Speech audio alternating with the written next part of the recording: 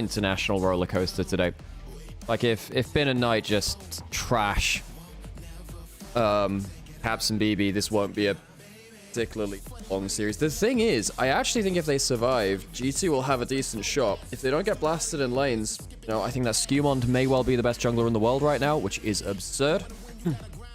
I think G2 have had some really good drafts. I think they've had some really good drafts. There may well be some issues with Labrov. Good morning from Berlin, or good afternoon from Berlin. CNB from Trinidad. Hope you're having a good day. Yeah. Like, this is... I thought this was a winnable matchup at the start of the event. I thought it was. Because I saw Skewmond. I saw how, you know, BLG could flounder if early game didn't go well. And yeah, I thought that Skewmon was good enough to bring that about. I thought that it'd be difficult because, you know, BLG are so good in the early game. And in fact, I thought these two teams were quite similar to each other, really. Hey G, how's it going? My phone charger over here.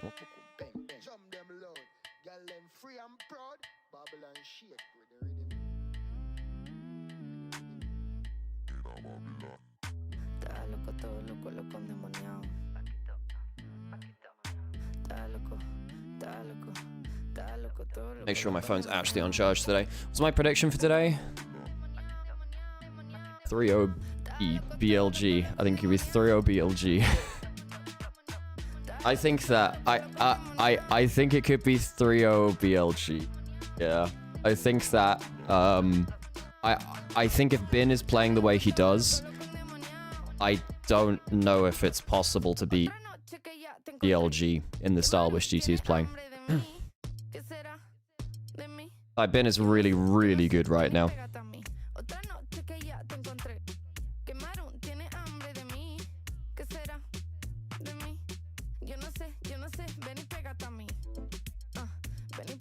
Okay, I've got a Red Bull. I had some beef noodles before I turned up. You've caught me in a particularly Chinese time in my life. Let me show you. I had some beef noodles. That was my lunch. Hey G, how's it going?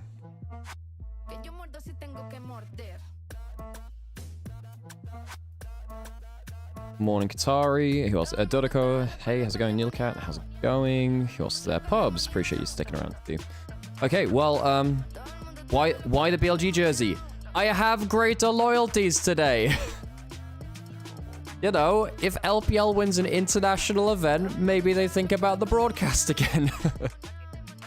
You know, I have ulterior motives, but perhaps, you know,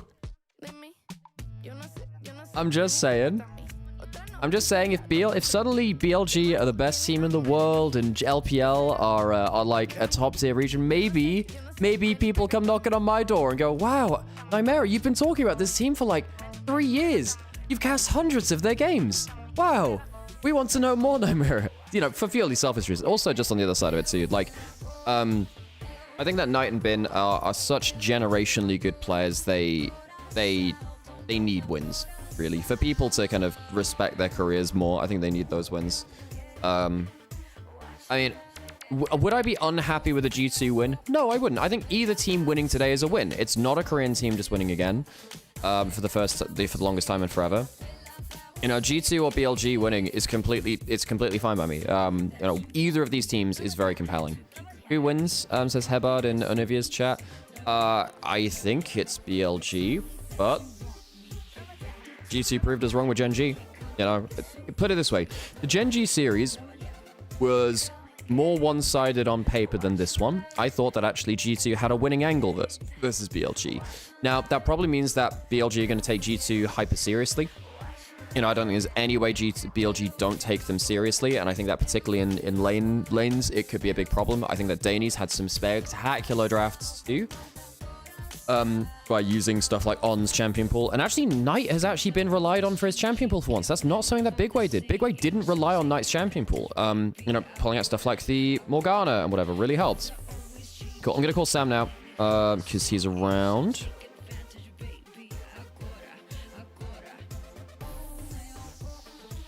Well, if he picks up, that is. Wait, it's do not disturb. What?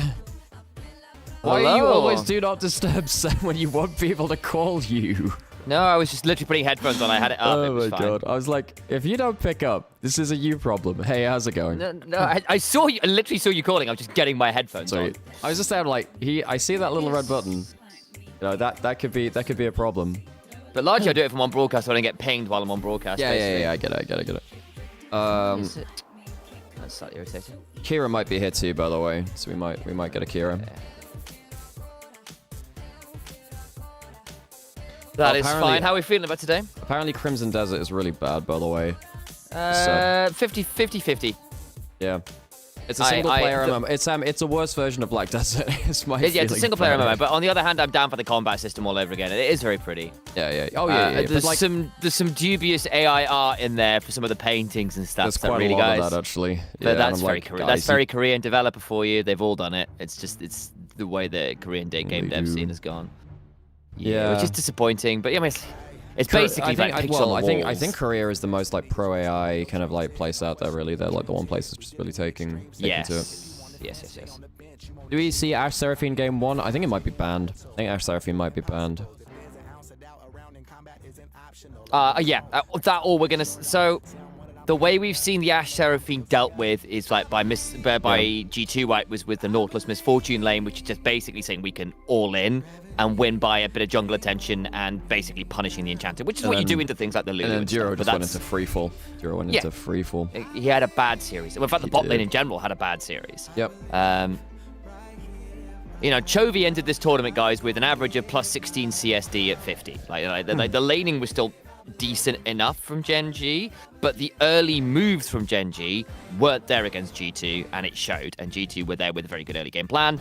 My worry today, Alex, I'm sure you'll be having the same thoughts, is the problem is BLG are the most psychopathically active early game team in the world right now, and there is no team that goes for early gold leagues like they do. No, sometimes it costs to map moves, but they will goddamn get a gold lead. So Mios in Onivia's chat is asking for the prediction, Sam. I said this before you were on here. Sam, I think it's a 3-0 BLG. I think it's 3-0 BLG. I know it's like I don't think G2 will have the shock factor they had yesterday.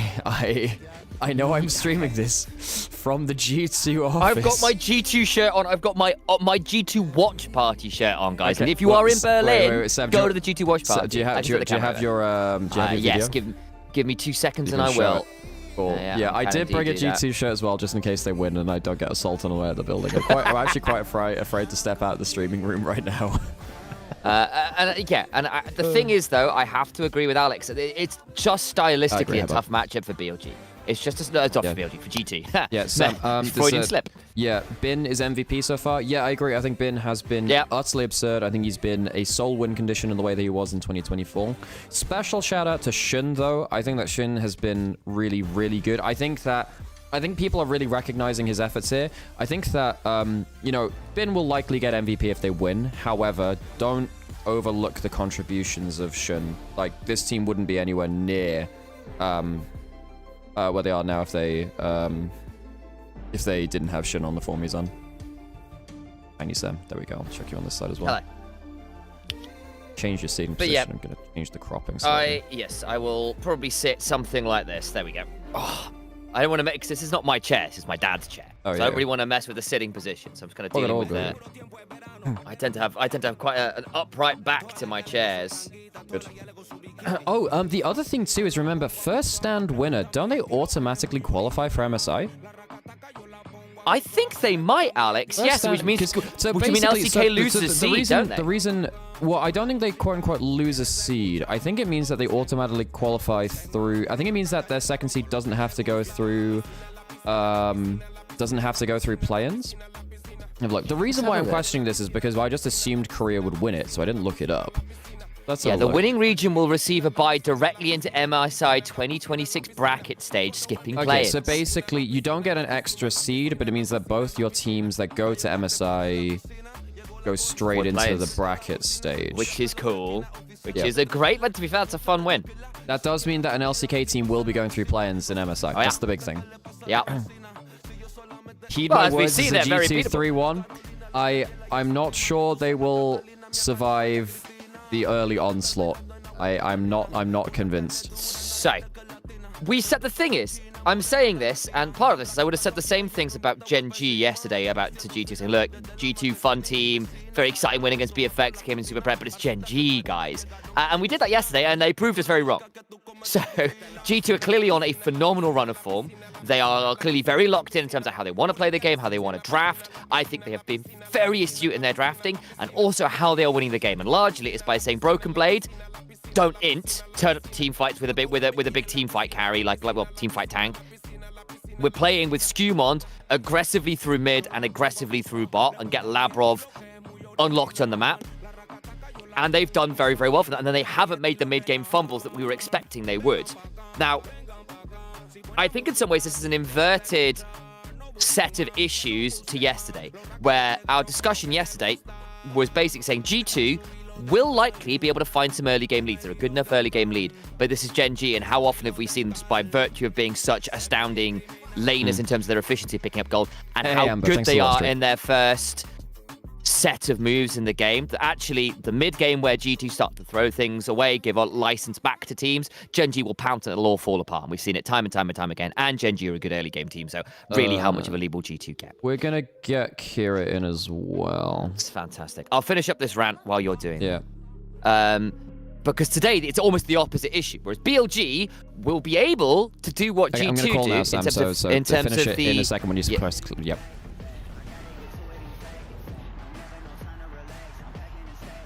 Hey, how's it going, Patrician? Sam has not clicked pick up that. There we go. Sam was halfway through a rant. Complete your rant, Sam. Yes. So, where was I? That's a great yes. question, Sam. Okay. Right. So, GenG going to be GenG are kind of the opposite issue in terms of where the game will be problematic, relatively speaking, on paper compared to BLG. Because BLG will likely make fumbles or have the propensity to make fumbles in mid and late game stages, right? Like they give away opportunities, but they're very, very good early, which is slightly opposite to GenG. So if G2 can not fall apart in the early game, and then I think BLG could give them some options later on. So if they can kind of do the unthinkable 3 days in a row, we're in for a good show. Yes, I agree, Sam. How clever are you? Sorry, I was sorting out Twitch things. Kira, is it 157? I keep forgetting. I can't really hear Kira. Yeah. Also, Kira did say he was in a bit of a state, so I don't know what that means. I'm great. Yeah. You know, I've gotten over yeah, Orcs is, I'm sure, feeling awesome right now after the 3-0 from GenG yesterday. 2 GenG yesterday. I heard Alex might get swatted by Interpol for his crimes against the EU today. I have greater loyalties! I'm sorry! I have greater loyalties! Exactly. Well, one of them. I'm sat here like, Billy no mates, everyone else gets a broadcast but LPL, and I'm like, if we get an international win, you'll come knocking on our door again, won't you? Is G2 just destroying the LCK? Get out! Oh my god. Like, I'm just sat here and I'm like, you come to me at the dawn of BLG's greatest hour. What greater loyalty is there than the G2 Golden Road?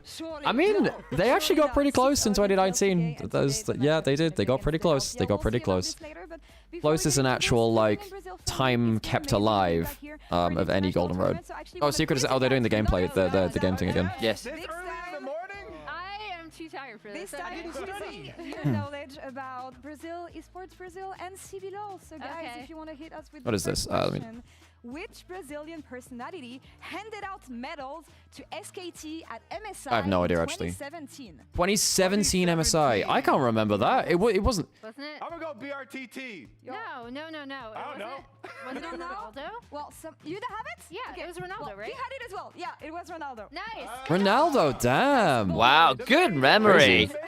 Yeah, we can't hear Kira either, Teddy. Kira's just not speaking. So. That's a good one. Nice. All right, second question we have. I don't know what's happening here, but we'll figure it out. Could be dead. Which player has the BRTT with the Draven. That one we know, BRTT. Okay, so is every answer just BRTT? I'm gonna give it to you. You can Sorry about this. I can vaguely hear Kira now. Hey, there we go. Are you alive, Patrician? I am alive. What do you call it? I'm here to watch the glory of what the night China's agenda. Rise. You don't need to. there's His not a gender his required, but- binden come, his bin be done. On It's Rift actually as it the- is in heaven. Like here's the thing, nobody can really like predict obviously like upsets like that in the sense of like it's very hard when like GenG's laning is really subpar. Yeah. I know the bot lane kind of caught a lot, but and we'll talk about this on the show in a deeper sense, Nymaera. I think Canyon's really not even just being out jungled as such by like Skewmond. I actually can't tell you a lane that he actually played through. No, In terms of like and that's if you're not on a farming carry jungler and you play through no lanes, fundamentally there's a massive breakdown. Did you in terms see of, the like, game 1 snafu where they had topside prio and he just didn't didn't bully off Skewmon from the level 6 Scuttle Crab, so Yep. Skewmon got level 6 Scuttle Crab against prio and then just insta killed Seraphine on the other side of the map. Yep. Like that is amateur shit. That's simple stuff that they got wrong. It was like, oh, we have prio, and they just didn't think about getting the jungler outside of that area of the map. It was crazy overconfident. and that's Yeah, no one's fault but his. Oh, sorry, you go. Yeah, like I think it felt like GenG came in with the assumption they just beat G2 in lane, and they didn't, and then didn't know what the hell they were doing, which is crazy. Because you'd think that, they play enough teams with, like, strong laners that people have gotten leads against GenG in early games before, even at this tournament. Like, the fact that basically GenG then failed to make significant proactive plays pretty much in any of the games was wild to me. They got one team fight, I remember, and it was from 11k down in their own base, their Nexus turrets are falling. That's it! Can I just say, also, Keen has only played 6 games of Vayne top, right? Yeah. There is no way that's your best Cassandra counter. There is no way on this planet. I think that Team. draft is actually playable. I just think that they played it badly. No, it's nothing to do with it being playable. There's no way on planet Earth Keen's best Cassandra counter is a Vayne in that situation. And if it is, what has been going on in practice? Yeah, exactly. But more to bring the conversation back to these teams here. I actually think of a very, very simple thing. I think G2 is a massive underdog here, by the way. Yeah, I think ending on that, just I think that the lane diff is going to be absurd. Like we saw what happened you can't last time. play the tanks as easily into bin. But the thing is like how do you just get the Nard game out of the way and try and have the other part of the map be as bad for Nard as possible? Well, legitimately, I think it's a very similar thought process to what happens with JDG versus BLG. Hey, Avarice, how's it going? Because JDG, you get Ginger ahead and bot lane ahead, you just pick Prio TV2 dominant jungler, and you just hope you can scale into a 5v5 and survive to the point where BLG make more mistakes late game than you do.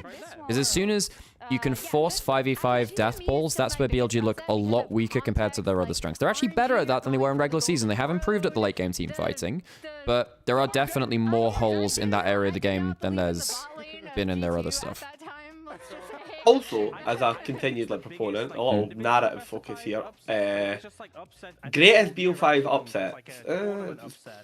Technically, it's the top one by form. It's but the whatever. biggest Like, one. Greatest is debatable because of the size of the stage, basically. Yeah, That's what yeah, it boils yeah. down to. But like the DRX are, well, first of all, this is why I hate the 2022 Worlds final. By the way, like I know, bro, Death's on that team. Like a candidate for a top 5 player of all time, right? Okay, right. The top one is literally like hilarious, just because the conception that it is like it was North America at the time. Yeah. So I like this little narrative piece. What's funny is there's actually an even more bonkers one because in 2013 was it 20? Which one? In 2013, would you call RNG? Basically, like Royal beating all the. No, it was 2014. Sorry, Royal beating all the. 2014 quarterfinals. Yeah. Yeah, they Royal- beat EDG. well, they beat Royal beat EDG, and then they beat. Did Royal? Were they the ones that beat Najee and White Shield, or was that OMG that did that in quarters? That was OMG. Yeah, I OMG think. done that. OMG done that in quarters. Then they beat OMG in the semi-finals. But them beating EDG is like not talked about because like again it's just not part of the narrative focus. But EDG had literally not lost to a Chinese team like all year. They had made 10 domestic finals, won 9 of them, lost one of them to IG because they didn't have their full team. And then Royal wasn't even a team, by the way. The team literally like blows up after Worlds. Yeah.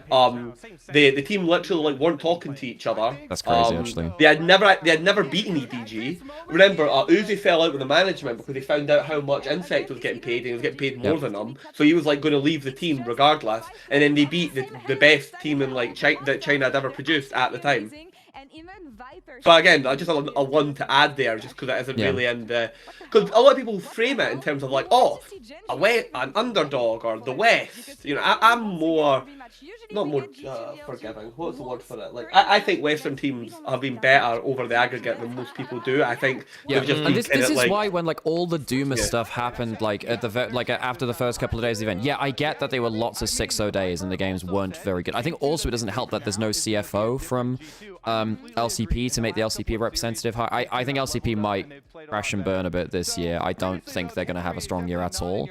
And CBLOL didn't send their best team in Furia, actually. Furia would have been much better. They said they're like their fourth best team. so it's like just through to some freak happenstance. I mean, LCP is LCP, can't really do much about teams exploding or whatever, but with Furia as well, it meant that there was some way more one-sided matchups than there should be. And actually, in credit to Loud, they still won 5 games versus Lion, and that was great. That was really, really cool to see. That was very interesting.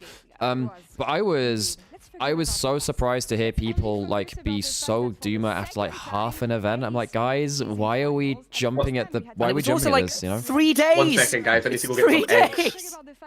Yeah. Oh, I can change that, Everest, by the way. Yeah, for those reminder, folks, this is the last day of the first stand fraud wall. If you want to change anything, now is the time. Now is the time. I did post the last update for it in. I can't remember if I did it in Discord, but it's definitely on my Twitter. You can actually, I'm not sure I did do the fraud. Yeah, I'll update the fraud wall. I'll update the fraud wall. You can see it on my Discord. Yeah. Vickler is left on his own on the far right-hand side of the board in his own little tier, and G2 do have their own tier right now to the left-hand side for being the Western heroes. Is it going to be BLG, who's 0-3 right now in international finals? It's been... Yeah, BLG have never won an international final. They've never won an international event. They are 0-2 in finals because they lost MSI 24 and Wells 24.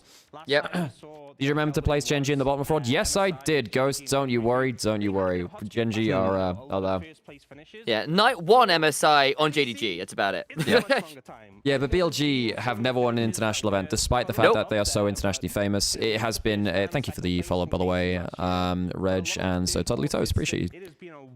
And Kenny, and Floating... Oh, wait, Floating Cube was 12 hours ago, but thanks anyway. Both these regions have been hunting for a win for a while. And one of them's gonna get it today. But like, look, regardless of who wins today, it's a good result. I'm happy for it in terms of narrative. I'm happy for it in terms of international kind of recognition and kind of international narratives. And I think it's the way teams got there was important as well. Like, G2 just absolutely spanked LCK 1 and 2. Yeah, wasn't close. Wasn't close. And particularly against GenG, like, there were some scrappy games versus BFX. That game 2 was a bit of a mess versus BFX. But yesterday, that was the cleanest I think I've seen G2 play in years. And obviously, that's with people like Caps not being the star of the show, which is quite exciting. You know, Caps still put up good numbers. Like, again, the DPM numbers for Caps have been very solid, all that kind of thing. But, and then look at the other side to BLG, and again, LPL has always been the bridesmaid and not the bride to LCK, and now they're actually coming in with BLG, not having to deal with their bogeyman in GenG, and can just turn to G2 and potentially play a very favoured matchup in. And that would be great for BLG to finally get a trophy and justify them being a well-regarded team outside of the LPL at this point. But as you said, Kobe, G2 right now, especially after going do we think that... Well, I do think that G2's laning was way better. I mean, their laning was way, way better. Hey, Sedian. By the way, is it the Welsh double D, by the way? So Sedian? Or is it Sedian, by the way? Yahidar? Yeah, in that case, Yahidar. Anyway, welcome to the chat. Welcome to the channel. Oh, the roster change. Hang on, let me... Up here. Come back to the power they had in 2019, because we were like living in the past. Oh, you got it from Star Wars: The Old Republic? I didn't realize that. That's cool. Oh, I'm back, Trips. Welcome back. I'm back. I mean, I hope it's a good series. I hope it's a good series. You're from Sweden. Very cool. Very cool. And the fact that G2 We're in at the beginning Sweden! of the year, We're in people Sweden. were Sweden. I'm actually We're not not. sure if Quickshot's turning up to the watch party. He might, again, he may murder me for the BLG jizz. We interesting point here. Just to do a wee preview. Yep. So I think we'll leave the top lane matchup, right? Yeah. Jungle matchup. I actually think Skumon's a better player than Jun. Not that I hate Jun, just I Shun's actually actually world class right now. He's playing on probably the best individual form of his life. But Yeah, Skum has I a think freak of Shun- nature. There is Yeah, I a real think world where Skum was Shun the is the best best one. player at this tournament still. I think the Yeah, thing he is, could be. you could make the argument Shun is better than Skumon, and I won't hate you for it. You can make the argument that Skumon is better than Shun. I'm not going to hate you for it. It's partly why I think that matchup is going to be very exciting today. Yep. Anyway, keep going. Kira. yeah. Sorry. No, it's alright. No, that's perfect to unpack that. Like, it used to be every single Asian player, right, was just better than every Western player. And I always hated this, like, talking point. It was just like a given, you know what I mean? Like, it was a very lazy narrative, too. But I do think in 2015 to 2017, it was pretty hard to argue against some of that. Outside of some See, here's the specific thing. I think, names. like, exactly. I think Bjergsen, us, like, Thorn and that, and the other team were laughing. In 2016, I think Bjergsen's the second best mid laner in the world, apart from if you count like rookies domestics. I think he's better than all the Asian. I think he's better than Crown Crown. in for the whole- 2016. Yeah, Crown's better at Worlds, but Crown played Oh, all right, of Crown. yeah, You know what I yeah. mean? Okay, I can get you across the. I think the thing is, Kira, you're right. However, one of the things that makes it very difficult to eye test players is the competition they're playing against, right? It's like Yeah. Bjergsen played against Crown and yeah, murdered it's them. like look, if Messi was playing in the championship No, didn't rather Crown than in solo kill him? than in La Liga, right? Then Oh, guys, I actually want to listen to this interview real quick. No, sorry, on you go. First things first, congratulations. That was an amazing series, but an amazing two last series actually. 6-0. Yeah, I want to see what Hans wants to 6-0. say about Steven, this. how did you reflect on this? How did you guys make it? It's so Stephen flawless? Strange. Actually, it's I don't have the words for it. I feel like it's such a dream. It's just something that happens just in your dreams. So I was like, okay, I'll pitch my chic or something to make sure it's not a dream. But that is crazy. Like playing to 6-0 them and also playing like the greatest League of Legends that I think we've played on stage. It's like it makes me so happy. Well, it's the right time to peak. I personally and the yeah, team it was preparing a lot on how we will play on stage because we look kind of lost against BLG, but those two last best of 5 is completely different, and I'm like I don't have words to describe the feeling that I have. I was like shouting so much after we ended, yeah, so happy. It's actually insane because like, I see it even right now. The energy you have. You're a new player. I haven't seen you like this in ever. And He's yeah, maybe in much more 2017, taciturn than and this. I'm This is talking the about most emotion outside I've of seen game, on but his face for a in-game as while. well, because Yeah. we can't see blame you him. do Yeah. things that Well, we don't usually I would see be you do on the absolutely international beaming. stage. So tell me about that drive, that new fire, that new aggressivity that you got. Where does it come from? I think I was very, very hyped during the game from the game 1 against BFX. I was very, that's I have to, let's get it. That's I need to be a fighter no matter what. I shouldn't give up. I shouldn't be distracted in the game no matter what happens, because sometimes I might feel more anxious than just going in Maybe there Teddy. and just like killing everyone. But I felt like my mind was really accelerated, like really in there. I could see a lot of things micro-wise in a smart way to play the game. My dude's on the Dune Spice. His mind has been Everything made opened. clear in my head. Yes, I've what seen we the should path. do. And the team fight just followed up. Just a little like note here. Everything just made a lot sense of finish. to me. Team fights were just very easy to play because we also had a really good setup, right? Like everyone is just playing so well, so it makes it very easy. I am very proud of Labrov, how he shifts, how much he play, how better he plays. I'm sorry.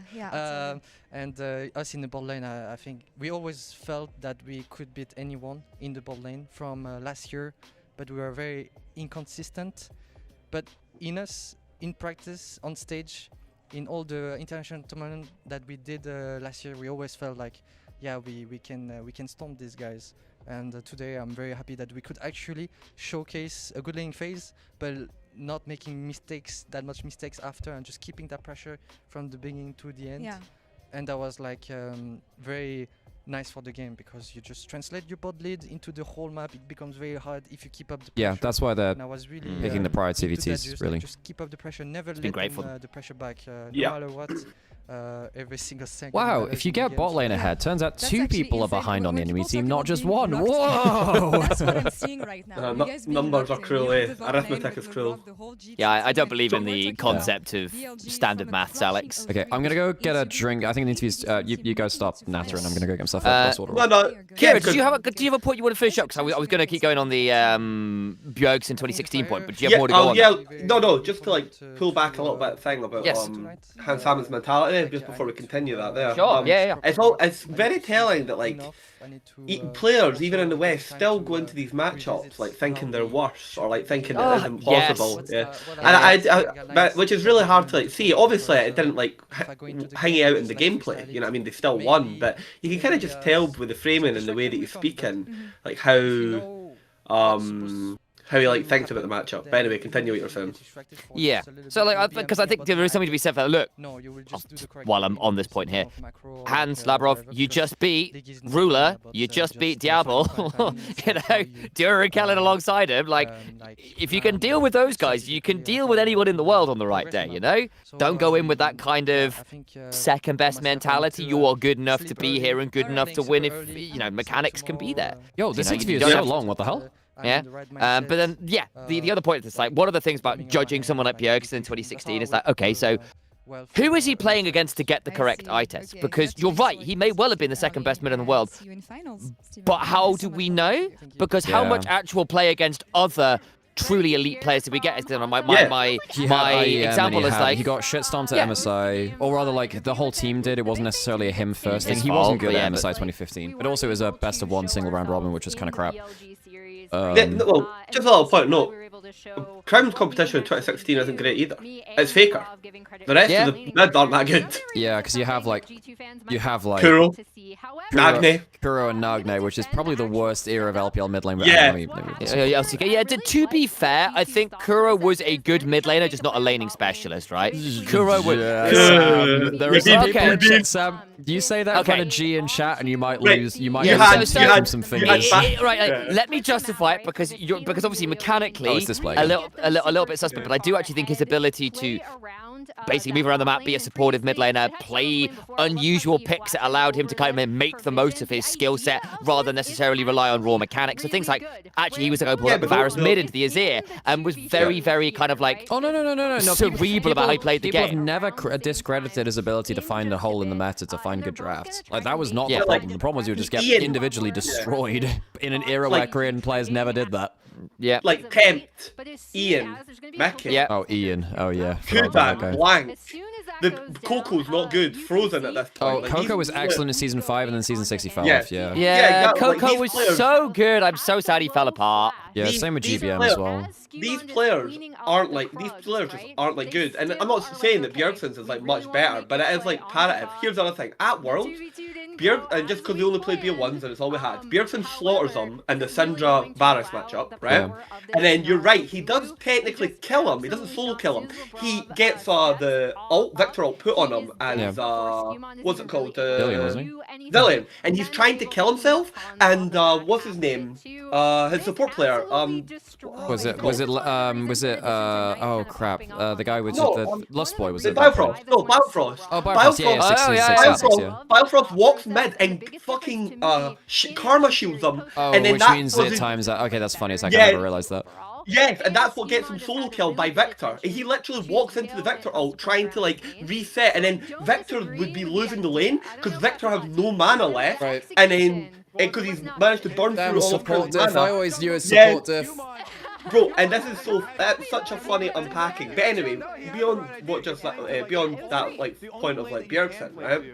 I actually do think, just to bring it back to like, the point, I think Caps has certain matchups that he can do well in tonight. I think he really wants to try and find that LeBlanc that he picked in tonight's Aurora at EWC, right? That looks really good. Yeah, I Looks agree really with that one. practiced, I remember that right? match. But Yeah, the it's a winning problem, matchup for the LeBlanc for sure. Yeah. yeah, the problem is like once you go by games 1 and 2, Knight's depth just starts becoming a problem, and it just and starts actually, getting that was free something which I was talking about before you turned up as well. I think the switch from Big Way to Daney means they're actually using that depth. Stuff like the Morgana mid, stuff like the winning matchups, and kind of let's pick him whatever he wants. The Onivia flex between mid and that's the flex between the mid and support. Yeah, I think that like BLG are playing better in Fearless than they did at any point last year, and I don't know how much of that is Daney and how much of that is player dynamics changing with Shun and Viper coming in. Like every single player is actually very, very versatile on this team, and they're actually using it now. LeBron champ pools, let's go. That's great. Yeah, like, combined, they are the greatest basketball player of all time. Don't come at me, Jordan fans. And that's something really interesting to unpack. I actually think the ADC, talking about it in terms of like a head-to-head, is like pretty not juvenile. That's but it isn't really. These players aren't really going to be facing off each other in isolation. But the one thing that has me somewhat concerned is and I love to see it. Hans Sama obviously showed the Kog'Maw because historically, obviously Hans Sama's Aphelios, right, isn't that strong. Superb, Right? Whereas Viper's probably arguably one of like the top 3 Aphelios players of all time. Yeah, he's very, very good. But he doesn't actually play it that often in this team, right? They don't have that much prior. They don't play bot lane. They We've really seen play the towards top one lane. game of it into Kog'Maw and he lost that game. Yeah. Well, I think we might have seen one of the game in regular season. But yeah, I think that on the whole, BLG are the most top. This has been the case over the last couple of years, really. They have been ever since, well, was it all of last year? 24, they changed after MSI. Start of 24, they were a very bot side-centric team. Level 3 diving, 3v3 bot lane every time on the wave crash on bot lane with Kalista and Arta. They moved to being the most top-sided team in the world for a while. For most of 25, and I think probably end of 24 as well. They really just played towards gank top lane, play around. And actually, this year, and end of last year too, I think as soon as they lost to Anyone's Legend in spring finals, where Anyone's Legend just threw everyone mid, because Knight had previously played a style where he would just play 1v3 mid lane tank, just whatever they threw at him, and he'd come out ahead. Basically, Anyone's Legend threw so many people mid lane that Knight couldn't be Knight for the first time in LPL, like domestically. It just didn't feel like him because he was shut down so hard because AL3 so much stuff at him. They put all the effort into it. And they actually overcorrected the other way and they started putting a lot of resources into Knight. And now they've just spread it between Knight and Bin. They really give a lot of resources to both solo laners now, which is not what they did before. Yeah, and they want on unlock to roam to go join Shun on making those plays happen. I'm going to put an ad break on, folks, because we're getting close towards draft. If you don't want to have ads, please subscribe. It helps us keep the lights on and the rents paid and things like that. This support has been really, really cool across First Stand. Please continue to do so. It keeps us doing the thing. Appreciate you all. See you after the break. I really like that top lane focus they put there on the champ pools as well, because I think I will shout out Aragon here as well, because I completely agree with him on this point, that there will be a question asked in the series at some point about what happens if Bin gets Ambessa, if Bin gets Gnar, because basically no team in the world has been able to deal with Bin just taking over the map on those two champions. Well, yes, things like the Yorick are kind of in there. 369 and Top Esports did. They did. Okay, they actually did. 369 actually got one over him. Last That's best of in the regular season between those two. That's right. Okay. 369 got like a 5,000 gold lead over him. Cannon. Yeah. Okay, fair point. And then 369 picked the Gnar against him and beat the Renekton. So they picked it against him. So hey, Harry Smith, thanks for the sub as well. Appreciate you. For people who are subscribing as well, we've been running something over this event called The Fraud Wall. Check in Discord, check out my Twitter to see what The Fraud Wall is. It's basically the top gates cool wall. If you'd like to sub one to move someone, because we've added everyone at the event, you can also add just someone who's not at the event if you want to the wall. You can feel free to do so as well per sub. One sub is add one or move one for today only. Okay, Sam, I derailed you, but yes, Top Esports, they actually managed to do that.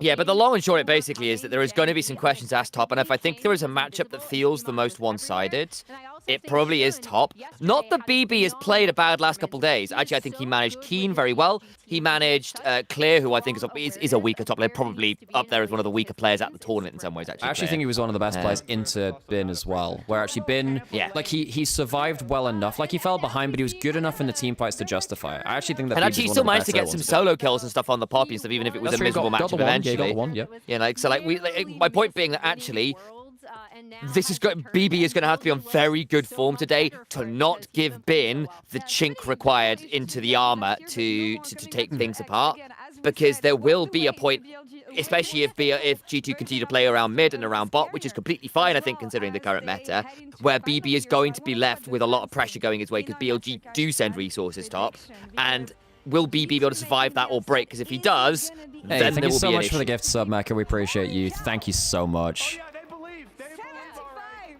What would you like to do on the front wall, folks? Oh, fan rates. Ruler is now best friends with Vikla. You've literally subbed 3 to put Ruler down into Vikla tier. Oh my god. I wanna ask the fans. That's funny as hell. That's funny as hell. Appreciate you, Mecca. Appreciate you. I mean, I have to. Well, Kira and I have. Well, Kira is the one that kind of twigged me onto this after talking about it enough on podcast. But like, we don't talk about it enough as a community. How badly Ruler has performed internationally compared to domestically. Like Ruler well, particularly at Worlds, was one of the worst performing Apex players. This guy really doesn't perform well when he's like favorite in an event. He really doesn't. He's very rarely won events which he's gone to as the favorite, which is crazy. And a lot of that has been his play. A lot of that has been his play too. Today, what do you think? It's basically just because they won that Worlds from, Right. and it was Ardent meta. They Let's kinda go, just Roman. Look at the art. He lives off that. Yeah, he had like an he literally sits in the Emergency chair fight. for like hours for this. Yeah, he was like Whoa. live tweeting. No, It's like a I want to know what they have. Emily, Laura, and that Kobe. like 3-2s? What? I don't know, man. I think I'm predicting 3-0 BLG. What? Whoa, that is wild, man. I know people like. Here's the thing. You Yeah. can, obviously, we all memed on was it Ox, and then they actually. Yeah. But that was funny as hell. And And also, it was actually deserved saying. It was that before the series.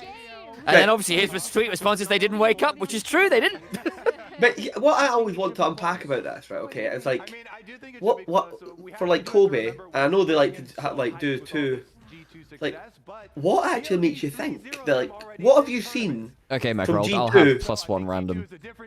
What have you actually seen from G2 that makes you think they're going to actually beat BLG, other than like they beat They GenG? beat GenG. Yeah, it's literally just transitive properties of, well, they beat the best team at the event, we thought, so surely they can beat the team which I they mean, in always beat. fairness, they have been on better form than the rest of the tournament the last 2 days. Oh, they So, have you know, been. like- And I so, think- so which is why For me- I have an eyebrow. For me, the thing was, I thought G2 and BLG were meant to be similar teams before the event or coming into the event, where they're very scrappy early game. They kind of lead through different players. Through BLG, it's through solo lanes, but through G2, it's through their jungle. And I thought that if Skewmon could get ahead of Shun and he can then in turn flip the solo lane matchups, it can be a playable series.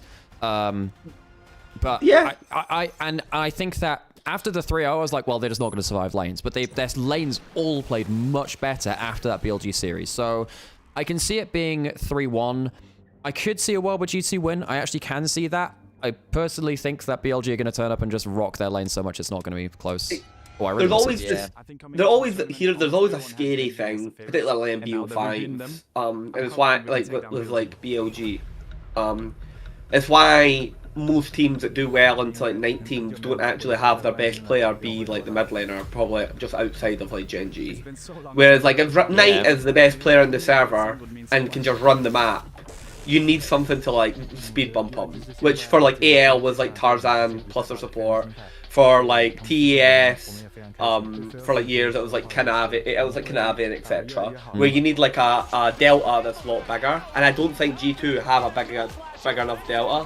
Where I think if like Knight gets out onto the map, on the Rise, on the Galio, the Talia if he wants to play it, these games are going to get really, really sad really quickly. The Aurora, like has the ability to just basically just take control and absorb huge amounts of space on the map and just create like terror games for people. His, like of the LeBlancs that are being played right now, his is by far the best.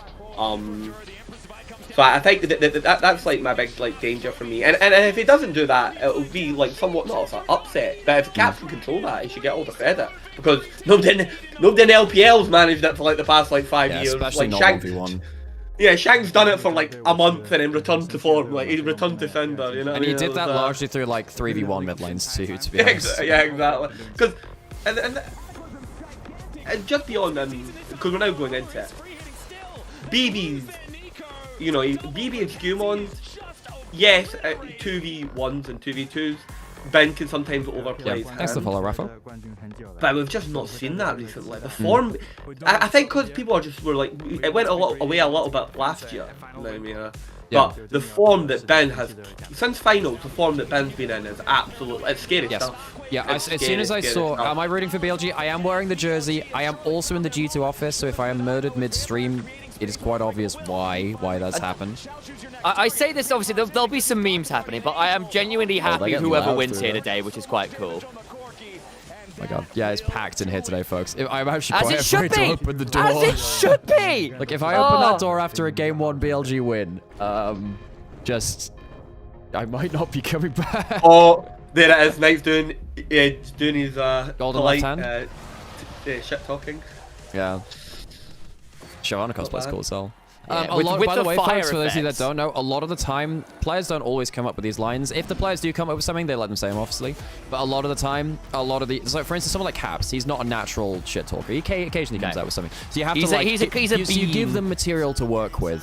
So for instance, Faker, the All Roads Lead to Me, that line was actually written by Shakarez. Shakarez wrote that line. So he's the guy which made that legendary line, which is But crazy. it's such a good line. I think that Shakarez gets so much more credit for that, by the way, because it's crazy. But it's like a golden road, I'm sorry, Yeah. but all roads lead to me. It's so good. I think it's So- a Medi Finals cast, by the way, which is cool as hell. It is. It is. Oh my god, Roman, that's cool as hell. Oh, Oh, Roman, he You just beauty. sells it. He just sells it. There are people who are watching right now who weren't around. I No, could I have done love the that. thing with G2 shirt underneath. Well, I did that with a G2 shirt, then another G2 shirt, then the BLG shirt last time. I thought I probably can't top that, so no point trying to do that I do again. love that. I do love that Thorn tweet about Roman. Is like all the fans that hate Roman's like performative stuff on like the stage. Well, if you want them to stop, tell your fucking teams to just start beating G2. Yes, and also, Yeah. I think it's fantastic. Remember, he did that. He did that on UOL before he did that with G2. He's I know he always did. done I that. know he did. Like, I'm so glad. I actually think that team should be doing more mascot stuff like that. There was a really fun time when it was UOL versus G2, and they got, was it Lothar to be like the G2 samurai on stage? Yeah.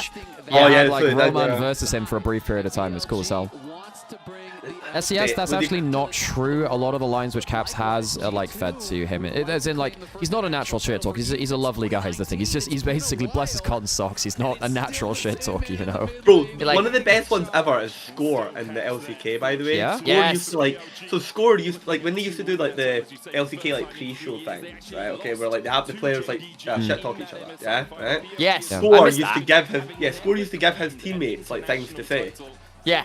Yeah. Like Score some of Score's lines, like there's like a one where like Peanut like said would they call it said something like he's still getting Score to write your lines for you or something. Wow. You know? Shining, that's so cool. And then it cuts to the player, and the player's got his like hands in his face, and he's like laughing and stuff. And then Man. it cuts to Score, and then Score's laughing as well. Like it's just so good. Cool.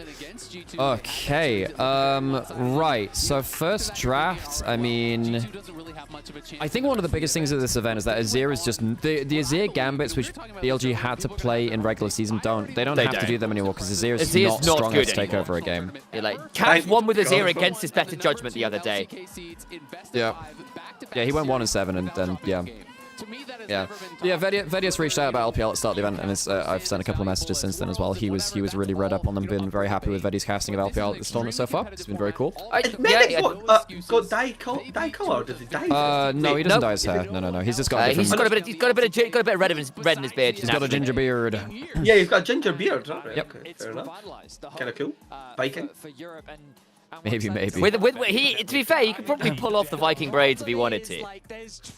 We'll just link up the time. And Yeah, I'll we'll try link and up the keep time that when we right. get into draft, I guess. I'll move my. What I can actually do is I hope this doesn't kill my stream. I can do this for draft and hope this is fine. Hopefully that's fine. Oh bless you. Thank you very much. There you go. So you guys can watch Yeah, draft on there. And I'm gonna have to, if I tab out, it will probably not show you it. So I need to make sure that, so if I need to fix something on screen, it'll freeze for a bit basically. Right. I won't do this for game just because I don't want like the internet to go down. Although it should be fine, but get Rich so you can balance out the G2 versus BLG in this call. I mean, if Rich is around, he can. Yeah. Hey, I'm I'm hearing about pre- G2 watch party shirt, guys. This Yeah. is the watch party shirt. Mate, I'm To both be an fair, LEC I'm and a an neutral LPL party caster. here. I'm just, okay, I gotta go fix things now. Guys, I am not pro LPL. I'm just pro good players. Like people are. We're very good lucky we got a lot of players. good players in the finals, then, aren't we? Yeah, mate, I'm as high on people like Skewmon because he's just a good player as like anyone. But like, you don't get praise for nothing in my house. Okay, so Like- BLG get first pick. Varus is available. Oh. Varus is available, which is pretty big. Look at those Ash bands. Seraphine option. Okay, the Varus is gone. So there's Ash is gone. Jarvan's huge. Jarvan. Jarvan Yeah. Shinzao, actually. I think Shun is okay to take either And of those. Bessa. And And Bessa Bessa. too. Please take Lulu, Lulu is out. that Ooh. really a Lulu first pick? Whoa, that's Yeah, like- crazy. It has been kind of permaban most of this tournament. So now you can Yunara Lulu, you can Cogmore Lulu, you can Jinx You Lulu break with up, Felios. yeah. Now you I probably know. Do you want want to have fairly? Do you want to pick a Thresh here and I then think plus you jungler? Nautilus. I think you Nautilus lane. You Ah, can yeah, MF true. Nautilus. If you MF Nautilus, then BLG might go like Scion into you though, which is a problem. Because one of my problems with early pick MF is that you can pick heavy tank front lines and it goes bad. Oh, I don't like Yunara, that. I mean, I feel like Yunara's been very hit miss, though it does take it away from Viper, who, to be fair, the last time we saw Viper on the Yunara versus G2, that was the game where the failed flash into enemy jungle from Skewmond on the Trundle happened, and Viper popped off very early. So I can understand wanting to deny that combo. But you can actually cog Lulu, can't you, as Viper on? They've probably practiced it. I think if you don't, even if you go Yeah, I agree. Nautilus, It's just, by the way, I've been saying this for like years, you know this, Nymaera. Like, Cogmore is actually just, in pro play, not unlike Soul Cure, and it's pro play strength where you can control the environment, is basically just a Zir ADC. I like that. See, I like Jarvan here. Jarvan. Like, so now, Yeah. so now you Shinzao yeah. as Shin. You go for the Shinzao, And you get Lulu Shinzao, which is a great combo. and then you AD carry pairing, presumably. Well, actually, you know what? You can actually not pick AD carry because you have Sivir, Jinx, Yeah. Aphelios, there's too many. Cogmore. You don't Cogmore, you're go fine. AD carry now if you don't have to. You can go. You want the Shinzao. You can go. The one thing I'll say is you avoid giving extra counter picks by picking the AD carry now and keeping some of it blind, if you see what I mean. Which there is some. I actually think Viper's best champion has been as Sivir. This has been. It's not good into the Jarvan, but it is. It's not. It's a stable lane. Shinzao now as well, surely, if right? If it ever gets to the point where the Sever can just stand. Oh, Poppy's fine too. Poppy's fine too. Yeah, that's really good. Oh, this is brutal. So, And it is not. Realistically, it's Shun's Poppy, right? Who is probably the What best this Poppy in the world right now. He's so also good. means is that you could potentially ban Renekton and Ambessa top now for BLG. Agreed. Or Nara and Bessa. what's the next best like Jarvan follow up, Nymaera? Aurora, right? Aurora, Kali. Galio. You don't want to go Galio here. You don't want to go Galio here. I think Aurora is pretty good. Yeah, I mean, you could Akali, but the Poppy makes things tricky. If you go Nautilus, you feel, wow, Oh. really? I think Nami's a bit of a miss. Now, Nami is great follow-up with Jarvan because her Tidal Wave can actually reach Jarvan's engage range. Yes, That's and that is pretty good follow-up. Yeah, but And I do like Nami into Poppy. Nami, Tidal Wave messing with Poppy something Yeah. fierce. you do crush midsection if you try and leave Sever because you put the Nami bubbles on and the Yunara goes forward and Sever has to walk backwards. It's somewhat Lucian Nami-esque in terms of your control on midsection where you can use the culling, you can pop the Yunara out Yes, and you clip jump with forward the to the slow. first three autos. If you And want then to see a Fiend very Hunter good player Bolt, at that, yeah, with that. Super from MCoy is very, very good at playing that style, by the way. So watch him for the Fiend Hunter Bolts jump forward. Kind of play. Oh, But yeah, fair point. they Fair don't call want out on that. playing Ahri. Bro, And the other thing the Nami does is it allows you to match Enchanter, which you know is always a nice one. So you can fight for shove a bit more aggressively there. And then Jarvan and Poppy theoretically can both be bot lane at the same kind of time as right. They So need assuming you someone to scout go well. in with. They need someone to go in with skew because if you have a single initiator, Yeah. Holly is the most overpowered spell in the entirety of League of Legends. Yeah, I feel like we might see. Oh, they Okay, have so they seen want to some go. things They in want to go. scrims. Yeah, they want to go like Nara like Nara top lane probably. By the way, Yes, they probably do. G2 should ban Nah here. They should ban Yeah, Nara. absolutely they The should. thing is, if they ban Nara, I think that BLG ban. I think they ban Renekton and then they pick whatever. They either pick Ambassador or a good matchup into it. Wonder whether BB looks. I wonder whether So BB now looks for Shen here. BLG can actually ban Aurora now. They can ban Aurora if they want. That's okay. Because they've G2 I think are signaling Aurora pretty heavily here. Alex, Yep. BB Shen to go with the Jarvan. Less good into Sivir, Ricochet, kind of DPS. It's not But you bad, do block but out the ricochets. Don't hit you in your bubble still. if you get your Shen, Twilight if Refuge. you pick Shen, I'm pretty sure Bin picks Ambassador and solo kills the whole game. Yeah, I true. think they either ban they ban the Renekton, so they want Ambassador. So they're letting want the Aurora Ambassador. go through, but they want Ambassador. Well, in that case, go for the Ambassador, go with the Jarvan, But right? Ambassador is not good against Sivir because she spell shields No, and then true. starts to rail on you, Wait, really. this is turning into a little bit of a mess here from G2. They're Yeah. having a little bit of an idea. They must have an answer here. They have too They must much. have something. They have too much single button engage for Poppy. They only have one engager for Polly, right? If Poppy, Aurora is that- smart. Yeah, Ambassador that's for fine. Ben. So this is Ambassador, and then Knight can pick whatever the hell he wants. He wants something mobile if possible. You can Syndra if you want to play That's it wondering whether it risky. might be a Syndra. I mean, if you really want to play it, I actually don't hate Alessandra here. Silas also not bad for Knight here. If also not bad. Knight can get Silas out of lane. But it's here, Ambassador trust me. 100%. Oh, Akali. Akali's super big here, actually. No, forget about it. Akali's better. Akali's better. They don't have enough CC. And it is for- not Akali. Yeah, Yeah. they've got no. Oh, this is Like your disgusting. tidal wave has to be spot on.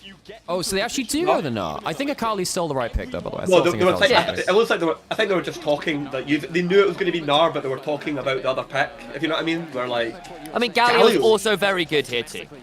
Annie. Oh, that's a big one. I mean, Knight's Annie is excellent. It's a very good early It's been spike with the banned Poppy. against him a lot, but... So I like compared that. to I the like Akali, Annie. compared to the Akali, the Annie Okay. comes online earlier. So they'll So, go towards the Annie, and it that saves the means Akali Aurora. to Aurora. late. So Aurora dies on any mistaken lane because Yeah. it's the click on, because the Q follows. Yorick, Leave it- okay. Okay. Ah, that's criminal. I don't think that G2 should... Well, if he can pull this off, that changes the series. It does change the series, because if suddenly BB has lane counters, which actually work, because earlier in the Gnar event, is good in remember two- there sorry, were Yorick is good in posts Gnar. about, well, you know, he's getting so many counter picks. I'm going to put on some ad breaks, by the way. If you don't want to hear... Well, if you don't want to miss out talk about the draft, you should sub now. See you in just a minute and a half.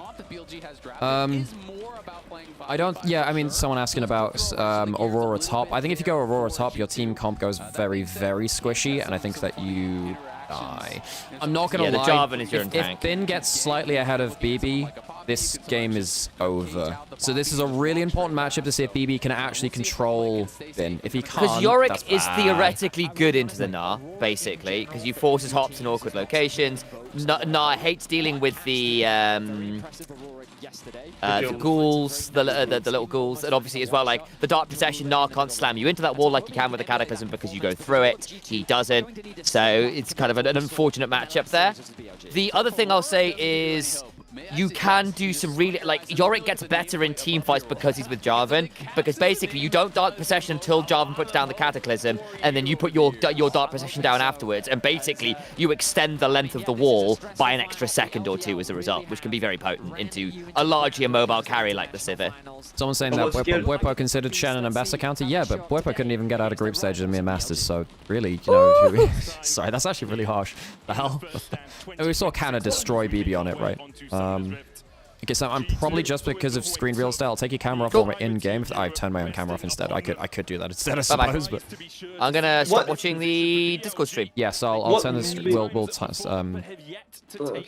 So we're on 43, 44, 45. I'm a Oh, they tried to second walk up for. They tried to walk up for the level 1 gank. Knight's done this a few times to try and flip lanes. Yeah.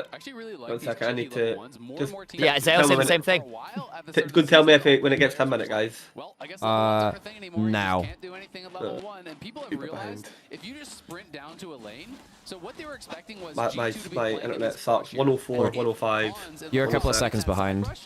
Level 1's not bad from On and Viper here, actually. just from Knight walking in behind them. So I like the attempt there because Knight gets back, doesn't miss any CS mid, doesn't miss any XP mid. Yeah, we saw Canna destroy the Shen with the with Ambassador. As soon as he hit Eclipse, it's just game over, really. I think even Yamato was saying it was kind of just death when he was watching. Oh, the stream too. no, Cap. No, don't do that. Yeah, taking those bad trades are nicht so good. Knight will just trade HP with you all day, Cap. Don't play his game. Knight does that in any lane. Doing it in this lane is very Yeah. bad for the Aurora. Yeah, don't play his game. Just get your CS. The both junglers going top to bot, but G2 actually have information on it. BLG have some defensive, like invade wards. Shove in from the bounce back, good auto attack reset from Viper, and Hans didn't have his Q stacked up, so he loses the trade. He might be able to jump, like, get a little bit there. I just realised On doesn't need to build Mikhails this game. No, he can build doesn't. it up. Oh, that's there's nothing. There's nothing you really have to chaos. That's really good from Viper, man. Oh, dicey. So that's two Okay, summoners for 2. It's 2 summoners for 2, but shove in from BLG. Skewmon and Shun are both bot. Labrov has got sustain here, which is important. So there'll be some resets for the. This will be an early callback, right? Yeah, it's an early callback. Yeah, it's a really good early callback, actually. This is the part. Oh, nice. That's not bad. He actually gets the. Wait, 3. He can get the Q back 3. Nice. BB's got aggro on him, but yeah, it's not too bad, actually. Good job. Good job, BB. Waves again spin as well, going into Mega, so we can at least force this out, but... He's no pot. So no jungler's really made any early ingress. Skewmon's gone for his quick clear, early back for components. Shun hasn't, so Shun won't have components for first fight. So now Skewmon does this a lot. He likes to get like an early back for components and make a play before enemy jungler can get his own back in after their full clear. Shun might go for something anyway here. This is a big problem. Did they spot him? I don't think they spotted him. No, they have it. They have now. Oh, flash. Okay, good flash away. Good flash away. But it's a freebie for Shun. He gets the recall now for components. Skewmon's going. Yeah, you need to be afraid here as BLG solo lanes. There's a good timing here. Stuns down. If slow lands from the, he flashes the slow. Flash. Ooh. Misses the. Hey, this is bad Poppy's from Skewmon. not This is bad from Skewmon. Poppy's This is bad not from here. Skewmon. There you Now. He can Q his way out, but Knight has stun. Knight has stun. All it. Caps. He's got stun onto him. He might Flank die. drag. Caps might die. Oh, okay. So Caps does Caps die now? Does Caps die now? There's Labrov. Shouldn't they? I think BLG still win. Poppy No, early hang game on. is kind 2 of full crazy. hex. Next E. Oh, good hop. It's yeah, but red buff. E. Oh shit, it's close. It's really close. Oh my god, they get it! Nice. No way! Oh my god! They're Well done. doing these skirmishes. Holy shit! Nice. Good. Night Oh Masters. my god, that's insane. Nice stuff. Oh my god. Labrov sustain. Labrov Yeah, sustain. Labrov made it up early. I think Shun thought he would kill with red buff, but he couldn't quite. So G2 ahead in early game. G2 ahead in early game. This is big for them, man. And top lane, look, Bin's doing fine, but he's not exactly running this matchup yet, is he? He actually might kill here, though, so... The moment I say that, that's bad. Okay, flash. He's dead, isn't he? I'm not sure. Bin doesn't have... No, he needed the attack speed from his E, so he can't get that now. Wave's coming in. Bin just wants to force the wave in. Yeah, that was a really good flash for Broken Blade. That was an insane bot side skirmish. Because initially I thought, well, you know, this is actually looking really bad for Skewmon because he doesn't get the damage down onto Knight and BLG get that first. I wonder whether they should have gone onto Caps with the stun right here. I think they actually kill Caps easier, but he doesn't have flash. He has flash, rather. Oof, costly. Yeah. And then they just missed the calculation. I think they thought with red buff they get it. They line up for a double Q. Oh, Wall stun doesn't quite land. Jin missing both wall stuns and his Q. And On, I think, thought was going to kill with the last auto, and he doesn't, which means that he doesn't follow up for the last auto and he dies. Yeah, well. Yeah. I also think there's basically Captain have mana for E. Yeah. Romantically falling over there. Nice. Good job, guys. So now actually Caps has really good early gold. Shun does have the early kill though. This is close as hell now. Still, like, I think the lanes are like fine, they're like whatever, but I think all G2's problems will come once the lanes break down. Yeah, it's just the traditional Annie trades in mid lane. Of course, Knight used Annie to win his last international tournament, MSI 23. Also, he's a two-time international winner. Did win the MSC as well, the replacement for MSI in 2020. Yep. The forgotten tournament. Oh, this is pretty good here. They don't have flash on Labrov. I don't think... Knight's coming. They just go Labrov now. Yeah, Labrov's dead. That's fair enough. That's really good play from Shun. Very good play from Shun. Nice. And it's a free play from Knight as well. Who gets that kill? It's Viper. There's Sivir with a cull against no cull getting gold early. This is Ben doesn't have his ward down. He doesn't have flash either. He should die here. Oh, he doesn't hop out early. Okay, he's fine. He's fine. Oh no, he actually might die here. He actually might die here. Level 6 hop is a long cooldown. This could be really good from Skewmon. If he gets ahead, if he gets BB ahead, that's huge for them. He doesn't have Mega for like another 40, so he doesn't have hop just yet. Nice. He should just die here. He should just die here. Yeah, and then the Dark Procession after. That's what I was There talking about. you go. Instant kill. Okay. Cataclysm into Dark Procession Skewmon's is the one so that gets annoying. the kill. Dude, Skewmon, that was so good from him. So good from him. Yeah, it was good. That was a good one from Skewmon. Problem is that it's not going to realise too much in the terms of the change of the lane. Skemon's going to have to take his advantage somewhere. This is a great early game from GT. Very good early game from GT. Labrov might die again here. He might just die again here. I actually thought that they could run at him there maybe. With no flash. But oh, he does have flash though. Level 6 on Hams, that's really dangerous to them. Good poly. Very, very good poly. Yep, that button is very good. overpowered. They're winning in the 4v5 in like the 6-5. That's crazy, actually. Yep. Oh, he could have just flashed that Q. I think maybe not. Poly's too good at this game. Like Polymorph is just way too good. Poly's insanely good. Yeah. And if Sivir gets ahead, oh, very good wall stun. Oh, Night Slow. Oh, he didn't have flash. He couldn't follow up anyway. That's still a good play from Shun. Very good play from Shun. Shun's having a great game. Yep. I mean, I'm not gonna lie, folks. People need to really revise their opinion of Shun, because, like, I know he was, like, particularly against, like, Kanavi, Tarzan, and some games against Owner in 23 and 24, like, he did get blasted. But, like, he was still top, you know, 5 jungler in the world, maybe, at points in time there. I think he's only gotten better. I mean, his last year was kind of shit, don't get me wrong. He was bad. And, like, even Summer 24, he was removed, well, you know, Wei replaced him up until Worlds because he was definitely playing poorly. You can tell Jun and Jun and On are the greatest, like, learners or, like, disciples of, like, the Tabby League of Legends. Do you mind, guys, do you mind if I get Carrick's in here? Yeah. It's your boss. Cool. Alright, Carrick's, get in here. Hey, Hey, how's it going, Carrick? Carrick's? How you feeling? I'm good. It's late. Is that official LCP play-by-play caster Carricks? I still haven't signed a contract, so nothing's official. Oh, the classic! I swear to God. So that's a good flash away from Knight. I mean, that's a good. I mean, getting flash down off the Annie is really important here. We're just syncing up the timer at 21, 22, 23, 24. Yeah, that sound good? Cool. I just keep on. Like Scottish internet just is slower.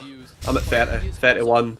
Yeah, it's got to travel down from up north, you know. It does. Like it's actually, it's crazy how behind I am every single time. Oh gosh. That is going to be the level of performance we are talking about, as Skewmon had back-to-back incredible performances. Right. So BLG have even up the gold lead.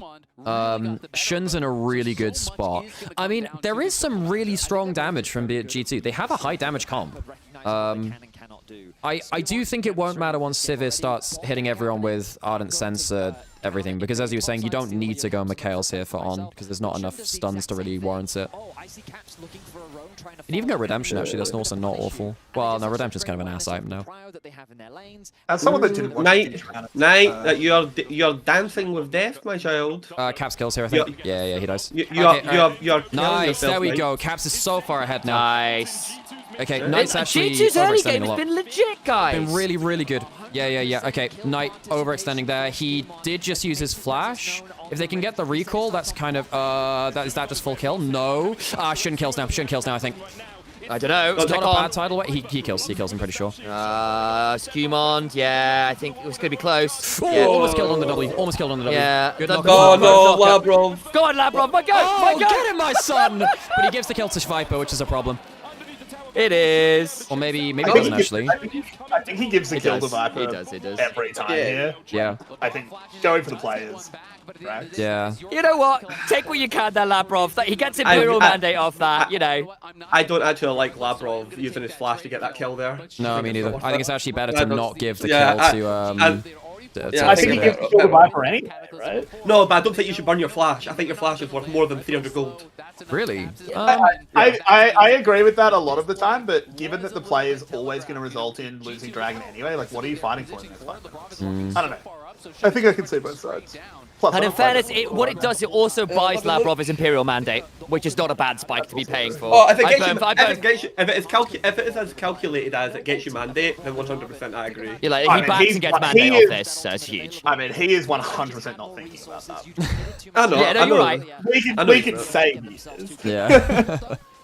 That's what I'm saying. Like it's material. Now, I have to say, Viper has typically not been the best at carrying with a lead from BLG. BLG don't typically win through Viper leads. They typically win through solo lane leads. So the fact that they don't have solo lane leads and it's Viper ahead, it's a little... I'm not going to say uncharted territory for BLG, but they don't... Hang on, that's a very good TP. Viper has flash.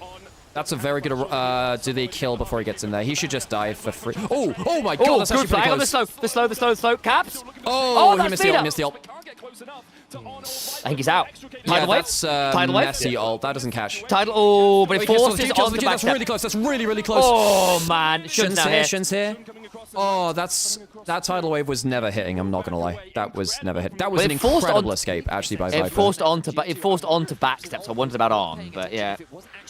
Well, they didn't do the damage to on, did they? No, but it forced him to side over. Yeah, exactly. He didn't have that much damage on it, but I saw the side, so it was like, well, maybe they've just got enough burst here. Yeah. They don't. While there's like half a second. I didn't say draft. Where was this Yorick pick? Last I don't pick. understand. Last pick. Into the now. Basically, it's I think the problem which every team against BLG this tournament has had is if Bin has a winning matchup, you instant lose the game. Because he's actually converting gold leads again. So this is just saying we want a matchup, and they did gank it the one time early as well. Just saying, can we keep Bin down in an individual matchup? I'm not going to lie, I don't think it's working.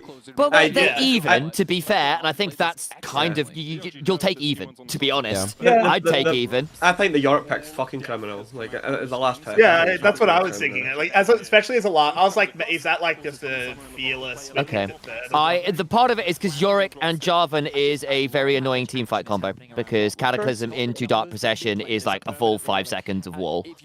Yeah, but and if you're Sivir, Annie, Lulu, Poppy all have no way to deal with that. So yeah, but Sivir in this comp can just stand. Like literally, it doesn't matter if you put walls around Sivir. Well, she just I stands. think if Aurora gets fed enough, I'm Yeah. not sure that's true. I Yeah, think exactly. there are some points where I think there are some break points where that's not true.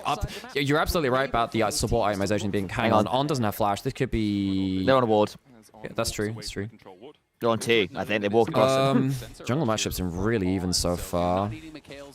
Dragon in 2 minutes, not fighting over anything there. Game's dead even, by the way. Yeah. Haps is at a really strong point. And in fairness, So's Viper. the Aurora can kind of kill any one person. And if you kill the right one person in the right moment, Haps could legit carry this game.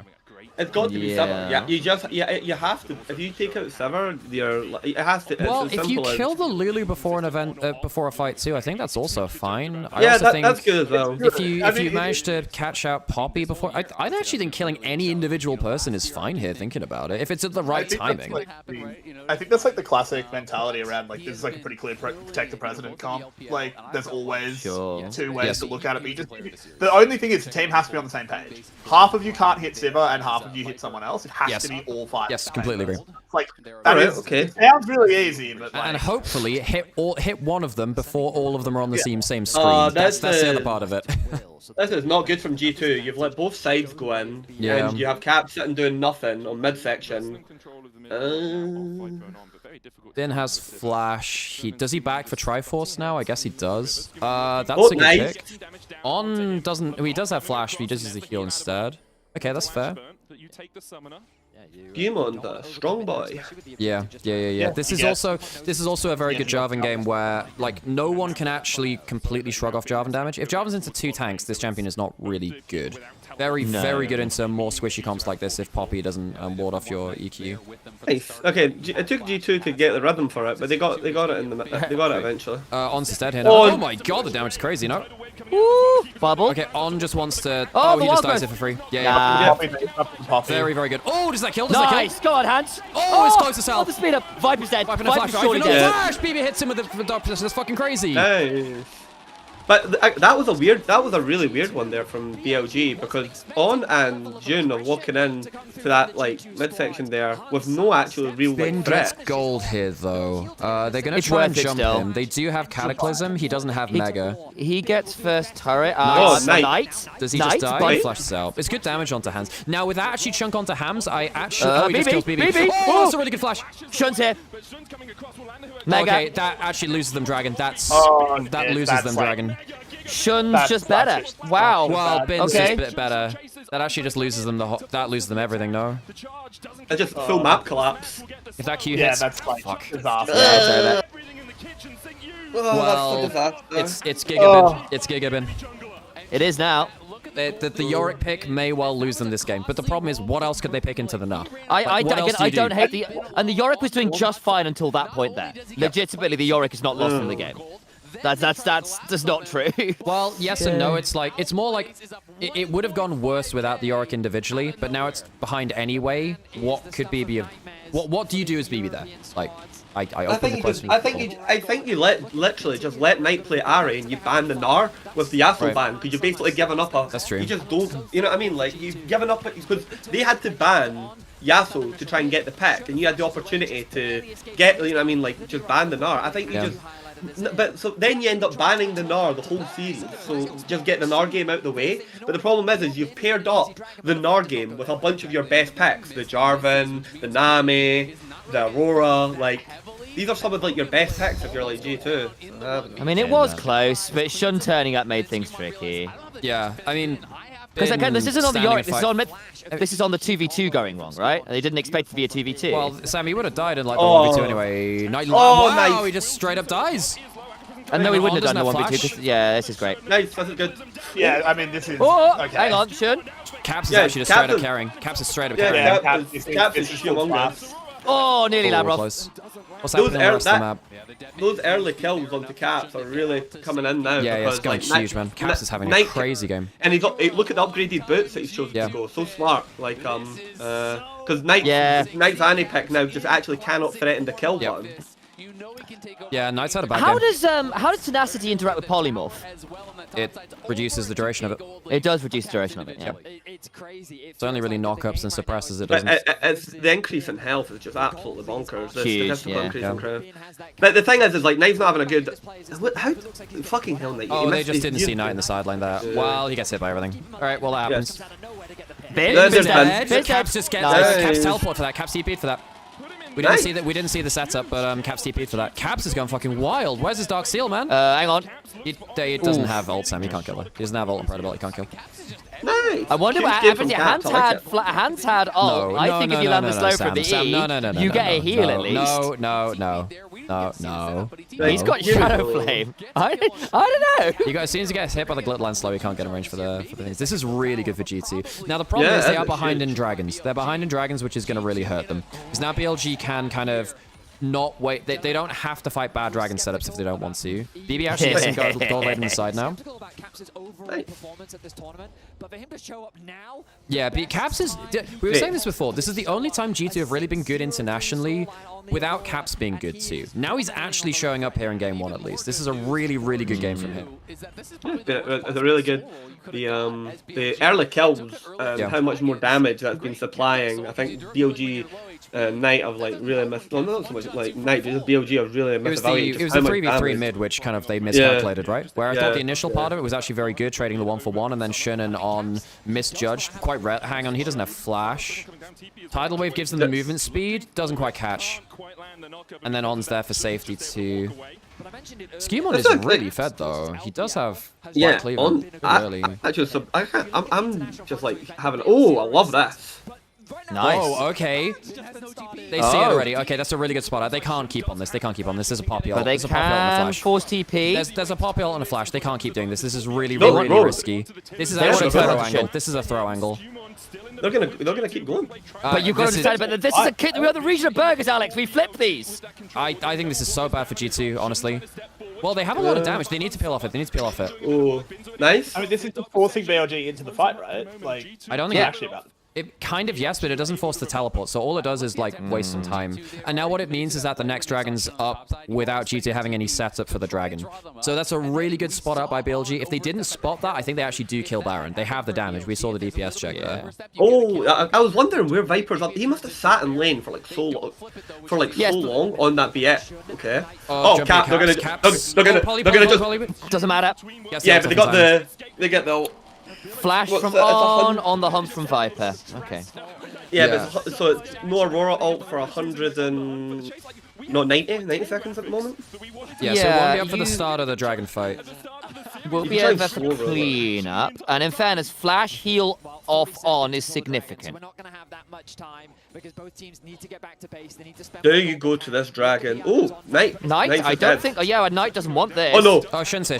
That's actually not good for Knight, me. Oh, they're really running here. Nice. Actually, Knight's Flash. He's never gotten to Flash. Yeah. No. Yeah, they've blown Knight's Flash. Ben's actually looking to solo Caps. He can't do it. He can't get it. He can't get it. And no bonus Flash for that. He's overplayed it. It does mean that Caps doesn't get like an entry towards Dragon. Do BLG look for this? Viper. Yeah. Viper's gonna lose his Flash. That was also Ben's Mega. That was his Mega. He will be. He just dies. Oh, that's a really good wall stun. Does it matter? The wild growth's pretty good. Oh, beautiful. G2 awesome has gone. The mega cones are going fucking wild. Hands! Holy moly! That's scary. Okay, G2 has done a really good job. Jesus Christ, man. Without having priority, like G2 done a really good job there without having priority of getting this Drake. How good is Skewmon been though? I mean, I think G2 have used the mega cones incredibly well. Yeah. Okay, so the Dragons, the soul threat has been put on the back burner. This has been an insanely good game from G2. Yeah. The thing is, they're doing what they did against GenG against BLG. They are on really good form, guys. Yeah. They're playing really well. The early game was good. I think Skewmon's been excellent. I think that Caps has gotten so far ahead, and Knight just can't make plays now. He basically just can't make plays. Yeah, Knight has never, at no point in this game, has got to be able to use his flash like aggressively, basically, and like use it to like, would you call it, like try and like blow up a G2 carry, because every single time it's getting burned like in a side lane. Cones, man. I mean, the Mega Cone threat is crazy. It's a good spell shield, and the Wild Growth almost saves, but crazy. And now he's just down everything. Well, they lose the Dragon for it, right? But so what's the next enchanter item that they're going to have? I'm not sure. It actually might be an okay Shirelia's angle, but with Sivir ult plus Shirelia's, suddenly the move speed's kind of crazy. It actually just makes no sense, like where Knight's like damage comes from, because like why is it like I feel like Caps has been blowing everyone up this game. Yeah. I feel like Knight's has been tickling people. And they've got Bin a lead. Hands there, in fairness. They have got Bin a lead, which is nice, but I don't think Bin is actually a win condition quite yet. He's 2,000 gold up, and that is scary. He's going for Witsend next. I think the real thing is that the mid jungle has so much burst from Skewmon and Caps that I actually think that they one-shot anyone they set their sights on, which BLG means that if someone makes a misstep, and they're currently behind in vision and on the map, BLG lose someone for free if Skewmon and Caps get to dunk on them. Ben's gonna die because Ben's dead on mid because of midsection push. Like, they can teleport in with Knight maybe. Oh, he's teleporting out. They don't have. Oh, the bubble! There we go. Okay. Oh, he actually almost kills. Oh my god, that's crazy massive damage. He's really trying. Oh my god, Ben! Oh, valiant effort. Actually, this is scary because the rest of the troops are coming. Yeah, it took too long. That's a very good TP. Very good TP. Who did they go towards? Go on to Hams. Viper's getting jumped on by Skewmon. Viper's gonna die to Skewmon. That's huge. Huge. Oh my god, that's disgusting. It's so Shun's good. doing really well here, but he can't do enough, I don't think. Cap has access. Like, yeah, they just. Oh my god, Skewmon just destroys Viper. That's it. I mean, I think G2 win the game off of this, by the way. I think they actually legit win the game off of this. How long can Jun pedal them for? Oh my god, BLG are gonna lose this game. Mappis. Yeah, Mappis. Nice. Holy shit. What? That catch onto that catch onto Viper legit like that legit turns this, because Bin spends so much time like killing them here, gets so much damage down that it should have been a 1 BLG play. How does Viper get caught here? He's just not linked in. Look on and. Oh, if he goes the other side, he actually lives there. Yeah. The most important play happens off screen here. Yeah. Also, very good dart procession from Yorick. Well, there's not, nothing that Annie can do there. Immobile, no flash. Yeah. Yeah, the chickens are coming home to roost. But we'll see. Have they gotten thing on the map yet? Have they gotten Baron on the? No, they didn't get Baron. Okay. Nice. Ben's dead again? They're going to try and link in. Ben's just overplaying his hand a little bit. Yeah, he was trying to chase down the Onivia. How long can they hold for? Lulu's here now, Lulu's here now. Okay, they didn't kill him. Okay, so Baron wasn't taken, worth noting. So G2 don't get Baron. They have a gold lead, and Caps is insanely fed. Yeah, this is the issue. Like the Sever now.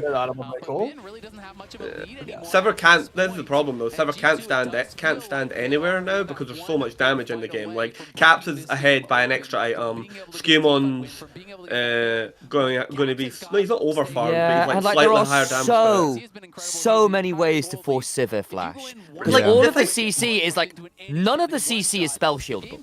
It's all like flag and drag or cataclysm or dart procession. Like that, like nothing here is spell shieldable except for tidal wave and bubble. But you only get to do one of them, and that's a real problem. Knight has got his flash for this next That's fight. fair. He actually has flash for the first time. Yeah, Is it literally going to be literally a one aggressive flash game which changes? Hang on, he's 3 levels down on Caps, by the way. Oh, yeah. He can. Wait, can he reset in time? Actually, not sure. If he has empowered recall, he can. Oh, he has the honey fruit. It's actually okay. Honey fruit saves them there. Okay, Scumon. June has to face check. He's okay to do so for now, honestly. Bin's getting really good damage here, actually. He can hop forwards. Scumon's really not happy here, no? He's okay. Wait, Scumon can't engage. Here comes This is the time. Great from Shun. Oh, there we go. Hans is dead. Hans is dead. Oh, awesome. wow, Honestly, BLG. that entire play happens off of Bin getting that chunk. The entire play happens off of Bin getting that chunk. G2. Why? And that's Caps, no! Got Scumon behind. Knight. He's alright. He's okay. He's dead. He's over the wall. Oh, we got flash everywhere. And Knight just chooses not to use his flash. He could have used his flash to try and They're get gonna the get Baron easy off kill. this. They get Baron off of this. They give up Dragon, but they get Baron. Yeah, you take that. That, by the way, G2 played like 9 out of 10 for 28 minutes, and then they played 3 out of 10 for 1 minute and through the whole game. Yep. It's wrestling the tiger. I mean, Shun just runs at him. The tidal wave that. isn't great. The tidal wave isn't great. I think Bin and Shun just did some mad shit there. I mean, like the fact that Shun realized actually I can bop them up twice. That's enough. That's crazy. That is crazy. G2 should still, by the way, I think G2 now should still look for something, because even though the Baron doesn't actually describe the. It doesn't change the combat stats, yeah. Yeah, exactly. The combat stats. I think if they take like a fight, they could. The problem is Viper. It is a Shrelius from on second, by the way, which is really big for him. Yeah, now we're now getting to the point where like June is like annoyingly tanky, so he's building bad items. Very tanky. Obviously, Caps is. No, I think Shun's got good items. So did you say he built bad items? He's got. Yeah, he got the random and that hit. I actually think that's really good in this game. I mean, as long as it's not Caps hitting him, he's really happy, no? I think, does it technically work versus Jarvan passive? Some empowered autos do technically count as crits. Oh, wait. If that's the case, I stand corrected. I know it works. So, for instance, it weirdly works versus Onivia E when you've got the Flash Frost on. Oh no, G2's so scared. Like, they actually should be looking for a play now. You're right. The problem is now that they've lost all vision control. And now, by the way, Knight still has his flash, and he's really fast, because like mobility of the Shrelias is now like a pseudo summoner spell. It's like goes for like the whole team. One person gets caught by like this is where the Annie comes into the game. Like this is what I was saying. Like Knight played like a not great game. He's played like it's been a pretty bad game. He overextended a couple of times, and it's kind of set him behind on like the lows. But now they're in the point where their actual composition's coming together, and the draft gaps beginning to appear, which is a bit of a shame. I don't even again. I don't have the same issue with G. I think G2's draft is fine, and they've played this game out largely. Does it change anything? Does it change? They don't hit him with the. They don't hit him with the ult. They don't hit him with the Aurora. He outpaced it. It doesn't matter. They can't shove now. That's most of the. They only had a minute left. I actually think they. And so the reason that works there is because they Shirelius Sivir ult. That movement speed. You see how crazy that is, right? Yeah, but basically, but the point is they don't get to finish all that much up with the Baron at the end of it all. Like, I don't think they would have done that much with the last minute anyway, Sam. I don't know. I think they could have threatened at least an inner turret and maybe the inhibitor after. There's another 500 gold. There's another 700 gold for that inner turret yet. I don't think they would have got an inhib because Hans has still got his wave clear and he can pop all but the wave clear. But they do get inner turret, and I think they can keep shoving for at least another couple waves. No, They well, maybe not get- another couple of waves, because 1 minute is 2 waves. Yeah, which I think is I enough think to they- at least get like a couple plates off that inhibitor turret. I actually don't think it's that crazy. The big thing is that BLG didn't blow any summoners. That's the big thing. They didn't blow Viper Flash barrier. He's happy with that. I thought Viper barrier. Nope. Oh No. He didn't barrier. No, it's Lulu shield. Oh, no, guys, this is the item that's like awful. This bloodthirster here. I think it's fine. I think it's fine. I think it means No, that no, it's OP. As in, like, this Oh, is right, what I'm right. talking about. I think the Viper is now going to get like be able to stand in the terrain at some point. And he actually doesn't need to. deck. He doesn't need to build armor pen. Hang on, that was actually a pretty scary. Oh, they actually get the inner turrets anyway, pretty much. Give it over to Bin. Bin's on 4 items now. That is a level 19 Gnar. Yeah. By the way, Gnar with all the. Oh, sorry. compound Yeah. No, stats. Carrick's is in call. We're just yapping. I'm sorry. Sorry. No, that's fine. I'm chilling. Yeah, we've got up. We're calling this lovingly because it's not I will dominate sack. It's the not sack. So you know that's our version, I guess. Who do you, by the way, Carrick, to bring you into the conversation here? What would you have as your series like prediction? Pre-series, I probably would have said BLG 3-1. But I do think G2 are looking really good. Like, I don't think they're favored in this game at the moment, obviously. But, I don't know, they're playing really well. Plus, if G2 win the tournament, does that mean TSW was the 3rd best team? Oh, you'll be happy that if you've seen the fraud wall we've been doing, which is like the Top Gear cool wall. I've seen the pictures, yeah. We did put pun on Hero. He deserves that. Like he was actually solo killing some people. He was good. Yeah, so deeply disappointing. yeah, Minute Till Dragon. It's not soul for anyone. Honestly, if you give Chemtech Soul to BLG with the extra Chemtech Dragons as well, they're really happy with the Enchanter value, you know? So Skewbon should go the item that reduces the shielding here, like that on like that's like oh my god, the Hands should go Serpent's Fang. Oh yeah, whoever, you know what I mean. Like if you think it's hands, that's fair. Like just someone has to build Someone this needs item now. Yeah, like because a lot of people don't know this about the item. It puts like a debuff on you that like it doesn't just break shields. It makes the next shields that apply less effective. That's still the case. Yeah? If they get very close to the wall stun there, because this is actually the point where you have like Poppy has significant damage with this build, and if Bin just gets someone CC'd in front of him, he does kind of kill them. Oh, also worth noting too, Gnar's passive does scale with level, so I think it does go to level 20. So he gets like he has like crazy attack. He's now like what 550 attack range now, something now. With level 20, he actually gets crazy mini Gnar attack range.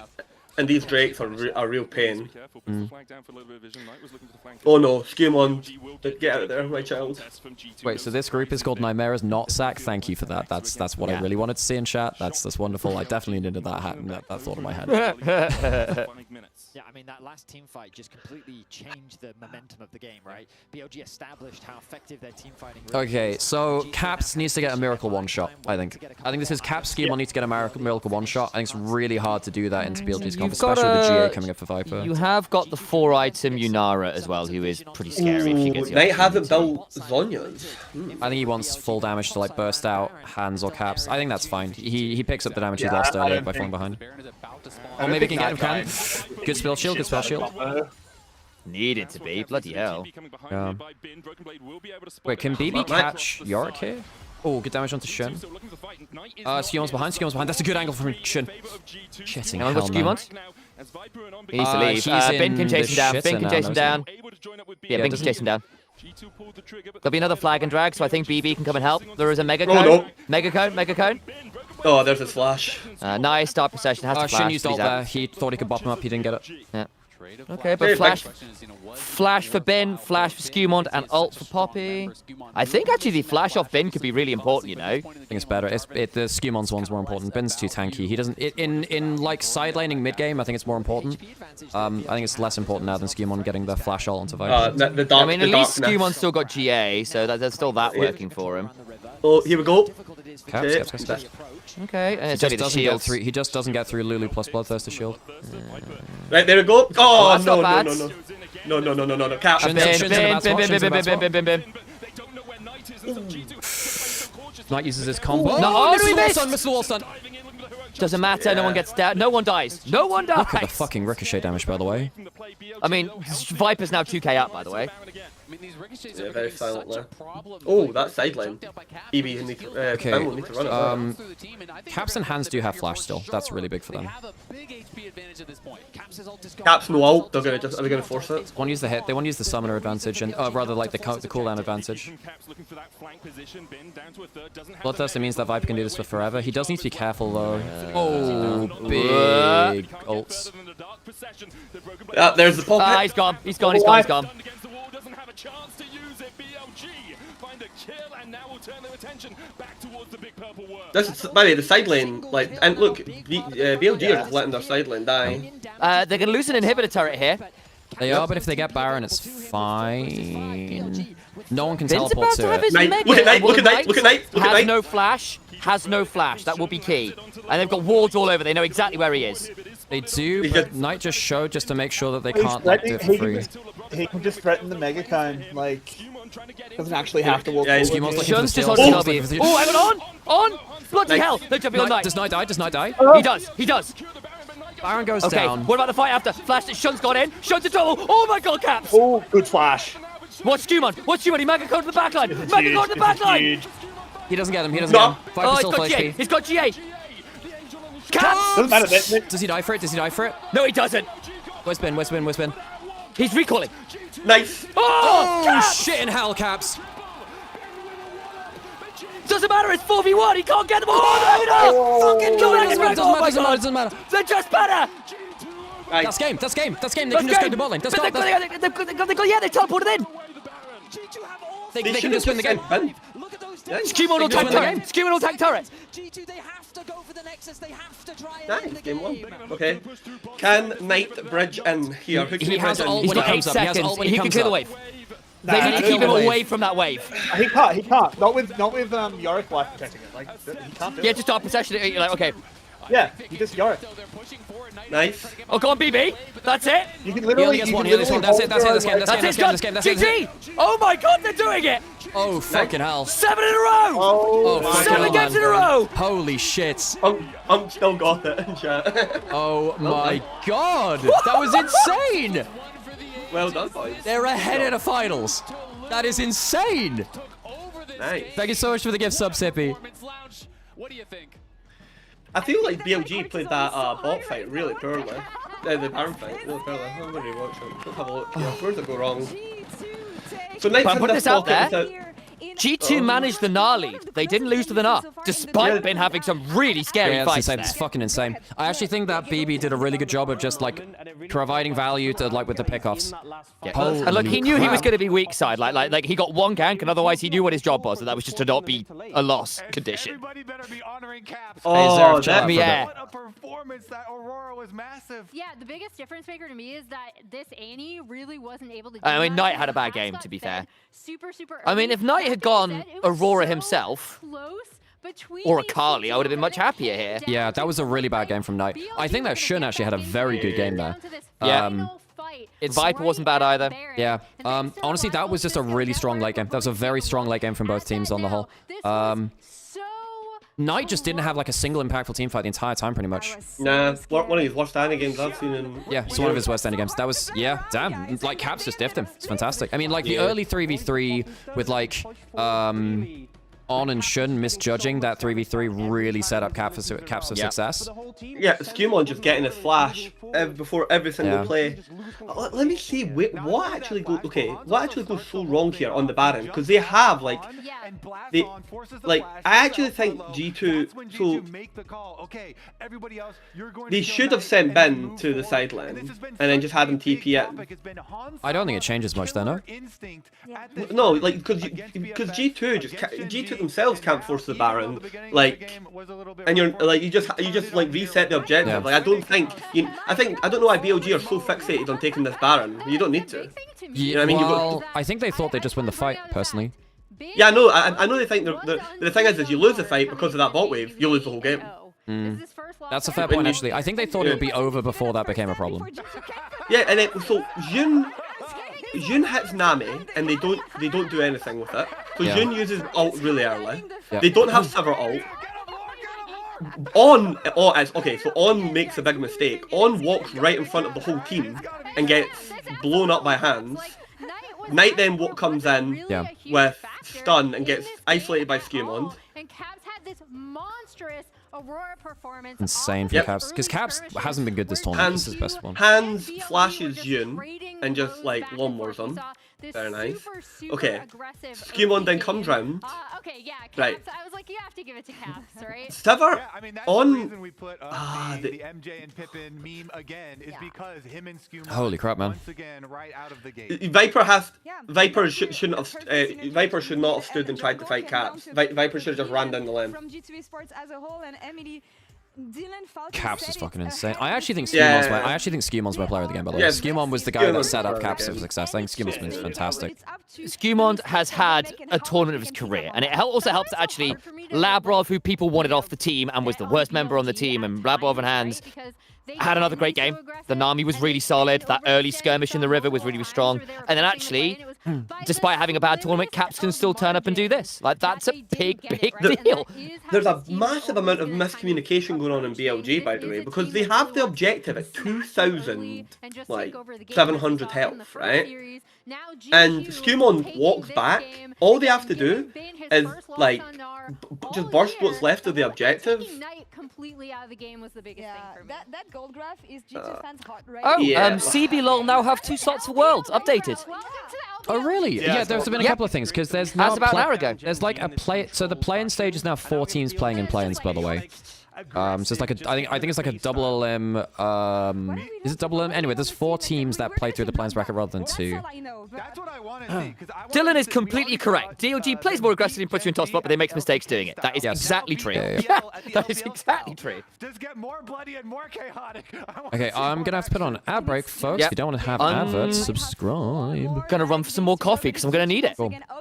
Holy crap. Well, I thought that after BLG got ahead in that game, I thought that might just be lights out, especially with Bin being on a champion you can kind of play through sidelines. But they actually controlled Bin very well to not make a game ending, and just at least drag it out to the late game where BLG make mistakes. This play here, if On actually got if On had stayed for a single more auto, that actually changes everything. If he gets a single more auto there and just takes the kill, I think that actually changes everything. The butterfly effect. Yeah, legit On, not auto. Hang on. In fact, what I'm gonna do, I'm gonna zoom back in the VOD. I'm gonna zoom back in the VOD, and we'll gonna watch it on there again. Or was it? Like, very early game. Felt like G, what a great comeback as well from their mid-game fumble. G2 played that game. Auto attacks one more time. He steps to the side. If he steps up and just auto attacks, he kills. That allows him to escape. Stun from Shun as he goes for the tackle onto the wall. If this lands, if Shun lands the wall stun, it's a kill. That's a pixel or 2 away. If On stays for an extra auto attack, he kills. And then you walk away with 2 less kills from the early game. Viper probably cleans up Labros. So that's actually a 4-kill swing. So you get 2 more kills, you lose less 2. That's actually because of 2 very, very slight misjudgments. That's 2 extra kills away from you and 2 extra kills towards them. That's insane.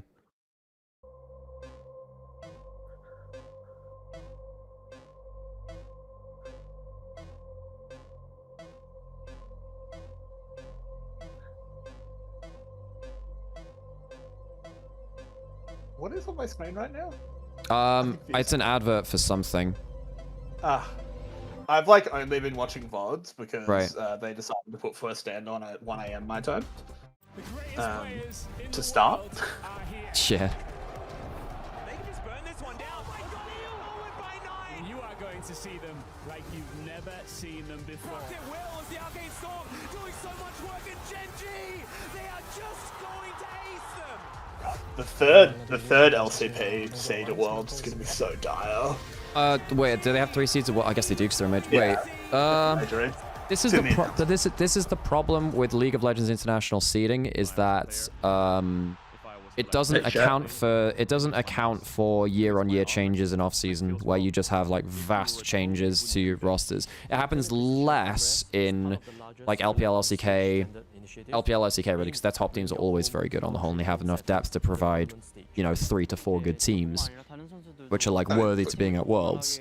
The eternal problem that LCP is always going to have, and I don't think there exists a fix, is that their top players just get sniped by the LPL. Yeah. Will, like 80% of the time, speak Chinese and will get paid more by the LPL. So yes, they will just go and also the reason why that happens is because of the LPL's internal system too, because of their salary caps applying more towards the Chinese LPL players than imports. You can basically spend more on salary without going over cap if you have imports, because they don't count in the same way towards the cap, which means that if you're not like an LPL resident, then it means that you can spend more money and pay less effectively if you have to pay over the cap. Yeah. But also, but here, guys, more LCP whinging. Pay attention to currently unnamed LCP podcast. Right. Oh yeah, I can see that. Perhaps you and Sarah are going to start that up again. I've got an idea for you guys. Yeah. Ready? What if there was a tournament before Worlds, right?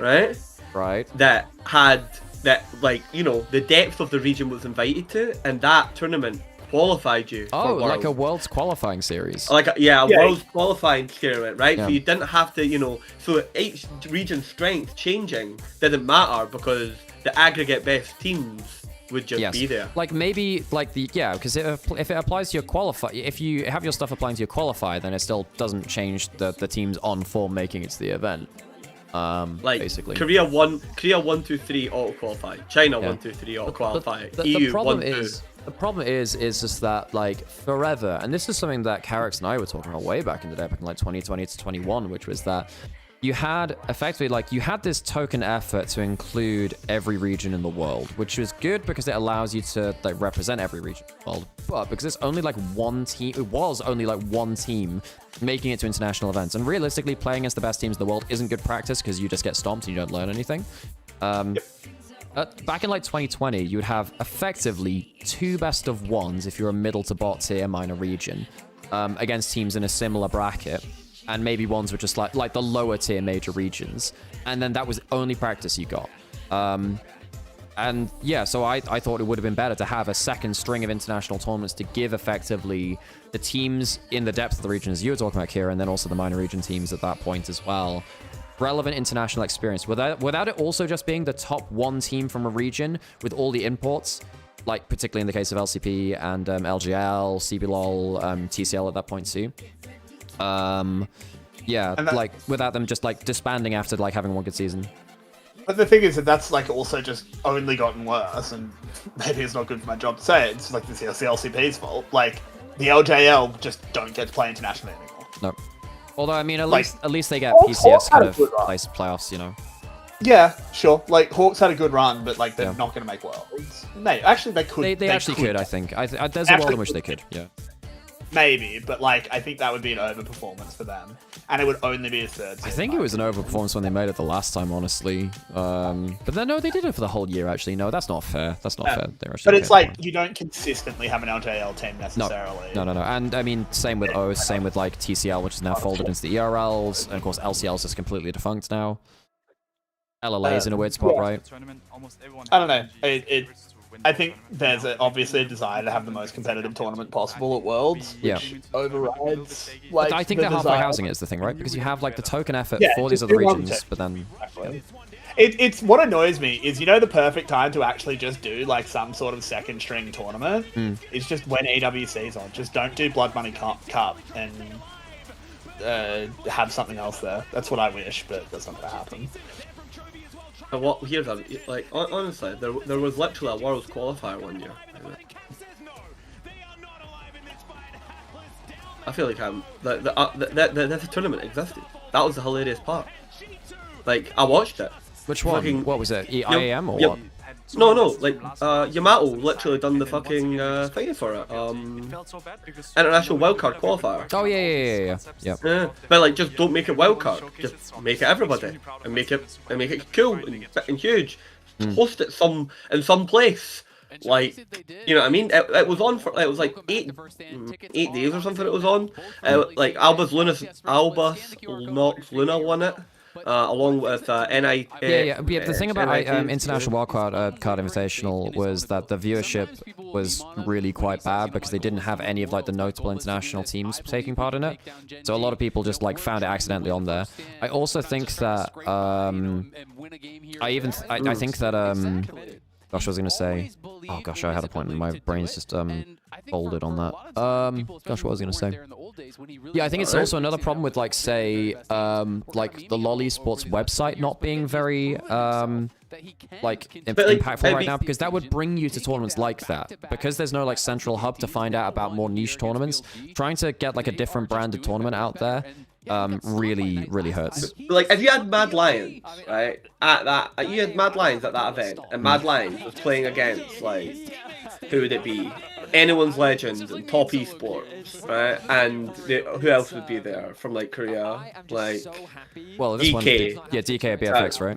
Yeah, DK and fucking DRX or and KT, right? People would watch that tournament. Considering the fact that you're playing for world spots. You know what I mean? Like people would watch.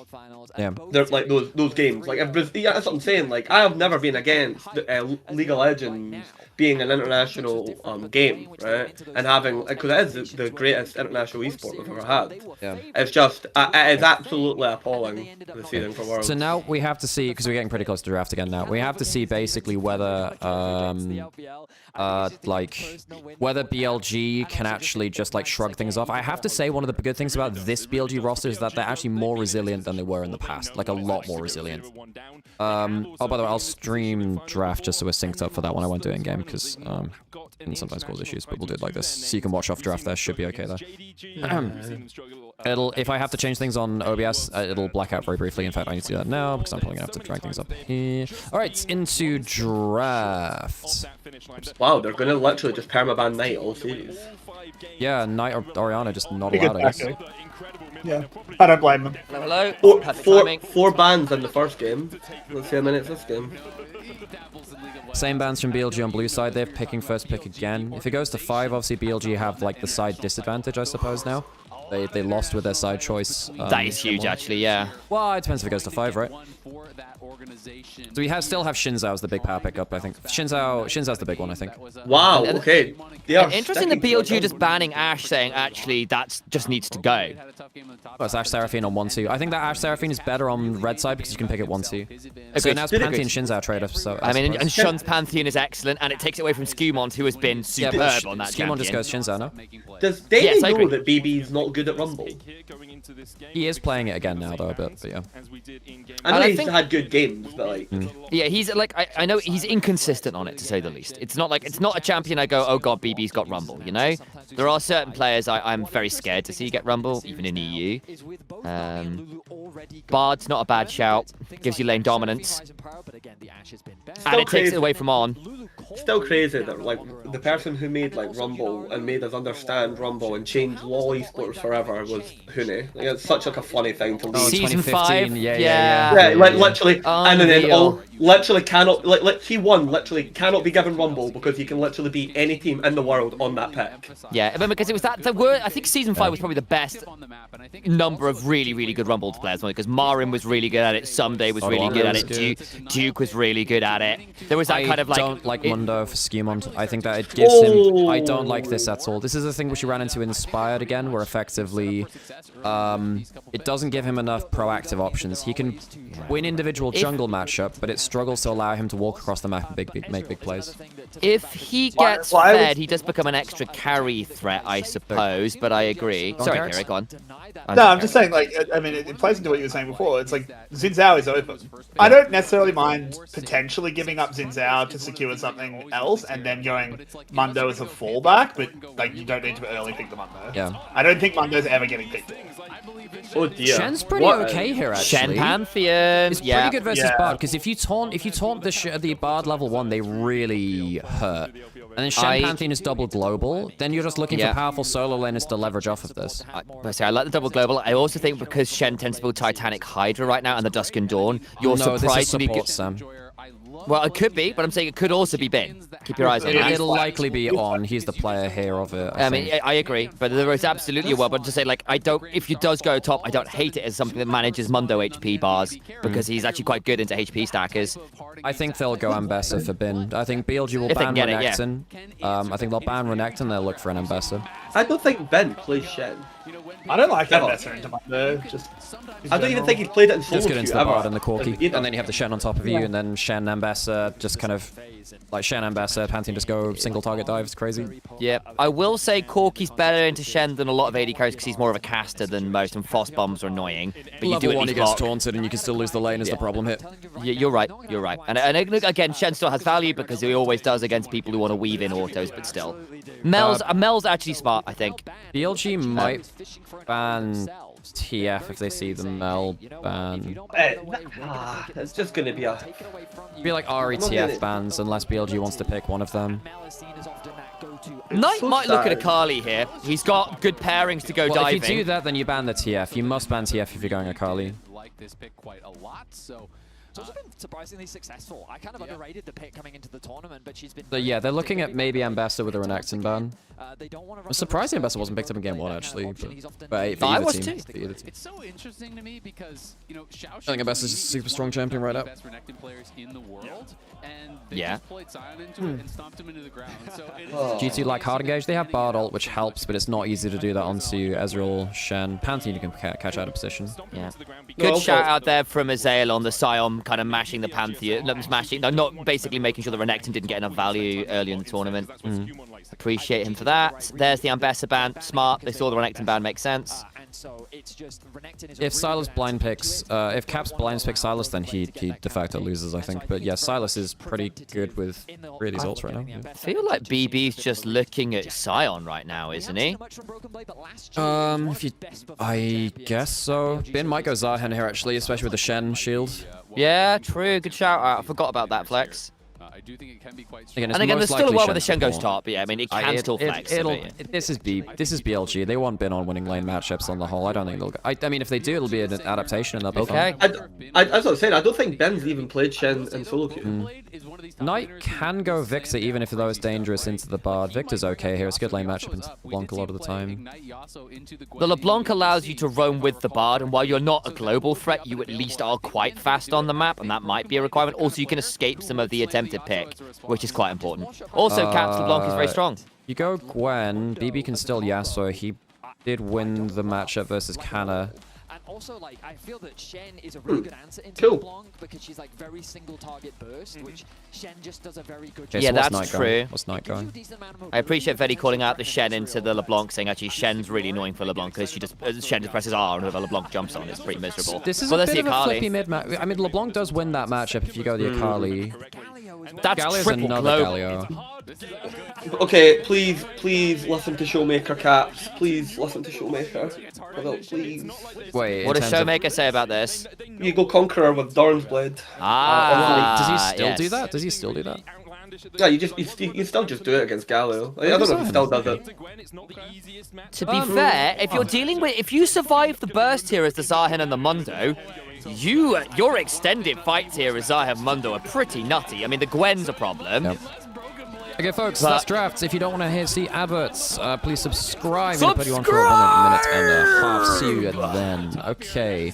Let me dip out of the thingy here. Tell me when we'll link up the timers because every time my player stops. Okay, which draft do you guys prefer? I actually think I prefer BLG. I think that they're very good at using globals. I think that On is very significant. He's good on Shen and laning phase. And I think that Knight Galio is way easier for him to be useful on than Annie. Thank you so much for the sub, Alan. I appreciate you. I think I agree. My only worry is I do think G2 probably come online a little earlier in terms of their lane push is very good in bot and potentially mid. And again, you have got Cork, you have got LeBlanc, which obviously if you do start those early skirmishes, you can be pretty obnoxious. Again, yes, Pantheon Shen, good in that scenario too, but he's not exactly weak on the other side. I think mid-game rolls around, though, and BLG have so many global tools to play side lanes, which is really their strength. They are so good at forcing fights, not in 5v5s, right? And this is a comp that allows you to do that very, very heavily. Scaling's much of a muchness. Gwen outscales, but you've also got Zaha and Mundo, which scale also very well, so I don't care so much about that. So if G2 don't get enough out of the early lanes, I worry, and I think BLG will have a very good 10 to 20 minute mark. There is some truth there, but Gwen is very good into tanks, but Ezreal's not. But if Ezreal goes Conqueror, does he go Conqueror? No, Lethal Tempo. Just fine. And Exhaust. I'm gonna go the other way, just quickly. I think I prefer G2 to go, just for the record. I don't think they have a good Mundo passive popper. Yeah. All of their passive popping is very committal. It's like a Shen taunt, Pantheon. Yeah, you actually have to go in. This is a really good level 1 start there from Shen. This is very bad for G2. Right. What's the 106, 107, 108. Oh, Shen has to flash out because of Lebrov roaming over level 1. Red buff's not low enough though. He can still smite contest. He can like on empower as well. This is going to come down to Lavrov needs this. Oh, Shen gets it. Shen gets it. It goes down to 1 HP. Oh boy, Lavrov's dead. No, he's not dead. No, he's not dead. Okay. That's really bad. Yeah, that got incredible. Well, I would love to see a replay. Skewmond is now completely homeless. He's losing all his bot side camps. Labrov's had to recall level 1. Not that On's had to get any XP either. Can Skewmond steal enemy red? Oh, God. Yeah, Bin's even winning the early levels versus BB as well. It does end up working out. You want to keep Skewmon low on economy. If you're Shun and you're at level 5 at 6 minutes, Cap's doing fine in the matchup here. level 5 at 6 minutes too. Oh, Labrov can maybe go for... yeah, you can. He doesn't have flash, but he does have heal. Oh, level 3 helps. Knight doesn't count. I think the wave's coming back into him anyway. Oh, no, it's not actually. Good I say, no, it's not. Caps. Can he interrupt? No, okay. Yeah. Oh, Hans is completely zoned off, though. Like, Viper's just got 10 CSD because Hans had to back off. Exhaust just down from Viper, by the way. Yeah, nice. Oh, that's not a bad Valkyrie. That's a really good Valkyrie. Yeah, Hans has just gone kind of crazy with this. There's one for one that Hans loses minions under turret. But you lose flash on Viper. Best of a bad situation for Hans, though. Hang on, Skewmon can kill. Oh, he gets it, Gets it. Oh, no. Okay, so Skewmon actually gets the kill there. Shit, man. On bad recall, man. I think he could have at least gone for the execute. Yeah, and now you've lost both flashes and a delayed reset. So how did this go? So how did this happen? They were tanking aggro. Viper didn't get his W on target. Like, he uses his W, he doesn't have the extra damage there. So that's just bad of Viper to misuse his W. I mean, he lands it onto Hans, he just doesn't then proc it. So he doesn't use his W, Sam. That's my point. Like, the W damage is not in the trade. That would actually give him the extra damage, I think, for On to kill after. Getting a kill gains access to the wave, and now the G2 Okay. See what I mean? right back into this. Well, see, I don't think, again, one of the issues is I don't think those kills change the lane dynamic. Viper's still half the level It keeps up. it in touch, and it keeps it in touching Wait, distance. Labrov is still level 1, what the fuck? Yeah. Labrov's still He level needs 1. chimes. He needs chimes Even really by badly. Bard standards, this is pretty... No question, Bard. No, even by Bard standards, this is pretty Bard-like. You know? On's only level 2, to be fair. Oh, no. Knights? No matter on Caps can't do shit. How's Caps, like, Caps hasn't used KP, okay? I was like, how's Caps losing Shun? this, yeah? Caps should have recalled Smite earlier back. because this is Okay, now Shun doesn't have hurting smite. Jit. Skewmon just does his due diligence. Shun now looking to contest. This time Yeah, like, Caps should have recalled Ooh, earlier Caps. because dangerously low. Knight can now threaten. I think Shun could look for a... Okay, can't get the Q. Yeah. He might zone off bot lane. If they go for a dive bot, I think it's a mistake. Well, maybe they kill Labrov. I don't know. With this amount of HP, I think they live. Yeah. I mean, On won't have flash. You do have heal. You won't have Pantheon passive in time, I think. Oh, that's a big mistake. That's a big mistake. Oh, there's no that's- flash on Pantheon, but now they don't have the HP to survive this, I don't think. There's a healing shrine behind in a dream. It's a level 1 healing shrine, though, is the thing. He's dead, isn't he? He's just There's the tanking aggro. Valkyrie. Flash from Hans. There's the Q. Not No one's enough. got aggro, no one's Stun! got aggro, Stun, no one's stun, got stun, Oh, stun, good stun. stun! Oh, there was no aggro. There's no aggro. Oh, shit! Oh, okay, so they get one back, but it's on Labrov, and it's still a winning trade for BLG because Hans is missing XP, and Shun gets the kill. So Better person gets the kill. But you take what you can get. Skeemon's getting camps back. He would have got that's those camps anyway, I think. I don't know. Maybe not, actually. That's actually important. Like it's rough. Bot side is rough. It is. But hey, I appreciate G2 for not coming away from nothing from a really tough early lane So, state. Shun, does he make a mistake with the empowered Q? They didn't have any extra damage there. Stun doesn't matter because no one takes aggro. Oh, and then the minions die. Yeah. Right, okay. Labrov attacks the minions for that reason. Mid lane is fine for Knight. Like, he's behind a little bit of CS, but this is within accepted tolerances, really.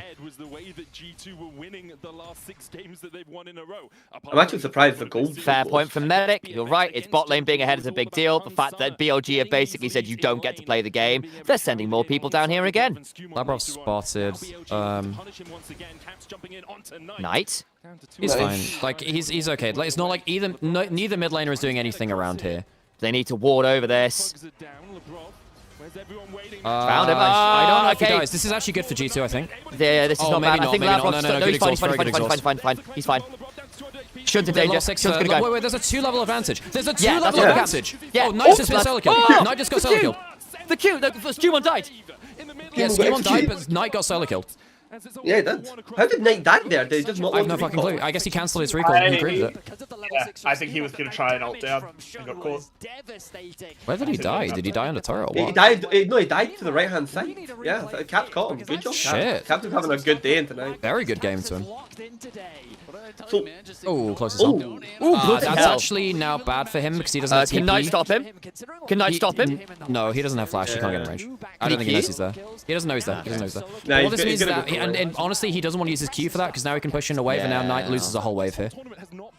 okay. So, Yes, agreed, Medic. Not having LeBlanc on Darkseal and LeBlanc is so troll. I mean, I think on most champions, if you don't go it first back, I think it's troll. Nice Darkseal- Valkyrie hands. I'm really surprised, by the way, that Jun's flipped. Oh, like, hands. There's not a lot of hands gets to do that. That's really sad. Also, Viper's Ezreal is still really good. Very good. So what happened with the solo kill? So we saw this bit on screen. We saw this. So what happened here? Caps has Flash, I'm flash. assuming. Knight has flash too. He's chopped. He's Flash just gonna die. W. He has double. Oh, he doesn't even take aggro. Oh, it's pretty close actually. Wait, what? Does he flip back? He flips back. Yeah. Oh, that's so sick from Caps. Oh my god, that's Nice. so sick from Caps. That's so Nice. sick from him. Well played, Cap. I like that. I like that That's a lot. so good from Caps. He's having a great day. Unk still knows ball. Unk still knows ball. Such a Caps on funny the Blanc comment. is such a treat. Yeah. But bot lane is just so unplayable now. I mean, this is the price of the early invade, right? Basically, the bot lane have not been able to. It's been tough. Because again, it's not necessarily that Hans and Labrov have played this wrong. You know what I mean? This is basically Shun being in there at level 1, Labrov having to roam over to help. Like, everything goes wrong on that front. I would like to think Caps is winning these matchups because the others. Dude, if Grim Caps deliverance. beats Knights in international final, that is such a huge feather in his cap. Caps? I think Knight might be in Oh, danger here it here. comes. He's Knight's dead, in he's dead, he's danger dead. here, yeah. He needs to. He does have ult, maybe. He'll Gets get. out. That's good from him. So that's a three-man roam mid. Knight doesn't lose that much HP. It's actually not bad for him. Yeah, I was wondering whether there'd be some One of CC, the but I guess it globals changed. does- What CC would that be, Sam? I wonder whether the chains might come through earlier. Well, he was just holding onto his ult to make sure that he because if the channel time of Galliwell is less than Chains proccing. Chains, yeah. And I wonder whether Labrov might be able to get an angle with a flash. There was no extra flash target. down to flash to get the Q into the wall, basically. There was no one. It wasn't in range. I'm forgetting something here. Is Galileo ult unstoppable once he takes off? As soon as you take off, yes. Yeah. Okay. So it's Until interruptible the channel then. time when you get off the ground, which is like a second and a half. Yeah, after that it's just animation. Yep. Because I always get it mixed up with an ultimate that's very similar in Dota. But in Dota, you can actually drag the person back down to earth. Oh, really? Wow. Oh, cool. So, like, if you go to for someone on the other side of the map, the channel time can actually be, like, worse, if you know what I mean? Because you can be like, oh! Hang on, Shun. Oh, no, he's dead, I think. Oh, close. Okay, alright. It's On has flash. He should be fine. Skeemon's here. Labrov actually might die. On might also be in trouble. What do you Viper go here happy. as Viper for your build? Nice. Oh, and on, BB. Shin ult to top side. I don't think you blow flash there, no. Blowing flash there is so bad, no? I mean, he's like one auto attack off determination. Oh, fair. Okay, I actually didn't see that passive. Yeah, he was really close. If he flashed for the W to get a load of stacks, if he'd done that and then it's like auto Q, I think it's there. Dude, Shin is really trying his hardest, man. Shin's doing some awesome work. His Pantheon is fantastic. Yeah. Skimmon's had like a significant amount of CS, but it's not like That also game-changing. that also gets a wave ahead for Ben, so Ben is now in a really good spot as a result of that. Caps isn't actually crazy far ahead of Knight, even with the solo kill, actually. Yeah, it really isn't.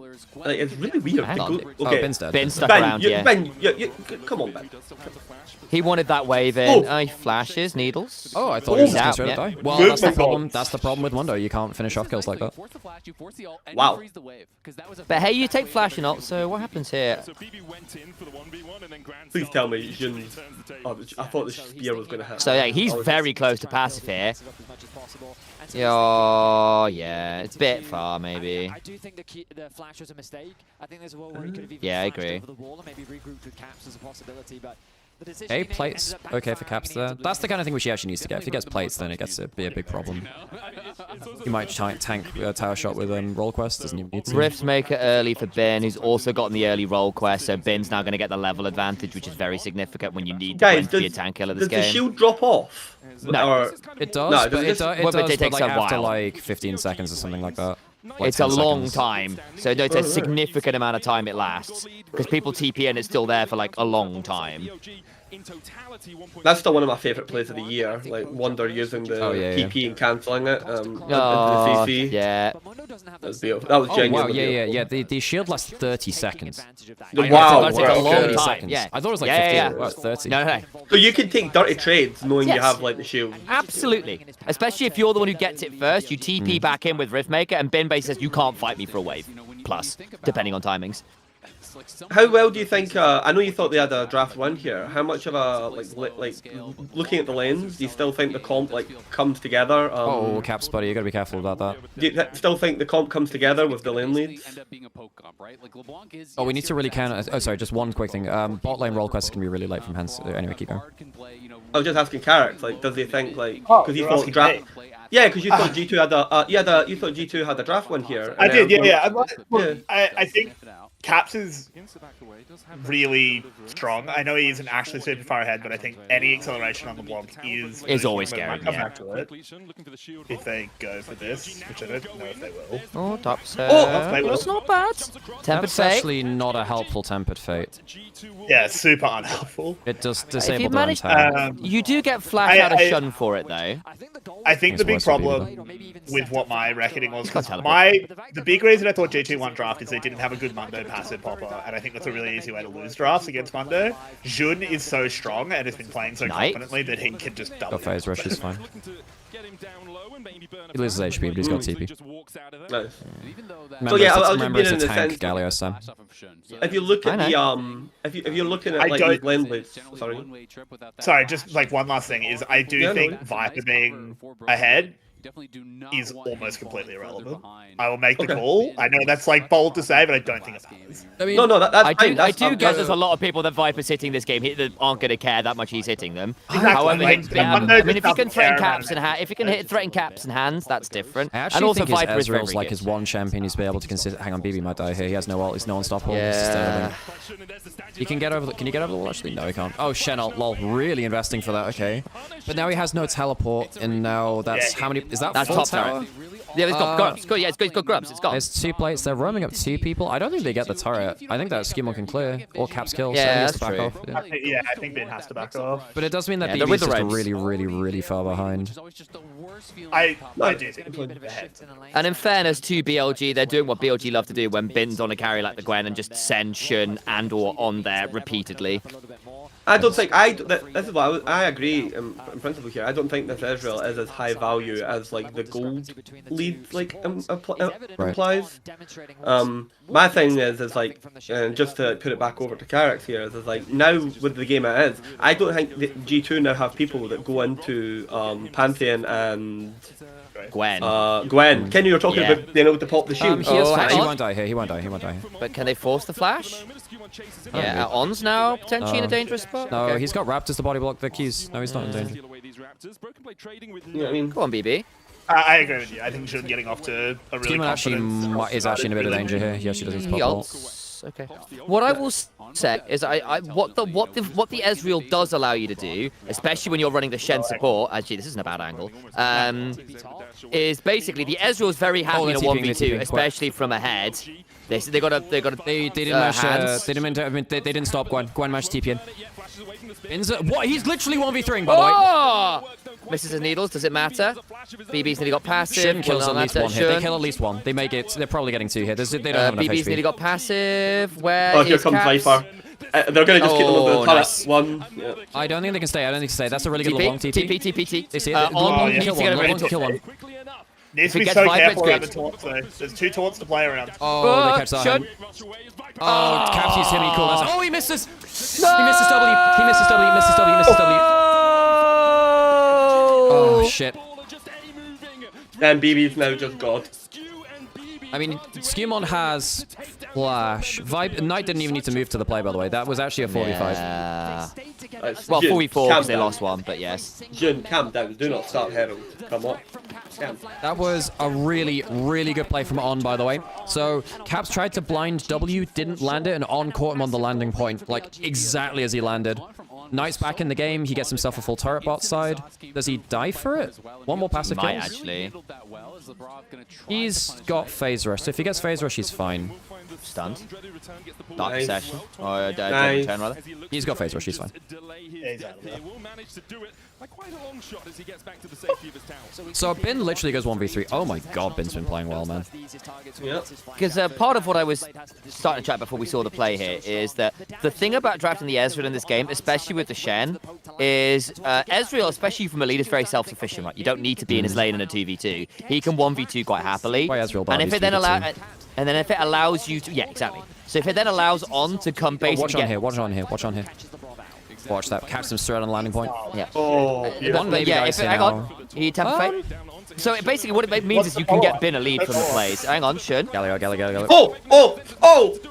Hands dead, Oh, slow. nice. They don't have the damage. They don't have the damage. This is I get caught in that wall all the time.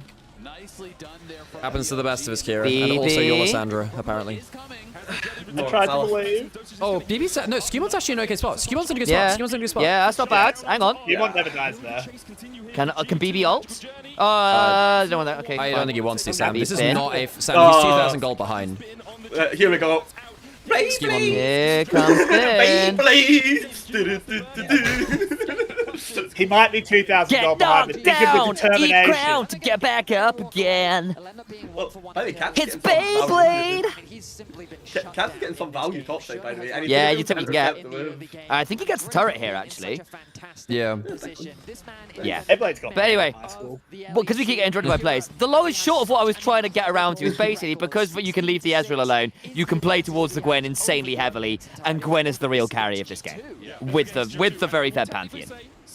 Because who kills Gwen in this game? BLG just have to be careful. Like they are still in like throw range. Oh well, yeah, of course. It's BLG.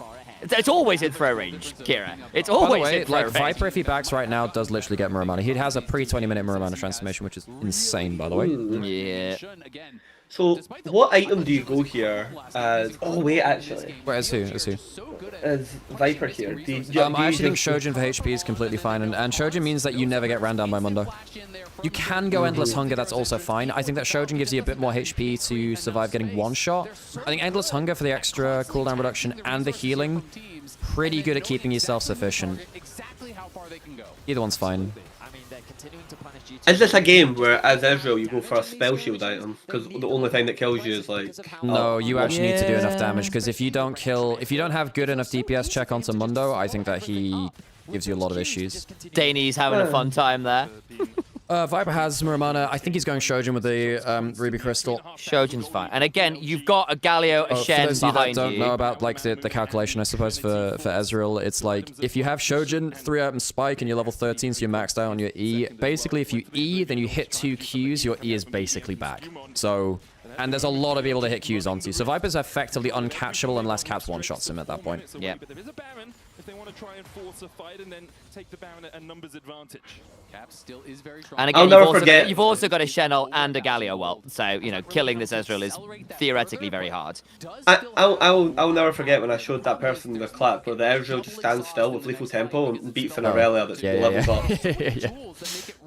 Lethal tempo on Ezreal is absolutely absurd. Yep, Dragdar showed us the way. That is going to be the challenge for Caps. If you Shout can out. no longer build an advantage in the 1v1 against Knight, how do you find an angle in Man, Labrov's early roams really threw hands under the bus. It was kind of like when Vampire did it on the Alistar. Like, at least they're making plays, but it does mean you don't have an AD carry. And I do get why Labrov had to do it, because otherwise they were going to get dove.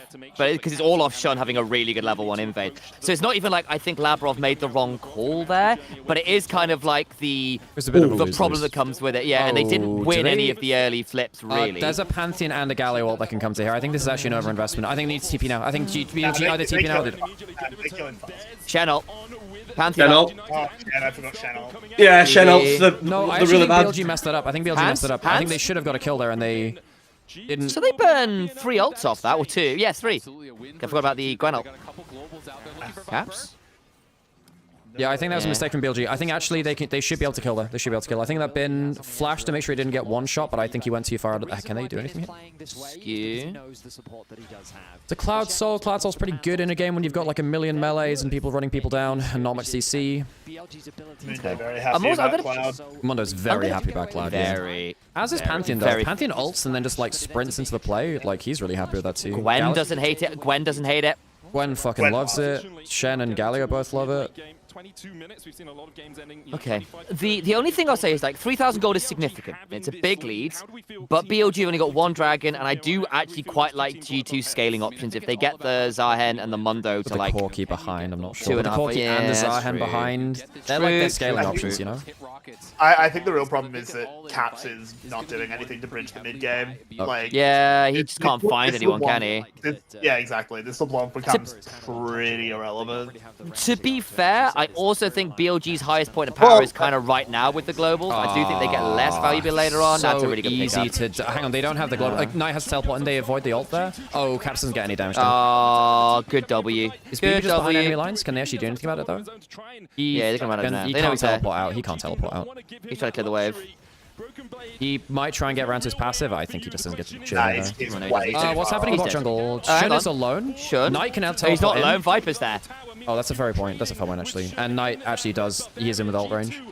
Well, I think BLG got way too many globals. They can start fights and split fights, and G2 just can't finish the first kill off because they're too far behind in Corki and Zahen. So their actual damage, trying to pick off the first person in the kill, is just so low that they can't stop BLG from getting to the play before they get back up. Bin's also like, Hallowed misted so much of the damage every time as well. Sorry, no, really poignant point here. They've put a lot of globals in one draft though, Nymaera. That's the thing. They've actually, yeah, do they have the globals left for the other drafts? There's TF and that's about it. And maybe Talir. You know what I mean? Like, there's Rise as well, but he won't be. Rise will be permanent the whole series. So, do we really want to play Talir in the Big 26 right now? Yeah. Knight's Talir is the best Talir player ever. Sure, I agree, but I think much like the Azir, the Talir is not actually feeling that potent right now. Have we seen a Talir this tournament? No. Maybe one, not sure. If they keep making the drafts this like this sharp, like games 3 and 4, like if they keep making all the mid lane, taking all the mid laners away, eventually like you're gonna have to like start playing some form of like divers. Yes, and like Akali Vi's still available. 2 games of Talir, I think. 2 games of Talir. Okay. I think I let Envy play one, something like that. Oh, sorry, 1 ban, 1 pick of Talir, so only 1 game. Okay, here we go. This is only the second dragon at 24 minutes. So I'm just saying there isn't a sole win condition really in this game. I do not like these boots from Caps. Ooh. Not Metro boots. It's because if you get hit by a Pantheon stun, you die. Yeah, and you have to hop forwards into. Well, you don't necessarily have to. If you hop forwards and go for if you're going for W trades, then you do. It's very good, Mikhail's. Very good, Mikhail. Does it save him? Last go. Last go. On Caps. Yeah. Okay, not bad, Labrov. Yeah, no, it's a very good self CC. Self cleanse.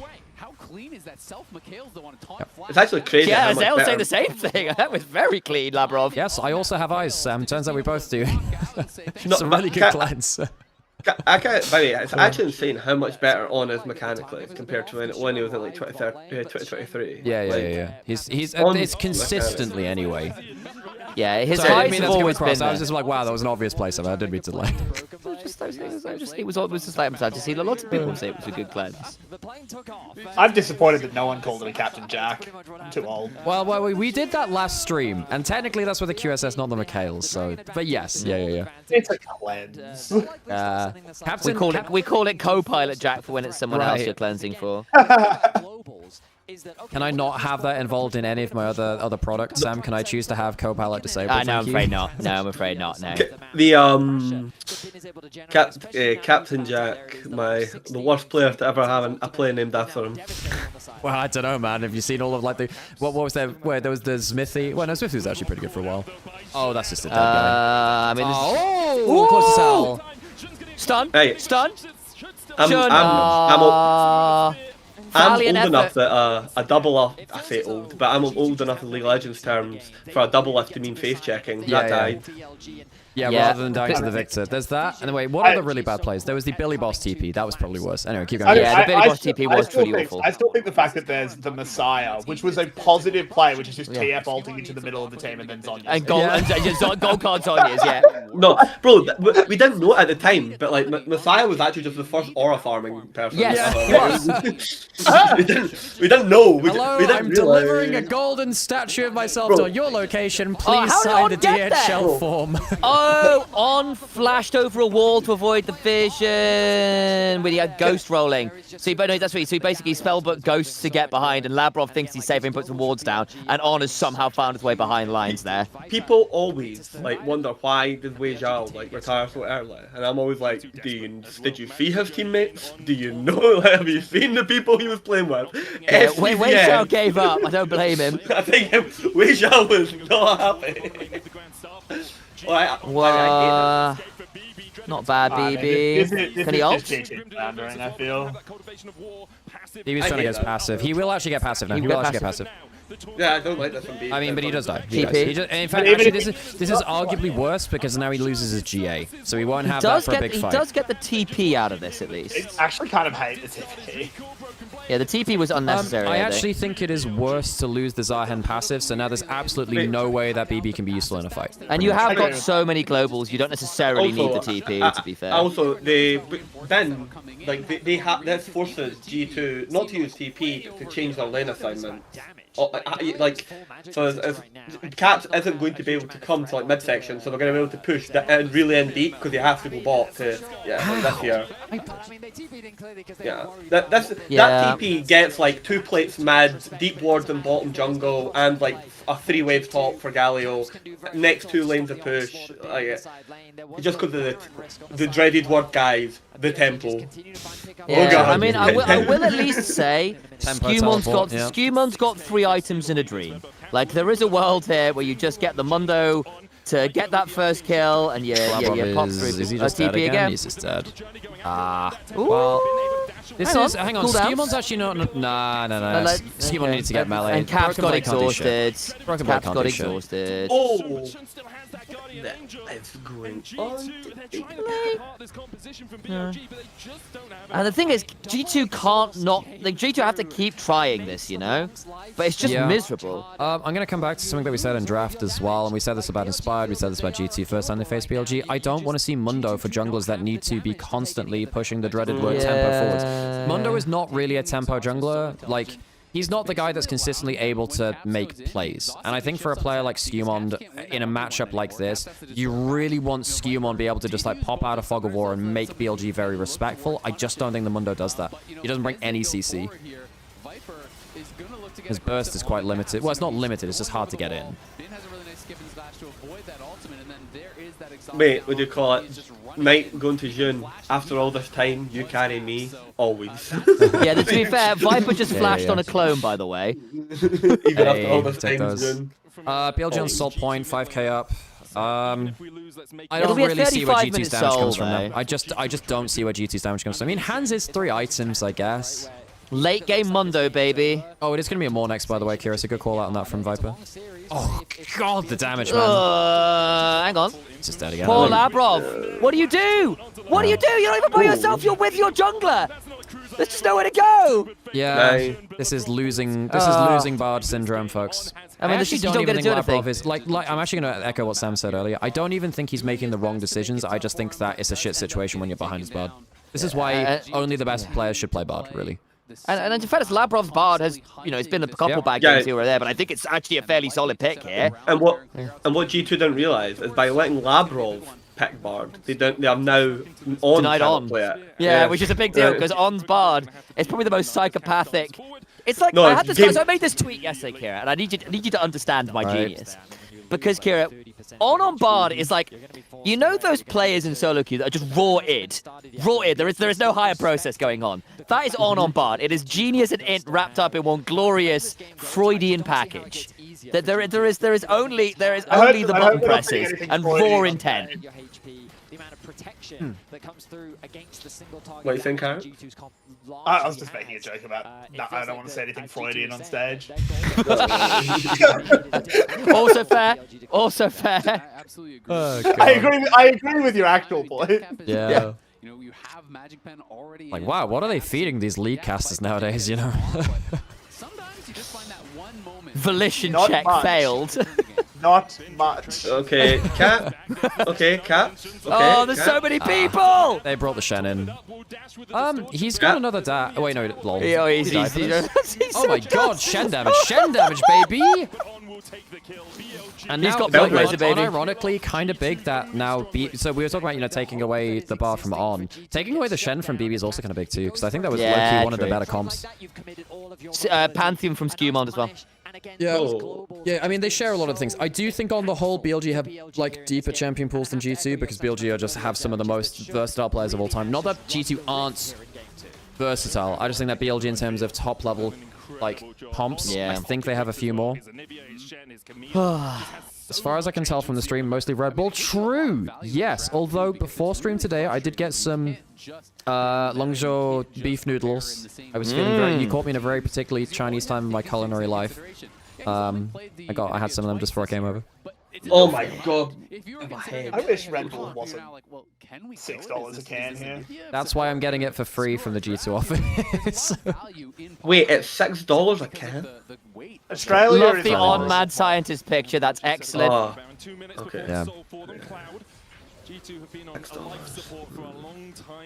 Oh, that's not bad from Knight. That's not bad from Knight. So you get Mundo nice passive work down. from that Viper is melee rate. It doesn't matter. Oh! It actually doesn't matter. You just have so much. Viper actually might die here. Viper's gonna die. Viper's gonna die. Yeah, not bad. Okay. Does it matter? He has his passive back up again. Wait, hang on. That Yeah. works when you revive him. Yes, What it the hell? does. Yes, it Nani? does. Skewmond passive. But Bin's Can still Hans full do HP. anything? Bin Can is Hans in do fact- anything? Yeah, they're just- Yeah, Bin has ended up in this fight more HP than he started.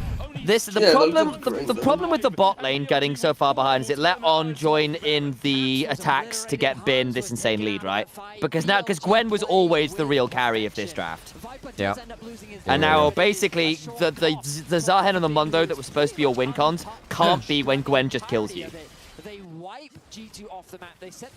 Gwen is such a beautifully designed champion. I really do enjoy a circle that's the size of a lane that I can't damage the champion, and if I go inside of it, you die she has because the she has best, more damage than you.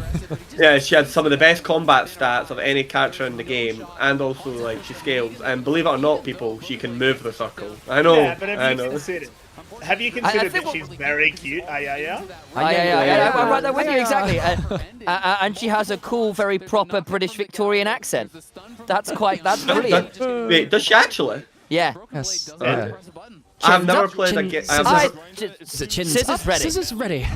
Yeah. I've never played a game. In the French dub, she speaks in like archaic French, like Marie Antoinette. No way. Yeah, that's actually really cool. She does. It's really cool. It's really cool. Honestly, Gwen's character is cool. It's just the champion. I could do it. I just appreciate she's got a robust immune system, guys. To be fair, what does that mean, Sam? She's immune, Alex. Oh, right, okay. Very good for Viper. Galio. And the Channel. They just never get to kill the Ezreal, man. But GT, they just don't get to kill anyone on ever. Oh, here comes on. Hansama, what? No. It's Japanese Tarek has the perfectly normal sound effects, I think you'll find. He does. Yes, he does. Russian Vayne. Japanese Tarek. Japanese Tarek is... Just listen to it. You don't need my take on it, you know. Russian Vayne, true. Yeah, Russian Vayne, as I said. Italian Evelyn. Is it Russian Vayne that's like it's like a deep voice? Italian Evelyn's comments on Dragon are alarming. Just listen to it, you know. Just listen to it. Yeah, you know. Go look up Italian Evelyn's quotes about Dragon. That girl freaky. Yeah. Why is it Knight's got the Magi's? Because it's Knight on Galio. I know, I'm laughing. Yeah, I know, I'm laughing at the whole like the captain. They have pops them. Hang on, does he die? This is No, actually good yeah. from GT. No, That's this is not good bad. from GT.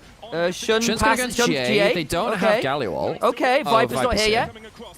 You see what I meant to Ben. Right? Yeah. I agree. I agree with like your Mundo Point character. I think it's very quaint. Like it's very like analytically like true. It's just like bot lane and stuff. It didn't matter this guy. Yeah. No, they just. Viper's dead. This is good for them. Let's go. Okay. They don't have ults. This is good from Watch GT. Good from GT. Watch caps. No, B. Go on, Ben's BB. full HP. Ben's full HP. Does it matter? He has needle lock. Ben kills them all. I think Ben kills them all. He's gonna try. No, he doesn't. No, he doesn't. Let's go, GT. Oh my god, they get like 4 of them. Holy shit. And Zahan's back to even basically from that. Holy shit, that was so much gold for him. The Endless Hunger went absolutely insane. Nice. That was So this massive is what overplay. Oh, Viper Eat. That's why, and you got caught in the bottle. Oh, Viper, that's such a throw. That's on Viper. He's got That's on Shojin. Viper. He needs to land 2 Qs, Alex. What, Sam? They hit him, Sam. Captain. The problem was they hit him with the thing after he E'd, but not before he hit the Qs. Yes.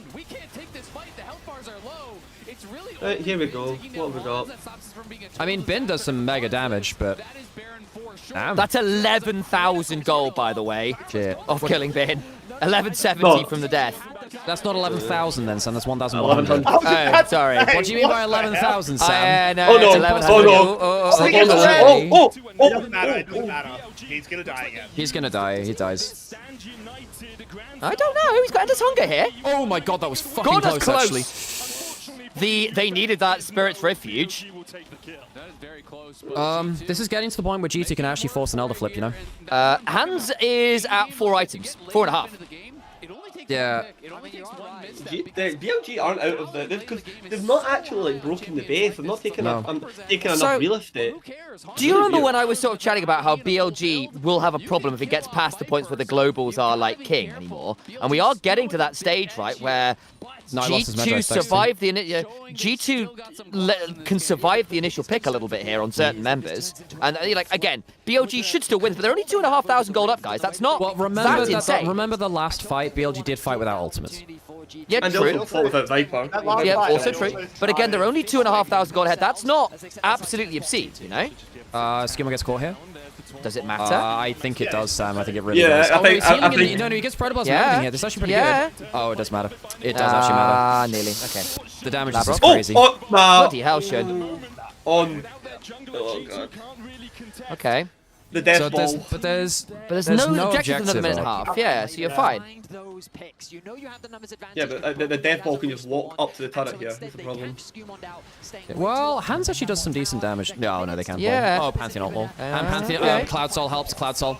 Oh, it's game. That's game. I think that's game now. Oh dear. Shit. Yeah. I think legitimately Cloud Soul just allowing BLG to walk around the map quicker and look for the Pantheon W just kills the game. Do they end here? Come on, Caps. I think Valiant they do. effort.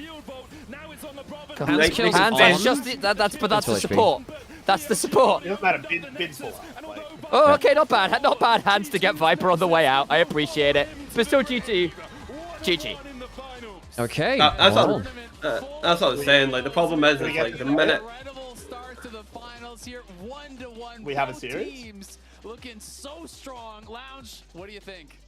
We said that this series was gonna be a good Okay, battle, so it's not a 3-0. I appreciate that. I appreciate that a lot. I have one question. BLG showed up in this game and was like, how much global do you want? But I have to say, I'm still not happy with BLG's late game, really.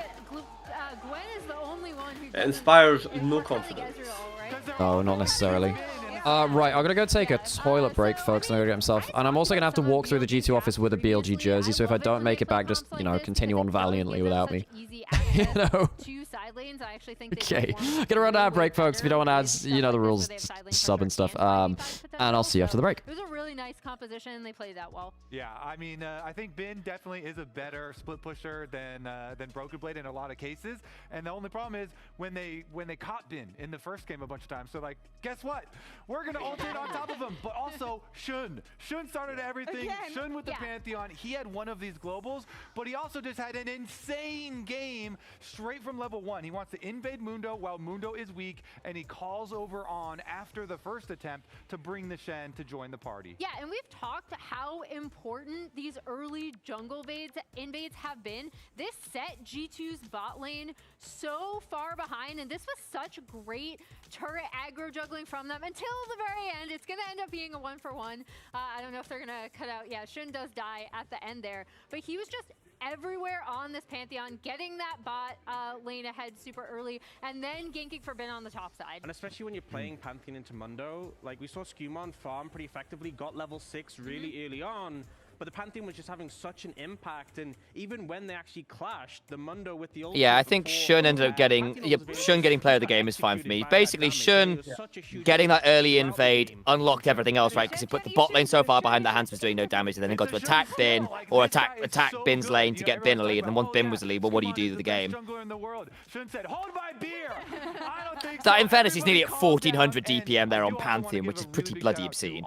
Because On had so much playmaking with this Shen, so many critical, really quick taunts from him, and of course his ultimates where he would go with Shun to make a lot of these plays. And we saw that in our HyperX reflex replay top lane. We see G2 engaging the fight. They have the position, they have maybe everything they need, but Shun on the on the taunt, sorry, turns the fight completely. Oh no, that's not the one. Never mind. That's something else. Yeah, this one's We a can little talk bit about different. that as well. We'll see how this one plays out. Yeah, oh, the TP is coming in from the other side. There you go. Yeah, this is where... Okay. That's where it starts. Starting a little bit early.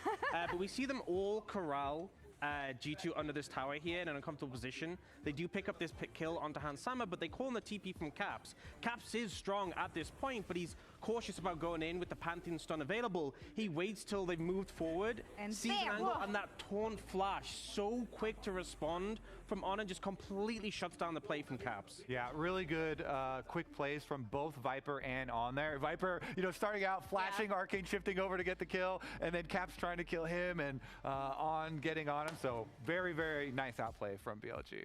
Yeah, and that's the players we expected to show up. We knew it was never going to be easy, guys. It's BLG after... Well, I'm glad to see BLG actually still have some teeth to them, which is important, right? Like, after that game 1, they come in with another draft. The triple globals are scary. They don't bother with the 5v5. They just bother with turning up the lanes and mashing them. Their game in motion and put it with everything they wanted to get the advantage. Here, BLG is not letting them breathe. They are relentless at every step of the game. I also appreciate that BLG did seem to recognize, okay, like G2 is still, even with this fed Gwen, starting to get to the point where team fights are looking a little dicey. So I like their decision to just be like, okay, you know what, we're going to rampage down bot lane. We're going to end this game before it can get super, super out of control. Agreed. Because some of those later team fights were starting to look a little bit rougher for BLG in terms of damage output. Yeah, I mean, really, really big congratulations to Shun and to BLG for their victory here to put us to 1-1. Laura, how are the fans feeling? I want to know who they trust, because there's a lot of G2 fans here, obviously. I want to know who they trust to put this one back. I see a Caps. Caps Scout? Caps Code. Caps Scout, all right. Code. Who do you trust to bring this one back? Who is going to be the savior for Europe? Caps or Hansama. Caps and Hansama? Okay. Anyone else? I can see. Blade is Kimon will do it. Okay, so the whole team basically. Wait, do we have BLG fans here though? Do we have BLG fans? Isn't it so nice to see Shun back on BLG? No, because they stand on the right side of history. It's been a hectic series so far, a bloodbath, and we expected no less. BLG comes back, evens up the series. Saka doesn't actually take shots at goal, man. Disengage, and Caps just goes between the towers, takes him down. Oh, that was nice. But he changed the cannon up the hands. They just want to give him the kill. As Knight did start his recall, Broken Blade taken down in the end. GG, BB. Looked a little bit weird. It looked like Viper doing the damage, but they are trying to jump onto him. He's able to dash away. You guys might have already talked about this before I got in. If G2 wins, which obviously they haven't done yet, is it an upset based on tournament form? If we're talking pre-tournament expectations, or even our first half of the tournament expectations, yes. And I think pre-tournament 100%. And I think that should stand.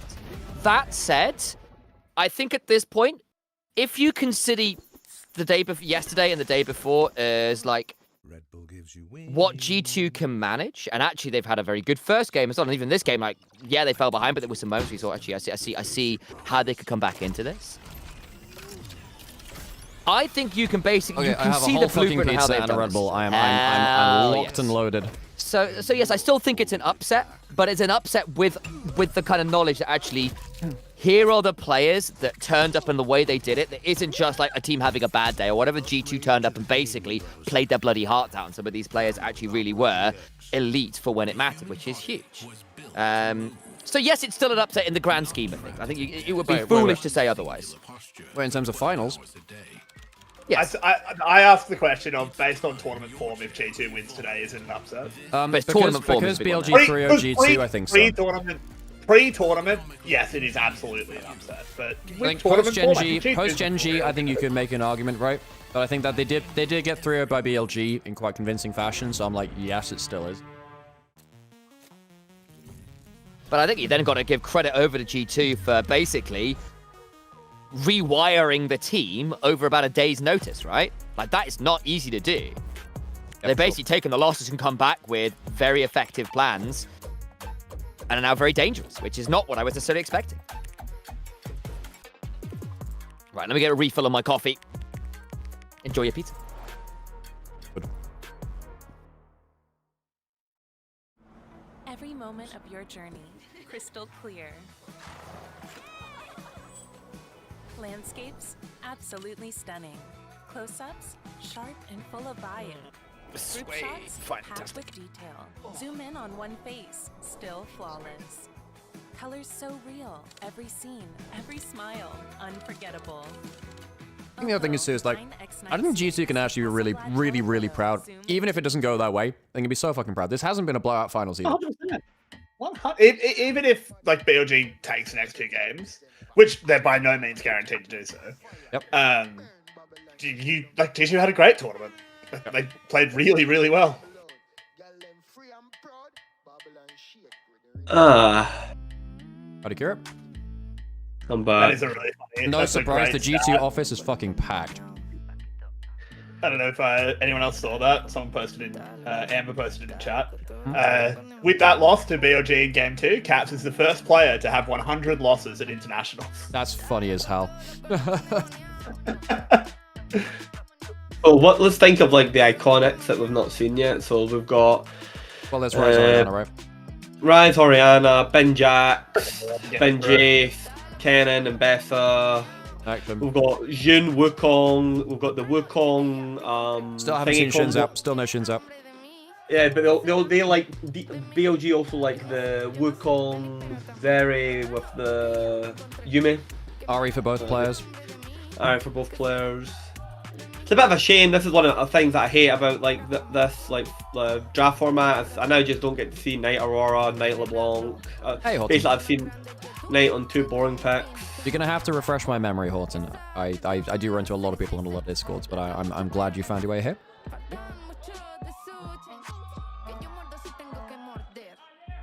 Yeah, the weather here is great. The weather here is really good right now.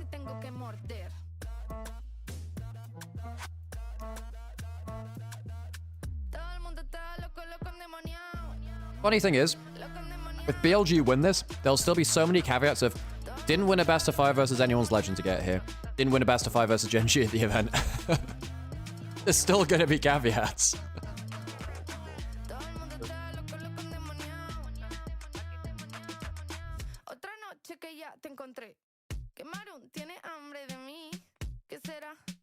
Is my name from Japanese? No.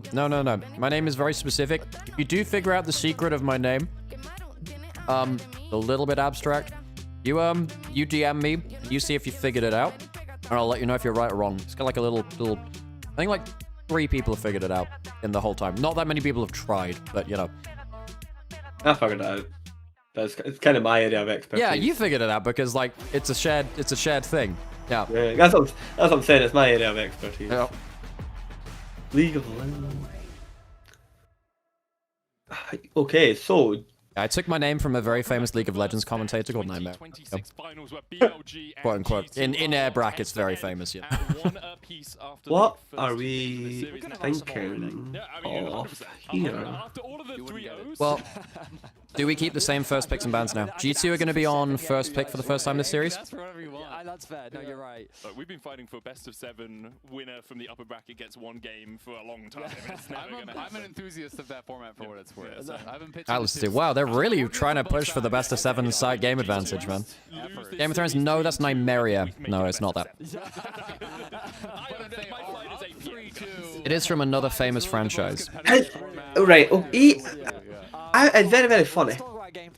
Because I mean the truth is I wasn't a fan of that. Oh wait, I think your YouTube stream just went down. I think. Did it?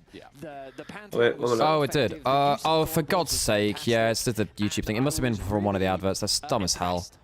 Oh wait, no, it was. No. It is the thing. It's the YouTube policy thing, which is dumb as hell. Cascade the lead that they had into Apologies. No, it's not good. I didn't expect it to happen here, but that's dumb as hell. I think a part of that is still them respecting G2 and the possibility of that LeBlanc maybe one-shotting someone in a side lane. Yeah, absolutely. I mean, every time it does that, the appeal works. It's just really annoying. Player that hasn't really gotten super involved yet. Broken Blade, I think, for G2 has been really struggling to kind of have a big impact. I think thus far, and also on the other side, I think Knight really has not had that impact that we expect from him. For me, the first time it's happened this event, actually. Big standout players are going to be the top. Sometimes it happens with like full screen adverts. It's a YouTube automated thing. It's because YouTube is using AI to like automate like moderation, and it's back up again now. At least it happened during midway during the game. It has clearly been about caps. Like he has been. It is literally just a YouTube AI moderation thing. It's stupid as hell. It gets it wrong every time. ABH, thank you so much for the sub. We appreciate you. Cap's the only player that has been in an international final before on this G2 roster. So oh, that's true. Even like players like BB and Hans, even though they've been on G2 for forever, never been into an international finals. Because that was the Caps Perks era. Yankos as well. No, I know this is so like funny because we have so few internationals and the open circuit has been dead for like so long. Like these like results and like people have never played a final are so like there's so much of it, right? Because the number of opportunities, but you know what I mean, and they become their own like narrative like point, and they are to be enjoyed. But you know what I mean, first time is like in terms of like internationals, it's in Brazil, isn't it? This is in Brazil, yeah. And how many people are at that? We're getting different bans, by the way. There's Karma's not been banned, Rumble's not been banned, Varus hasn't been banned, so we're getting one of those 3 through. Shinzao still up and available. What else were GT banning? They were banning. Well, no, BLG are now banning the Ryze Orianna on blue side. They don't want to give it through his first pick, so both teams of red side banning Ryze Orianna. Karma's getting through, though. Karma and Varus are both up right now. Well, to me, Sion, because I think they're going to give Karma. Ezreal used up Freeze Karma to an extent. I mean, Karma's just strong in general. It just kind of insta-wins you lane, and On is an incredibly good Karma. There's also Ashe Seraphine. Ashe is going to be up. Ashe Seraphine's up. We're going to get Varus, Ashe Seraphine, Karma, Xin Zhao. Those are the big ones I can think of right now. With the Vigor, all 5 of those super OPs are up. So there's so many OP things. Who does that favor? Did G2 first pick Xin Zhao? But if you do that, it takes away from something like an Ashe Seraphine. I think Ashe Seraphine, if you don't take Ashe or Seraphine, BLG take that one too. Yeah, but are you happy playing Varus Karma into Ashe Seraphine? Maybe, but I think Ashe Seraphine is a better combo late game. Varus. Hello, Alex. How are we feeling?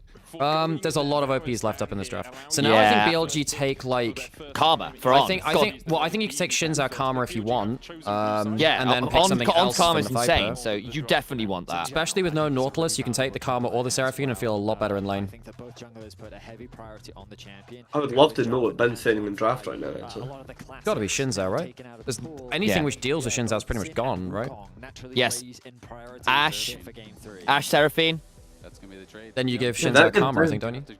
Yeah, what? Yeah. I would have taken Ashe on 3. I think there's too many OPs up. I don't think you have to answer that pick. Xin Zhao. Okay. Whatever. Okay, do they want to break up the Seraphine combo?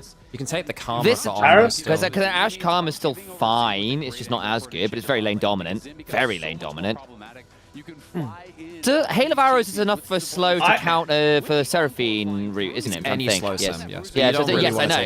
I was just trying to remember what, like, is E a slow on Varus? Like, I think it is, but I'm just making it. One of those ones I second guessed myself. I was like, I'm sure it is, but just remembering. I really don't think you can let the Xin Zhao have a Karma. Even ignoring the bot lane matchup, I don't think you can let Xin Zhao have a Karma. I think the Seraphine is as good though because what it loses in some of the immediate like jungle support synergy and makes up for in 2v2 priority. Yes. Zen plus an enchanter. You have to give up one of them, right? Like you're always giving up one of them. Yes. I personally give up the Seraphine. It's not good. And because you've got the Xin Zhao. Hang on, G2 are just not going to take us. Wait, they are going to take Karma. So now they're not going to take jungle. Okay, so now you pick Seraphine and then you ban Trundle, right? Well, they can't Trundle. They got a Xin Zhao. They don't have to care about Trundle. It is, yeah. BLG ban Trundle away from G2. Oh, so sure, yeah. I mean, Skuma's got to have something weird. I mean, I think you can Neferi this game. You'd be all right. You double ban jungle either way, no? You could Olaf here as well. In fact, you might well look at an Olaf. I think you ban. Yes, you get rid. Sion, do you? You've got Karma behind you. You can absolutely look to. Maybe. I just don't think it's a very good top jungle. Yeah, I mean, Rek'Sai, obviously, you could play just... Bin is probably looking at Renekton if it's not banned, although BB's actually survived that matchup fine. And actually, that would be very much what happened against GenG, right? Yeah, you could Bin's probably looking... Actually, Kassante's pretty good for Bin here if they're... Well, it's not great into Varus Karma, but it's good into the Sion, I guess. Jax is also not bad for Bin either. Azael's calling a potential Camille angle, which might give you the anti-tank, because again, I don't think because BLG can't Trundle here, which is a big thing, so the Sion's already going to be a nightmare. Nocturne's not a bad banner. Yeah, agreed. I mean, you're the LCP guy, you've seen a lot of Nocturne over the years. I should have piped up! Nocturne and Trundle ban here? Pro players go to it all. Good ban away Victor from Caps too for front to back. Just a Renekton and see how you do. Oh, whoa. Carly. Yeah, Carly Seraphine's really obnoxious. It pairs up with the Xin Zhao well. You're a good encore extender. It gets beyond the Sion well to threaten the Varus. You can also ban Wukong if you want. I think probably Trundle's Wukong's probably not awful for Skewmon here. I think you ban Trundle, maybe even look for the Cassante for Bin. Yeah. Renekton's going to be up here at this rate. Does Ben play Aatrox here? No. I don't think it's that great here. It's okay, like, it's good into the Sion, but I don't like it into Varus Karma. Skewmon can look at Aatrox in jungle That's too, true. actually. That's true. I forgot about that one. Sorry, say again, yeah. I'm just not a huge fan of the Azir pen. Like, no, I'm with you. I had a similar reaction. You choked the jungle pool. Like, I just don't think you're too scared. Like, I mean, Caps is gonna find a pick. I think you can realistically Skewmon at that point was going to get either Trundle or Wukong. I think at that point you're like, well, we can't ban away junglers to make sure Skimmer is completely thin on the ground. I think he's happy with either. This usually means that Syndra is smart here because it's a good pairing with the Ashe and the Seraphine for Caps roots. wants Victor, I think. This usually means that like Knight wants to play either Mel or Victor. Agreed. Victor's a better takeaway. Mel is a better aggressive combo. And I genuinely feel that the pick from BLG at this point is very dangerous. The first bit of CC gets executed, You basically. can reflect Vara Assault and Karma Key back at them. Blind picking Mel I don't like in general. You can Silas from Caps, can't you? Aren't you out Silas? Yeah, Isn't that super yeah, good? you can. Shinsa, there's a lot of very good ults to steal here. Like, I mean, is Mel ult a good steal or not? Actually, I'm not really seeing that. No, but you have Seraphine, which is one of the best in the game. Yes. Shinzo Ashe, which are also top Yeah, I tier. assume they were all good. I just wasn't sure whether how good Mel execute was with Silas. My assumption was not great. Yeah, it's pretty poopy, but you can play the lane into Mel fairly easily. That was my assumption. I just wasn't sure how that ult was from Silas main's end. So, Aatrox to Schemons, and then I think you go. Good read on that. Well, you can Victor. You can Victor still. Silas, I think Victor's better. Silas is really lonely. Yeah. Yeah, he's got Aatrox and Sion, kind of. Yeah, like he's playing from a different angle than the Aatrox. Like I think he's pretty. Yeah, I mean Sion can theoretically ult to join you, but it's a bit like it's not the cleanest combo. And Nivea's good here. This denies it from On as well. This takes it away. Yeah, it actually does. It's funny as hell. It's like unironically, like. Also, this is a huge meat grinder. Now we're actually at the point where you have to go Camille. I think you actually have to go Camille because everyone else is in the meat grinder. Wait, is that true? You could Cassante still. Jax isn't bad. Jax is fine. Great shout from what do you call it, Azael, if you said. Azael said the Camille. Yeah, Maud like, is a little different. The way the draft went was so strange.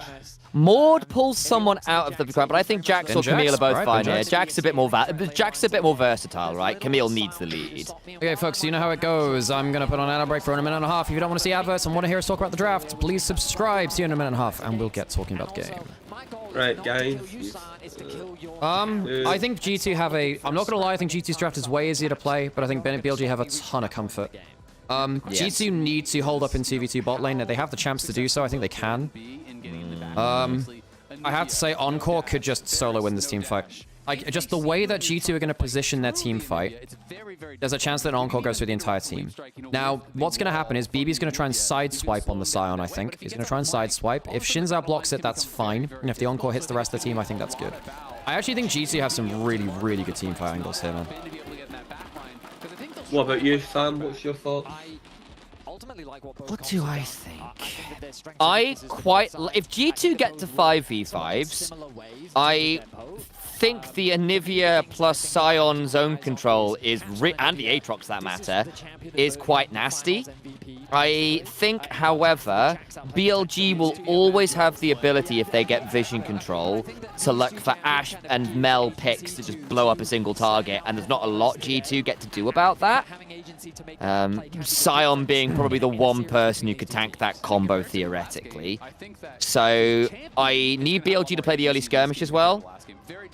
And I think if G2 just get to objectives theoretically first, BLG are not going to have a lot of fun face tanking. Yeah, yes, the Seraphine's good, and it's not like BLG have got a bad comp here for 5v5ing. I just think G2's slightly better. I know Hans has gone for the poke Varus, flash early. and I wonder whether the on hit might have been let's sync up timers folks quickly, just because we've got that time now. So flash okay, so so I'm 45, 46, 47, 48. I'm a second behind you, but that's fine. Yeah, everyone else? Oh, mine's 51, 52, 53, 54.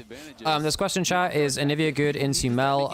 Yes and no. A mobile champion who you can kind of contest with range, so you can kind of lock her with the terrain scaling. It's really nasty. Not quite as easy as that though. You can reflect the Q stun, I think. And the E you can too, but that's it. Just so I'm not spoiling, I'm at 111, 112, 113. Yeah, that's it. Yeah, perfect. Because I was actually like 10 seconds behind everyone. Oh, right. The Prestige Requiem Sona skin and Caps is actually trading. Nice trading fine at Caps here. Sort of last word on draft, unless anyone else wants to go. I think BLG have masterclassed it. Yep. How do you run into this? How do you as an Aatrox do anything in this game? Like there's just a Mel, there's just a Seraphine and Ashe. Like you're just doing nothing. Oh, Labrov doesn't have flash. You really can't be playing. Getting hit by those E's is really dangerous. So you were talking about as well in draft. You asked the question about is G2 actually happy be running the Varus Karma into the Ash Seraphine. And on draft, I think you should be, because both these champions are so ridiculously strong. But they're losing the early lanes. Labrov has no flash from the level 1. It's not going well for them. Shun doing the 2024 BLG Classic of just invading off the pushing bot lane. This is the classic. And does he win? He beats the hell out of the Aatrox here. Okay, here we go. Because he gets a good trade and Skewmon gets nothing back, next time he comes around, Shun will have all his cooldowns back, so yes, he wins that for free now. Skewmon didn't get any good trade back. Shun resets and goes topside. Shun resets goes... not Shun. Skewmon could probably steal away any blue here, but they are going to isolate bot lane. Jax is going to recall teleport back top so he can fight with components. Shun's not sticking around for Gromp, you're right on that. They're going to scout Skewmon's move with the ward from Knight. Yeah, they've timed it. Oh, Skewmon's in such an awful position. And Jax is teleported onto the wave. He can actually go down to top river as well. And Knight has enough HP to fight. If Skewmon goes to top river, this is fucking awful for him. This is the first time I feel like Skewmon's actually been read well in early game. Good reflect back. Does he get this in time? No, he doesn't get this in time. He doesn't get this in time. So Shun has double buffs, so he can easily fight for this now. Oh, this is awful. My stomach's all going. It's also like just a full longsword up. Like Skewmon's got nothing. So that's but that's something which Skewmon does a lot himself. Skewmon really likes to do like the early reset. He did Captain Jack. I think this time he is going down with the ship potentially though. The bot lane's fucked. Yeah, but now the fucking scuttle. The scuttle's gone too. Yeah, but who has priority for Scuttle? Yeah. The fucking BLG. That's what I'm saying. BLG's took the top Scuttle. And they're gonna get... Yeah, exactly. Oh. That's a character. Yeah. Oh, right. Sorry. It's the Australian-Scottish translation software. Just bugged out a second there, folks. So that's why we've got us Brits in the middle to be like the Commonwealth, you know, like. The egg's already popped. It's not gonna get scrambled. We really enjoyed the Callista and Nivea omelet combo.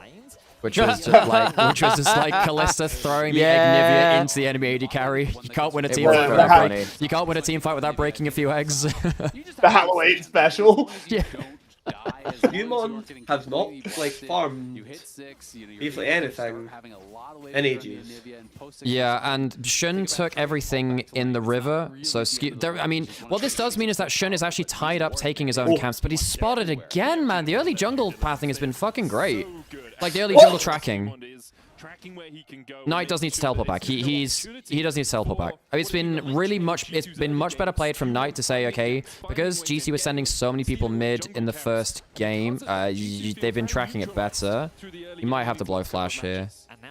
Okay, Shun's back in time. But yeah, because Shun farmed everything on the river and then over it, Skewmon did have a brief moment of time where he makes the right choice here again, where effectively Shun has to be farming his own camps to put them on cooldown. But he has like a brief moment to just be like, well, fuck it, he's not going to be there, hopefully. But he can't find anything again because BLG's wards are too good.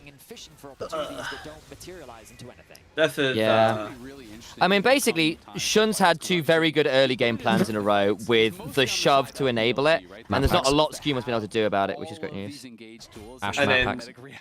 then BB's been left in one of the matchups that I don't actually like Sion onto, because Jax is one of the only champs, along with like Kale and GP, where I think if you provide them with like the free scaling in Pro, or like theoretically in Pro, that it's actually like net negative, even though he's like a Z tier hero. There's no point in resisting this level of scaling.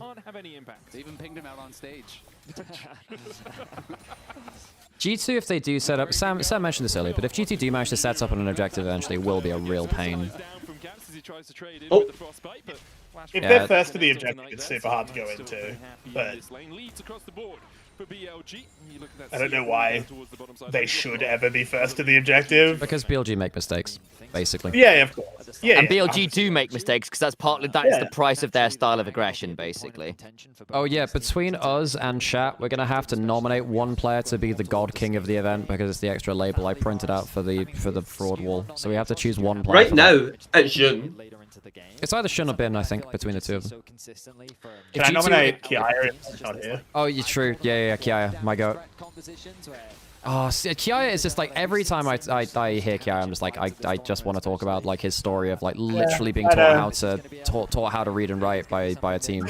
That's like so cool. I was telling people at Riftbound locals about it. Yeah, oh, it's so sweet. Compositions are so powerful when you have such good mechanics. No, but for real, that's like one of the stories which gets you invested in esports, right? Where you see the power of being able to uplift people from difficult scenarios.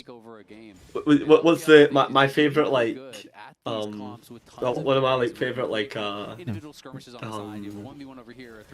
esports stories from back in the day that's kind of like been forgotten. It's hilarious. It always makes me like laugh. It was like when Boxer was asked like what do like Michael Jordan, him, and like let's just say like another sports star Messi all have in common, and Boxer goes, we were all called Emperor. Yeah. That's such a hilarious thing to say. Nobody was called Emperor in Boxer except from you. I mean, they were all called Emperor. Flash is fine. Bin has a cull and he's still just staying in lane. He just wants to save his TP for forever. G2, yeah, I agree, Vedi. Look, okay, you do get Dragon, and I think G2 getting Dragon win condition early is important this game. You want a good roll. Unfortunately, Mountain and Hex is your first two Dragons, a bit of a low roll. Because those are probably the two best souls you could have asked for this game. Any like Sion specialist, is this a game where you go cull as well in Sion? I don't know. I think it's risky. I don't think you do. I think Sion wants to play around one item spike actually, and I think I think it delays the spike too much. I agree. I mean, okay, if someone did it and they could justify it, I wouldn't be against it. But my initial gut read is that is very risky in terms of spiking late into the Jax, because you're never going to outscale the Jax. I was just curious because it's like just such a minion. It's just like such a minion focused lane. And like yes, I know Huanfeng's story and I know what he did after his peaks of fame as well. Or rather, the 4 different people he did, or whatever it was. Poor Huanfeng. Like, I say poor Huanfeng. He, like, what an idiot, you know? What an idiot. Why, just come on. You had literally everything going for you. Oh my god.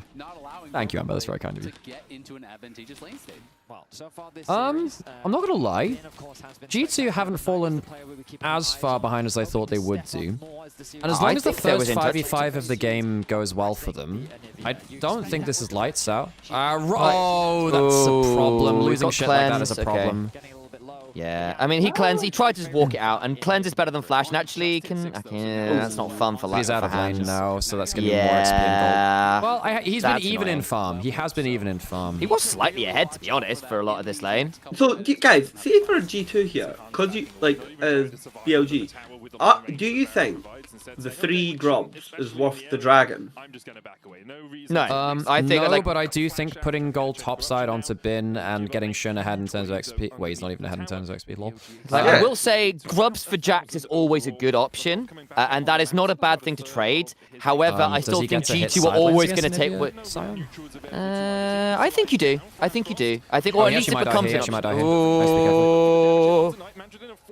Not quite. Flash E from Caps could have killed there. Oh no, yeah, on had heals, so I guess not. As soon as on shows up, you can't. Like, Bin is quote-unquote ahead, but not by like anything game-breaking. The cull is the annoying thing for him. Knight and being ahead of Caps is a bit annoying for G2 as well. Now, the thing which really threatens Knight is if Broken Blade sideswipes him. That's the thing which actually causes you issues. I think besides that, like, you can reflect Varus and Karma skill shots back. Onivia, I don't think... I think the wall is going to be the thing that's going to make Mel's life quite tricky, because actually her range is short enough that she is at threat of being crystallized semi-regularly. Well, that's why you need Shun in position with an encore, kind of like changing the battle lines a bit. This could actually be a big fight here, by the way. Yeah. Bin's at half. Do we smite fight this? We do. Oh, Shun got it. Shun got the smite. That's flash down minimum, he's execute range. He's dead. Doesn't even... Golden Eclipse. Wow, and he gets the Knight. Oh, Skewmon. This is the first game I actually feel like Skewmon's actually getting jungle lift. I think he's been tracked, like, he's been tracked the entire game, and he's not managed to get anything done. This is like the first game the whole tournament Skewmon's been actually a hard lift. Oh god. Oh god. Labrov, that pocket. Labrov. Oh god, he's gone. Labrov's quite bad at accidentally walking up into 1v2s in lane. Yeah, and they're trying to trade aggressively with the Ghost, knowing that the arrow is. He walks out of it this time. Yeah, this time, but. Yes, I know. Nice. At least Hans can go for Serpent's Fang very easily this game. Yeah, true. Yeah. I think my worry is if Skumon does fall too far behind, there is a world where your actual consistent DPS is a little low until Onivia really comes online. And like the poke is nice, but it's not like a team fight DPS option if you don't win. Okay, come on, Lebrov. Oh, Caps. And it didn't lead to anything. But on blue both summoners, so it's flash to flash heal. That's actually not bad from Labrov. Caps uses his flash. That was a bit of a bluff from Lebrov, because I mean, Skumon is just hitting the scuttle, has no ult, no flash. That's getting within ult range. He's going Blackfire Torch this game, not Eluden, so he's going to have more extended DPS versus the front line. I like burn into Onivia in general. Oh, nice. Oh, that's not bad. Come on, BB. Flash ult to flash. Close. Finn can teleport back. He's also completed his cull, by the way, so he's happy with that. That's not bad from BB. BB's been doing actually pretty well at like. I mean, he did this in the Poppy and Bessa matchup too. Like, yes, Bin was getting like okay ahead in the matchup, but BB was doing pretty well at like not falling too far behind and having team fight impact. It's this item here. This is where the problem starts. So. Jun doesn't have flash. Oh dear. And Labrov has no flash. Oh, hang on. This is a bit... Good route. Oh, arrow. Route after. Oh, good B. Oh, and then Skumon's now caught as well. Oh, it's just doomed. So doomed. What was, and he what died. was the tail there? I don't know. His tax application, I'm not sure. It went on... The Mikhails was used on the Aatrox, but I don't think he actually got hit by anything. I think that was just a mistake. He should have self Mikhails. Yeah, I mean... I have to see the replay. It might have been the Q. Because the ult doesn't hit Skim. It only hits it goes on Skumon, maybe thinking... I think he thought the encore was going on to Skumon, then it's on him. So he reacts to the skill shot, like being fired, but not the direction of it. He thought it was going on Skumon, not himself. Yeah. Can I... By the way, this is crazy. So that was... And then BB then gets 4 plates top. Yeah. They get bottom jungle quadrant. So there's like a 2k gold lead, just like came out of one play. That they had, I think what G2 initiated that. Labrov has died a lot this series, folks. Now, I think a lot of them are forgivable because BLG and they're sat in every... okay, but again, he actually just dies, so no, it's close as heck. Yeah, this is tough. Yeah. Oh, W misses, did you get? Okay. But let me just say, like, Zinjal plus an enchanter, like, because for years we were playing... It's literally like one of the Z tier, like, S++, like, it's absolutely disgusting. Think about the amount of times that Shinzai got nerfed. Exactly. Yeah, I know. This is still like one of the weakest points that Shinzai's ever been in. Think about like 22, 21, or like 22 just after the rework. And see if you get to like itemize like with the because Zinjal's mobility problem is the fact that he has the same mobility, but it's from enemy champion to enemy champion. But if you just allow him to sustain and just be able to go from enemy champion to enemy champion, and his health bar isn't moving, and he just gets to rotate his abilities, he never actually falls off. Oh, if G2 lose this, by the way, then BLG would then go back to having game 5 side advantage, or like first pick advantage. You are very low move speed. You really can block people coming straight at okay. you, but if they get well, okay. 1,000 gold lead for Viper. Yeah. At least the poke Varus is lower economy. Yeah. There's no cleanse on Viper, he's gone Ghost. He gets hit by Varus and he dies. Oh shit, like that, like that. That would have been like would have actually been instant death. Or it would have been I guess it would have been ults back from Viper and on. Oh, that sucks. BLG are just such a scary team mechanically. They are. They just collapse so quickly. I keep going back to like the opening scene of Halo Combat Evolved. Is like, did we lose them? Is like they've always been faster. Like you never lose BLG. They always have someone else that can turn up to the play. By the way, here's the thing. If it's a nice narrative point is after this, each of these people are going back to their region. They're the only people that can Grand Slam. You know what I mean? Because you know what I mean? Like G2 or BLG, whoever wins this, is now the only team left that can Grand Slam. Well, Golden Road, sorry. So, which is funny in the context of like we all thought it was like the narrative talk was of it being GenG, but it could. Oh, he has no ult. Scary. Plan's important. There's Ghost. Ghost for Clan. Yeah, we thought it was GenG Golden Road. Yeah, and particularly because it's a 3-split format, like way more events per year. It's much harder to Golden Road now. BLG are way more likely to drop a domestic. Yes, absolutely. Especially since like this first split basically almost doesn't count because there's like anyone's legend. I mean, someone asked the question earlier. We did talk about it in a previous stream. Thanks to the follow, by the way. Notorious big smell. What about the notorious small smell? But yeah, anyone's legend kicked their coaching staff. What smell is notorious? What big smell is so notorious? Wouldn't you like to know, Sam? It's notorious. I would. You know? That's why I'm asking. Yeah. But yeah, I think that like anyone's legend basically completely just throwing a split by having bad coaching synergy with their team means that like the biggest contenders for the throne were just not there. Effectively, AL already kicked their coach. You know. Tarzan was literally a candidate for the best player in the world during the regular, during the split as well, and then they lost. It's so nice to know that I was just gonna say it's so nice to know other regions have their best teams bomb out because of coaches. It's not just us. Yeah. It's not just Garm. Yeah, I was about to say, fire a coach. Oh, G2 didn't track Herald.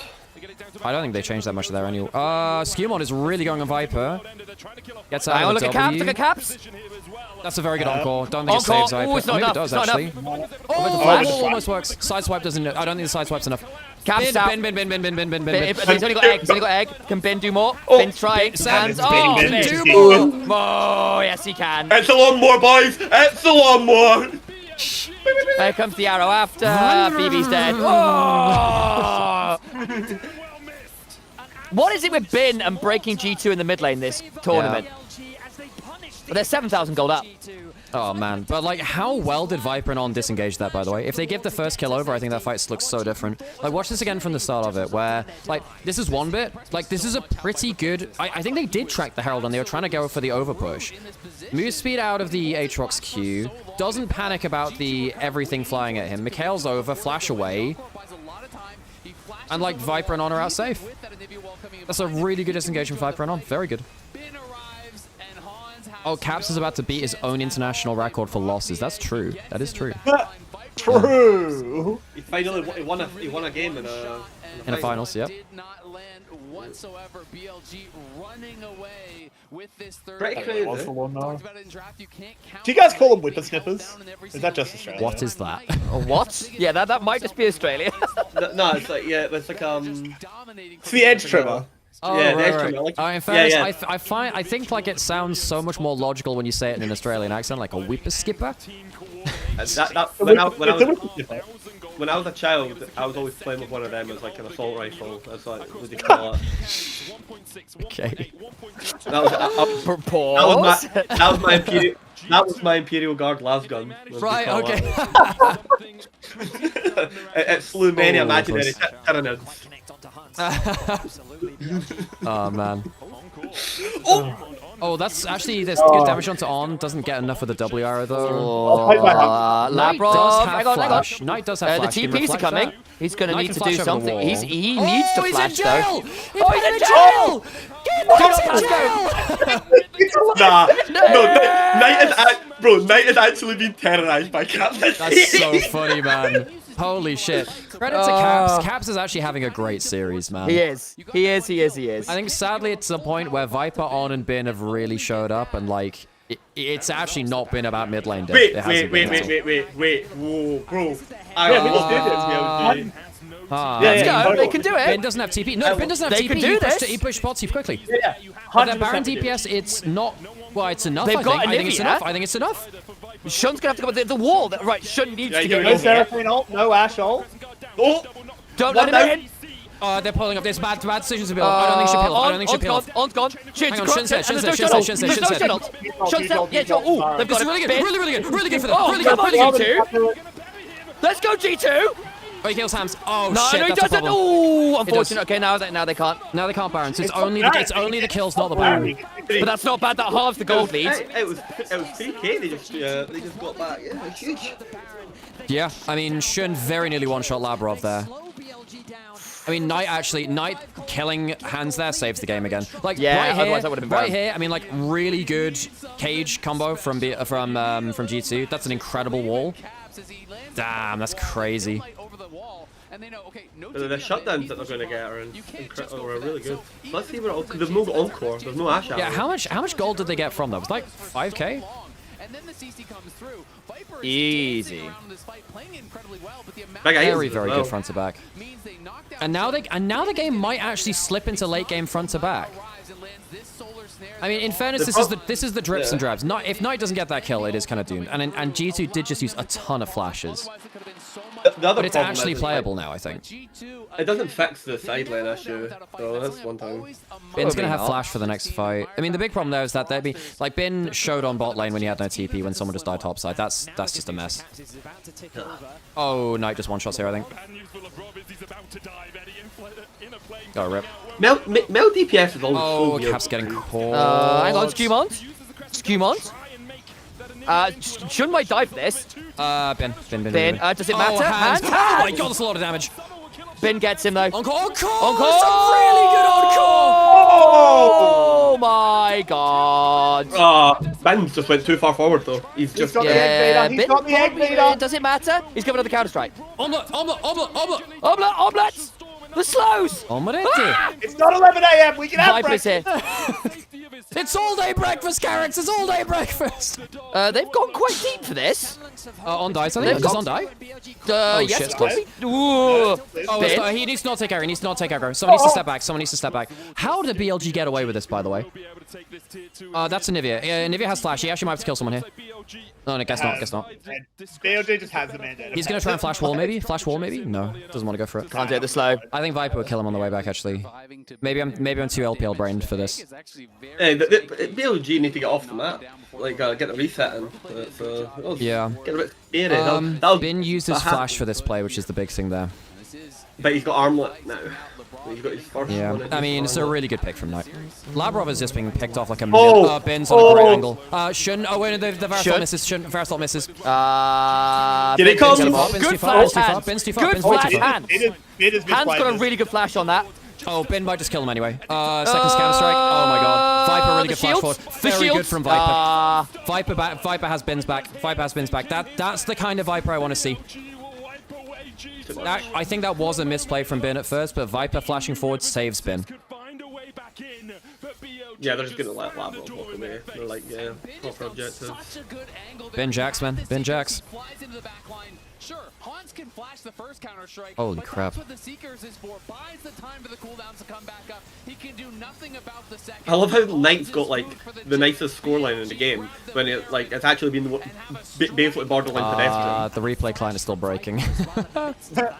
It's been like the most pedestrian. Biggest misplayers missing the Varus. Yeah, missing the Varus was really important. Hans is not hit an important ult this game, basically. Oh, Viper's got. No, he's hit like one. Yeah, it's not. Yeah, Viper's going for like the annoying, very high move speed, very high self-sustain kind of build. So now you're never going to have Viper at under half HP before the fight starts. Dragon's alive now. It's not good terrain for BLG, and they don't have good flashes. They only really have... Well, they have encore flash. Oh, no, oh, wait, the blast gun play. Oh, Labrov. You don't Can expect... Ben go into... Notorious, that is a hell of a first time chat. Has no TP, so I don't think G2 are really looking to contest this. Of course, and could join. What did he say? BLG be swanging that 7-inch floppy straight yes! on the table. I mean, they're not wrong. Honestly, they're not. I agree, Amber. Only 7. We've got restraint. Wait, what? Like that's not Samson from the Bone Temple, you know. What? Knight's Mel is absolutely horrific to this game. Yeah, well, wait, what do you mean in terms of good or bad? He just like turning on the reflect, then flashing, then popping it. No. I don't think it's been found that like that just sequence there. That sequence there wasn't nice. It wasn't bad. It just. Game is so done now. Yeah, game's done. Box is gone. Arrow's good. Oh, good front step. Dude, Viper's Ash has been... Oh, that's really good damage on tonight. Caps is trying, baby. Yeah, and again, I'm just saying this is within BLG throw range, guys. Yeah. This is within that. This is within that like throwing metrics. Their wheelhouse. Yeah. Who's got the best arm? Who's got the best arm? Yeah. Yeah. If I was looking into someone to full send it on BLG, historically it's been on. Oh, these purchases are backbreaking. Shirelia's, and then Ben's gonna go back with an item, I think. If he gets as well. Zonya's, it's huge for them, yeah. I think it's a shared duty on BLG. They all work out at the same like throwing arm gym together. It's true, they do. Like in this game, it has to be it has to be someone caught out of position. Like I think Knight with no flash. I think this game. Bin's the throw. Yeah. I think if anyone's going to throw, it's going to be Bin going too aggressive and dying, and then the fight before going G2's way. Yes, correct. I don't think that's lethal because he's huge, but... Does R scale your stats with how many people it hits on Jax? Yes. Like you get more MR and armor if you hit more people with your R, yeah? Is that correct? I'm fairly certain that's how that works. Jax gets more resist the more people he hit with his R. Yeah. They changed it to be much less about... Hang on, this is a good blast going play now. He has a good flat... Oh, it gets one cleanse down. Mikhail's will be back up for next big fight around objectives, but Ash Arrow will be up again twice in that time. BLG are like the last great like split push team. Knight doesn't have flash. Oh, the reflect back. Caps. Not a bad song. Very good from Bin. Very good from Bin. Bin just buys so much space. These throwing arms are so noodly. They're so weak throwing arms. They couldn't throw it as far as they could see him. I throw it, but I am so weak. Oh, Bin. Bin, stop it. The Bin day is changing. The Bin day is changing, man. What bucket do you think what bin day got put out? Was that a green bucket, a blue bucket? I think it's actually all of them. You need to. It's an emergency bin day. It's just every bin you have, put them out now. Get in. Let's hear what the desk has to say. Come on, desk. In here now, honestly, yeah. I mean, guys, it would feel very strange for this tournament to be the one which BLG finally get their international trophy in. They've never won an international. Yeah. It'd be so strange for them to not. I was kind of waiting for them to finally beat T1, finally beat GenG in a finals or something like that, and like. There is something a bit weird about it not being that, but of course G2 obviously deserve to be there, and they actually look really fucking good. So I don't want people to detract from it too much. I remember one of the first interviews I had with him. I asked him it was here's the thing, back to back for Viper. Thanks for hopping around, folks. By the way, what was that about Viper? Back to back, first stand. Yeah, back to back, first stand for Viper. Yep. Exactly, and why wouldn't they indeed? Because he wins games and he wins team fights. It's so beautiful to watch. G2 now only need to lose MSI finals to complete the. Your boy should. Now I want to preface this. It is. I jest, of course. Hey, Mr. Hope you're doing well.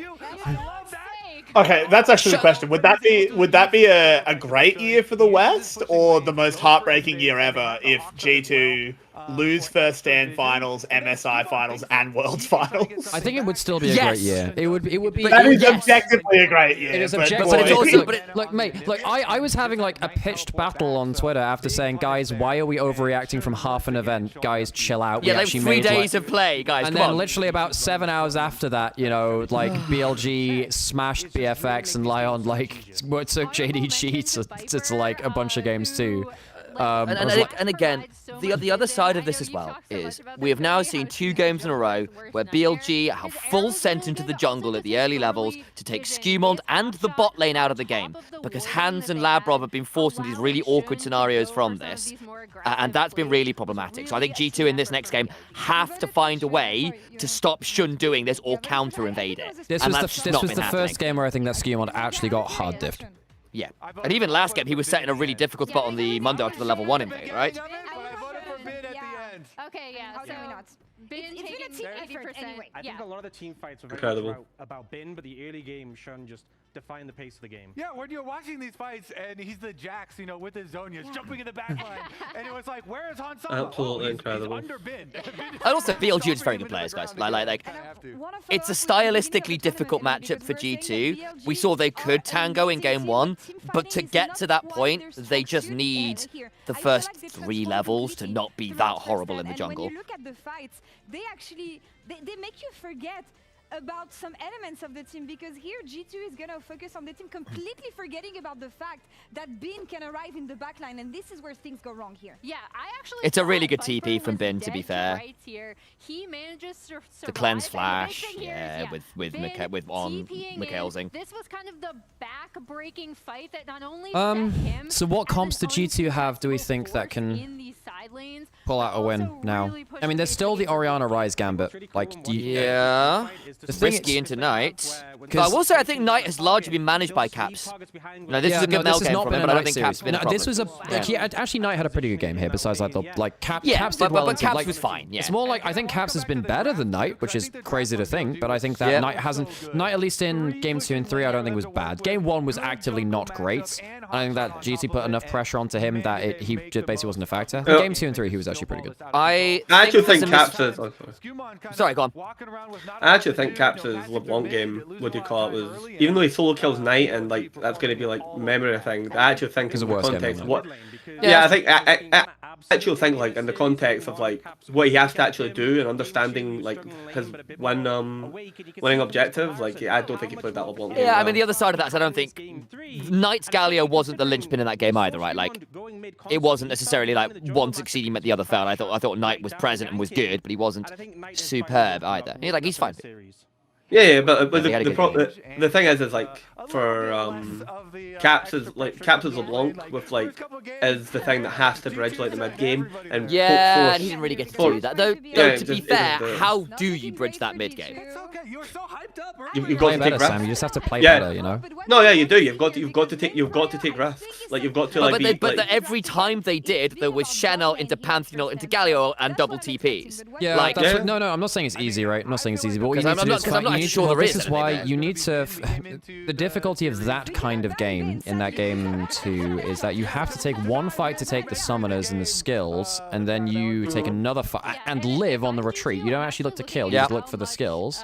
The abilities, and then you take a second fight while they're down, which is when they got their winning fight. Remember when G2 when BLG didn't have their big ults, and it was a big mistake from them. I also think realistically probably the biggest differential on the map so far has been Labrov and On. I don't think Labrov has I can understand the logic of what Labrov's doing, but he's being caught way too much. Like he's just dying on cooldown in mid game, and I think that most of the fights which BLG used to kind of get free picks have been onto Labrov. He's had a bit of a rough finals. I agree.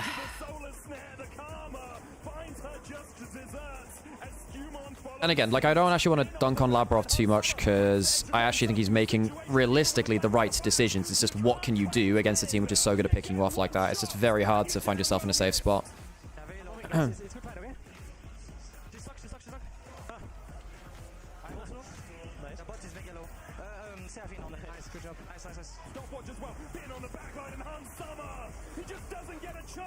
Oh, I should do my 10 pull on stream. Yeah, player of the tournament, I think it's really close between Bin and Shun right now. Probably Bin. Yeah. Yeah, I think Bin is probably the more popular answer. But I think Shun. I think it probably has been, but for me, like, I would put a vote to Shun because so much of BLG cannot exist without Shun. Yeah. Fixing chemistry and being very resilient. Very, very I would resilient. not hate Bin getting it, you know? I'm not here to say that's not what I'm arguing, but I do think Shun has been on another level this tournament. He's been so good. I will always usually default to the laner because... I get that. In the general sense, because you're actually, like, having to play against someone. But I get that. I just think that, like, Shun... and his ability to get BLG over the line has been absolutely stellar this tournament. He has basically played every style of play you want him to. And not that Bin hasn't been superb, right? Like, he's been a consistent win condition across so many matchups. Like, again, I have no issue with Bin being a contention / winning it. But again, my vote would go to Shun off. Like, BLG have won the majority of their games for my money basically off Shun and his early plays into the enemy jungle and early plays around bot or top. And it's like if Shun does that, BLG very rarely lose. Yeah. And there's a lot kind of being used to kind of prop that up, right? Where you have, you know, like the lanes being able to respond so quickly is often what makes that, but the fact that it happens is very important. Pretty ridiculous, yes, I agree. Okay.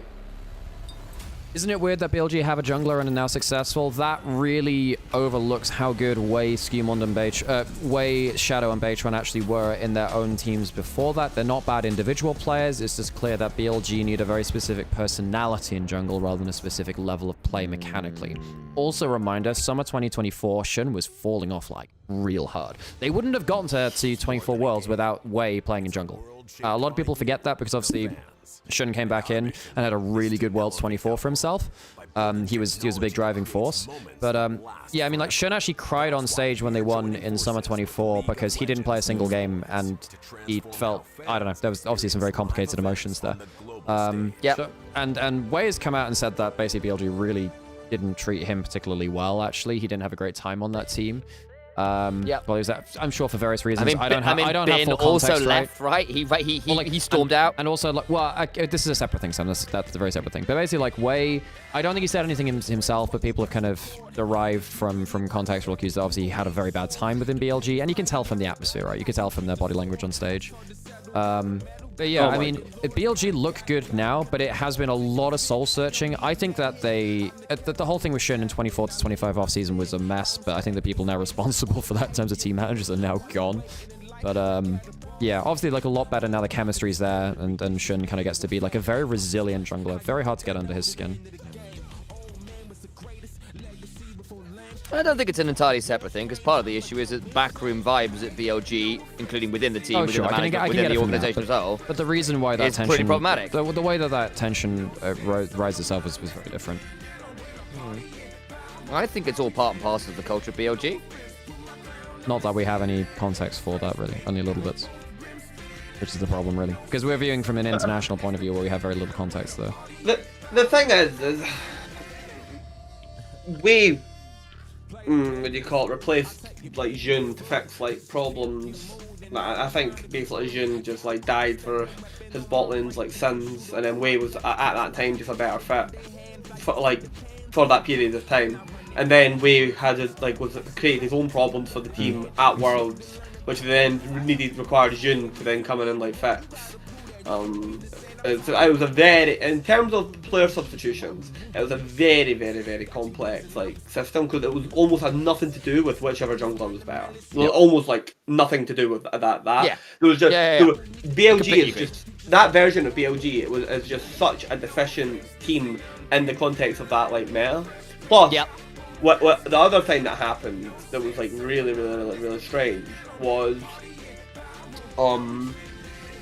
that was probably like one of the real big like downturns in terms of like BLG's utility of like On specifically, where they just BLG and On were just getting so low value out of like what he was doing. Like in 2023, On was incredible. In 2024 spring, On and Elk were genuinely ending most games in like 10 minutes. Yeah. In 10 minutes, yeah. Like they were obscene, if you guys like watch pre-MSI 24 from BLG, they were and that was why actually we thought maybe BLG might be the best team in the world and were favorites to win MSI, and that's why it was such a shock that things fell apart in MSI finals through bot lane. That was why it was such a surprise. So unexpected. Yeah, Lahen's got the MVP, but that summer, like On and Elk and Jun and Wei, and it all just fell to absolute pieces. And that's what the joke was, because of the name values of the team when they made that World Final. I go back and I watch it, and it's mind blowing to me how bad T1 play in the context of that like World Finals, because there's no way it should. Basically, that was like the 1-in-1, and it was much less than it should have been. Yeah, 1-in-100 that game's I think I think Elk in particular had a pretty bad finals, and On had a really bad game 5, right? The Rel. Yeah. Oh yeah. So he hit. I don't think he hit a single Q stun on anyone the entire no, game. It had 2 Q stuns the entire game. One That's in lower, atrocious. yeah, one lower Revel and then one in the deciding top fight, and then that was that. Like he literally missed every other bit of like CC in the game. Like it was absolutely crazy criminal levels of stuff. But you know, I mean, it's live by on, die by on, and there isn't a better substitute player in the LPL, so you just got to accept the fact. That fact. And On is also on his form absolutely unreal, right? Like he's not like he is an elite level support. I'll which also is say, very guys, hard to get. is this On's most consistent international event ever? It's got to be, right? I don't think he's ever had as a consistent international event. No, 2023 we was really good at MSI. He was like incredible at MSI. Maybe 23 MSI, maybe. I'm not like just a contrarian thing. I'm like, this is probably it. Like I'm not gonna lie, but 2023 On kind of gets forgotten about because they make the final and lose to GDG and GDG. But everyone forgets BLG beat T1 in the lower bracket. And they did it they did a great job as well. Yeah, exactly. Chaos versus Bim was a killer matchup in that one. The Camille. Yeah, exactly. Everyone forgets the reason it's an old LPL final is because T1 versus GDG in the upper bracket is a Game 5 epic, but BLG dust them off, and that's why everyone thought the final was going to be really close. And then Yugal had to play a BO5 against Knight. Into draft. Oh, Cassante. Whoa, we've gone through everything already. First pick Cassante. Yo. What has Bin got left for that? Is it Renekton angle actually? Renekton's not bad for Bin here. You can Viari. You can actually Viari here. Although at that point you're opening up a Victor angle for caps. So much of this conversation has been about support and what have you got for me here, Ben? So you've got your Renekton. Zahen's gone. Garen. Renekton's a good shout. Garen. Yeah. I think you're looking at Viari first, shouldn't I, on you? Although again, at that point you're actually threatened. You're threatened by the I think you're getting threatened by Victor at that point. Gone. Is Ambessa still up? No, it's left one. Oh, they're power puffing. That's actually pretty big brain. I don't think there's anything. Well, you can misfortune. That's what you can do. You can misfortune Nautilus. Yeah, that will be my Xayah is one of the best divers, and also if you're going forward, you just like don't you just MF Nautilus here? Or yes, you MF Nautilus. You need some lane dominance. You can maybe Thresh. I think MF Could you Nautilus Kate Millia? No, you can Caitlyn Elise or something like that. No, there's no Caitlyn's gone. Yeah, you can't do that. My bad. You can. Oh, you're right. Yes. I don't think Jin's worth it. Rakan to take it away, but then On can go Nautilus himself. I mean, maybe you do Jin and play through something very aggressive mid. On can also go. On Leona's not bad here either. Why don't you not just? I think Jin stinks when you're showing Cassante. First pick Cassante. Right. Why do you just take Kalista here and try and run the duel? No. Not into Vi. If you're gonna do that, you had to. You don't go the Rakan with it, surely. No, there's no way. You're right. You can maybe Draven, but that's. You can maybe Draven. You can Draven. You actually might. It's a little early. I would have preferred MF lane. I would have preferred MF lane because this opens up freebie lane for Viper on now. Viper is a very good Xayah. I think that Alistar is very happy in this draft. I think this is. I don't like G2 not giving winning lane over to Hans Labro. If you see the Xayah, you can MF you can like MF whatever, MF Nautilus, and you're pretty much winning lane at that point. And I think giving that chance up is a mistake. It's kind of crazy to me that G2 has the Kog'Maw, right? And they don't just go Braum Kog'Maw here. I mean, into Vi, that's risky as hell, no? Yeah, but I think you just... And Rakan, I mean, maybe... Yeah, I suppose with nothing like... Oh, we might see a Kai'Sa's also... We might see a Nocturne angle from Skumond at this point. It's probably banned by BLG now. Oh, I know, into Xayah, that's shit. No, into Xayah, that's kind of shit. I don't think you want to... The other side of this, of course, is like, the Kai'Sa is better at peeling for herself than the Kog'Maw. If you're playing to other lanes as well, at least Kai'Sa has some of her own tools to get out of stuff. Like, that is big on that front. Yeah, but just because, like, for me, one of the big anti-things that you can do to Vi is if you can actually survive the ult and then just threaten with huge amounts of DPS, like that is like one of the things. So like, because Vi's ult just displaces like Kai'Sa's ult just displaces Vi at best. Or I do really like the Maokai ban, by the way. But one of the ways you deal... Yes, I agree. I completely agree. One of the ways you do deal with Vi, though, is just dragging her miles away. You can pull her to Narnia. Yeah, no, I get that. That's like... I'm not, like, completely against the Kai'Sa. It's just... We're actually getting a Talia angle here for Knight. Getting Talia Victor. I think Victor's really good for caps, even though yeah, I think, well, with the Kaisi, it's kind of mismatched backline combos. Talia's not bad for Knight, though. Well, because one of the other things here is, right, is like, we have asked, when we've seen G2 at their best over the last couple of days, it's been with bot lane winning hard via some value. And I don't think Rakan Nautilus is necessarily going to get you a win, if you know what I mean. How bad is Silas here? Because you don't Wait, like... for who? Oh, hang on, for caps, yeah, I mean, unless you pick it as BLG, yeah, that's fucking great, no? You can get the Vi and the Alistar ult, it's insane. Yeah, you're getting Vi and the Alistar ults here. And you're going to be able to get it through lane.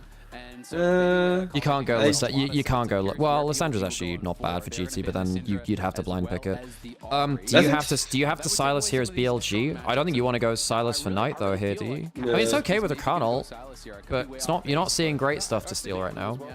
You don't have lane matchup to know. Well, you got top lane, but then I think that Silas is so big for caps, no? Yeah, it's really scary. Oh, there's a Camille? Okay. Camille's really good at locking down Kai'Sa. Kai'Sa can't jump around the fight. We get Love Camille in finals. Yes! That is so much dive. The best mechanical. Caps, I think Caps. Well, if you blind pick Silas, what's the worst matchup you could get? I mean, it's just, I feel like Akali's gone. You could go something big brain like Morgana to say, well, you can't, you're gonna get Black Shield on the target you ult. Yeah, but Knight plays Vex is the problem. That's the big one. Well, I guess we don't see jungle matchup really there. Vex absolutely annihilates Silas. If you go Victor, this is now a Silas angle for Knight, I think. Knight, yeah, now Knight has access. I think Caps should have gone Silas and maybe just said, fuck the blind pick, I'll do it, make it work. Oh, it's a good front to back from G2. There's a good chance that Vile Camille died in the so you go. The Silas for Knight is crazy. Like, Way is 4 good ult. Oh, I don't hate TF with Camille. Cassiopeia's not bad into Kai'Sa. Cassiopeia's tanky is the thing.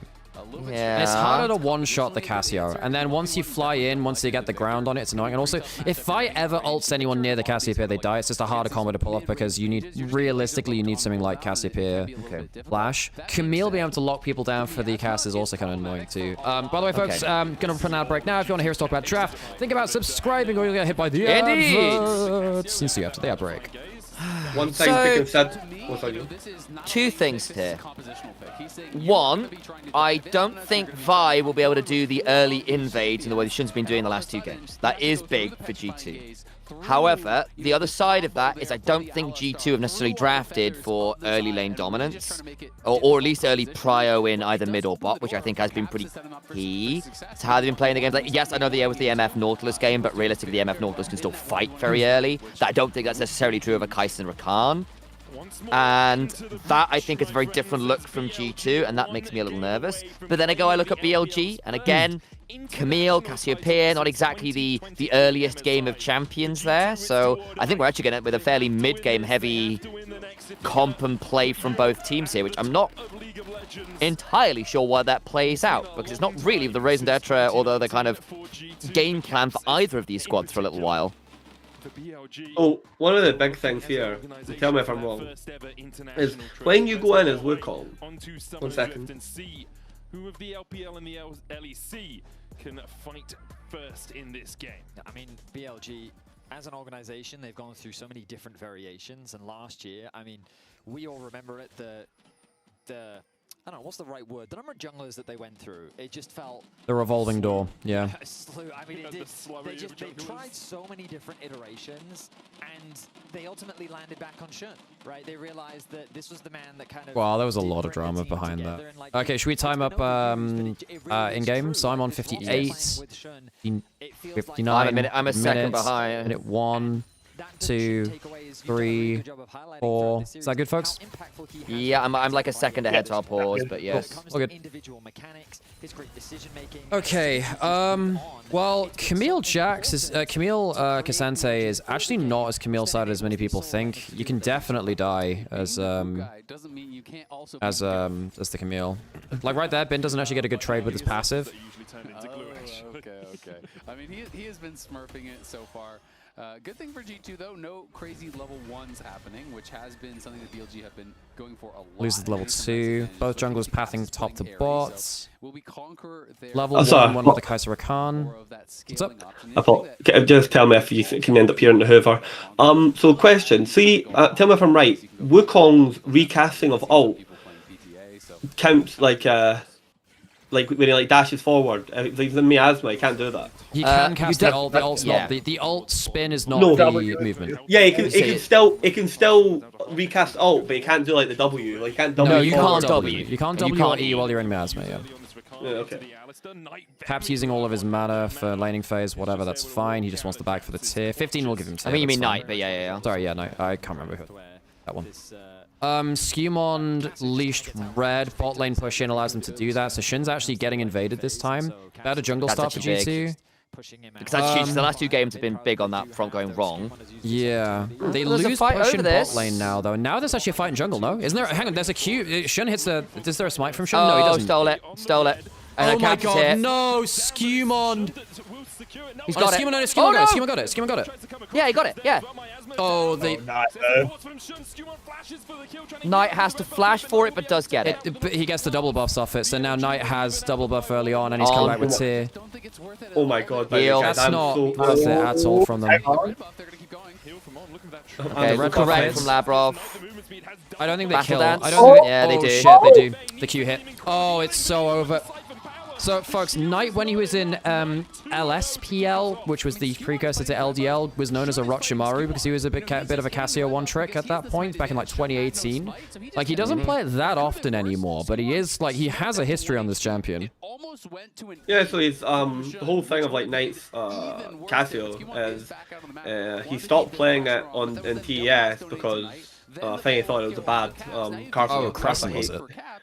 No, Karsa. Karsa, right. Yeah, Karsa like stopped them playing it, and then when Fearless came back around, like Knight started playing it again.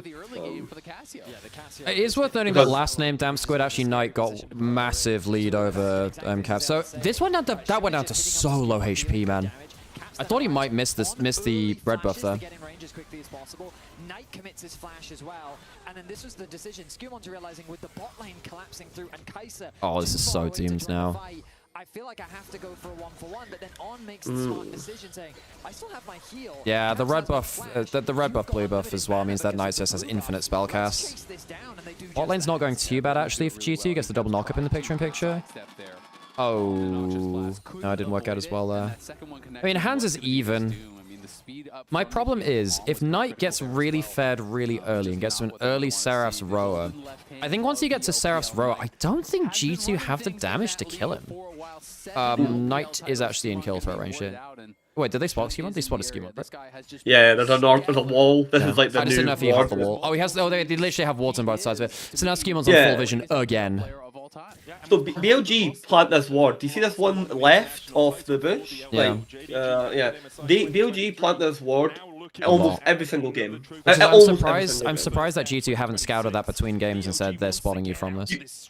Yeah, you can actually you can sweeper that ward almost every single time and it'll be there because Knight places it all the time. Now one of the problems is like it creates a game in and of itself because you then need to like appear to like sweep it, but you know what I mean, it produces its own problem. But Ben's actually got a really good wave state topside and is already ahead of BB, so he's going to be about 10 CS up. Knight has the 2 kills and he has double buffs. He's stacking up tier. He's completely happy with that. As soon as you get your... So he's had like a full set of lane... He's like had a full phase of lane with double buffs, which means that he's had the HP regen and the mana regen from it. So he's been able to stack up his tier really well because he's been able to earn a spellcast.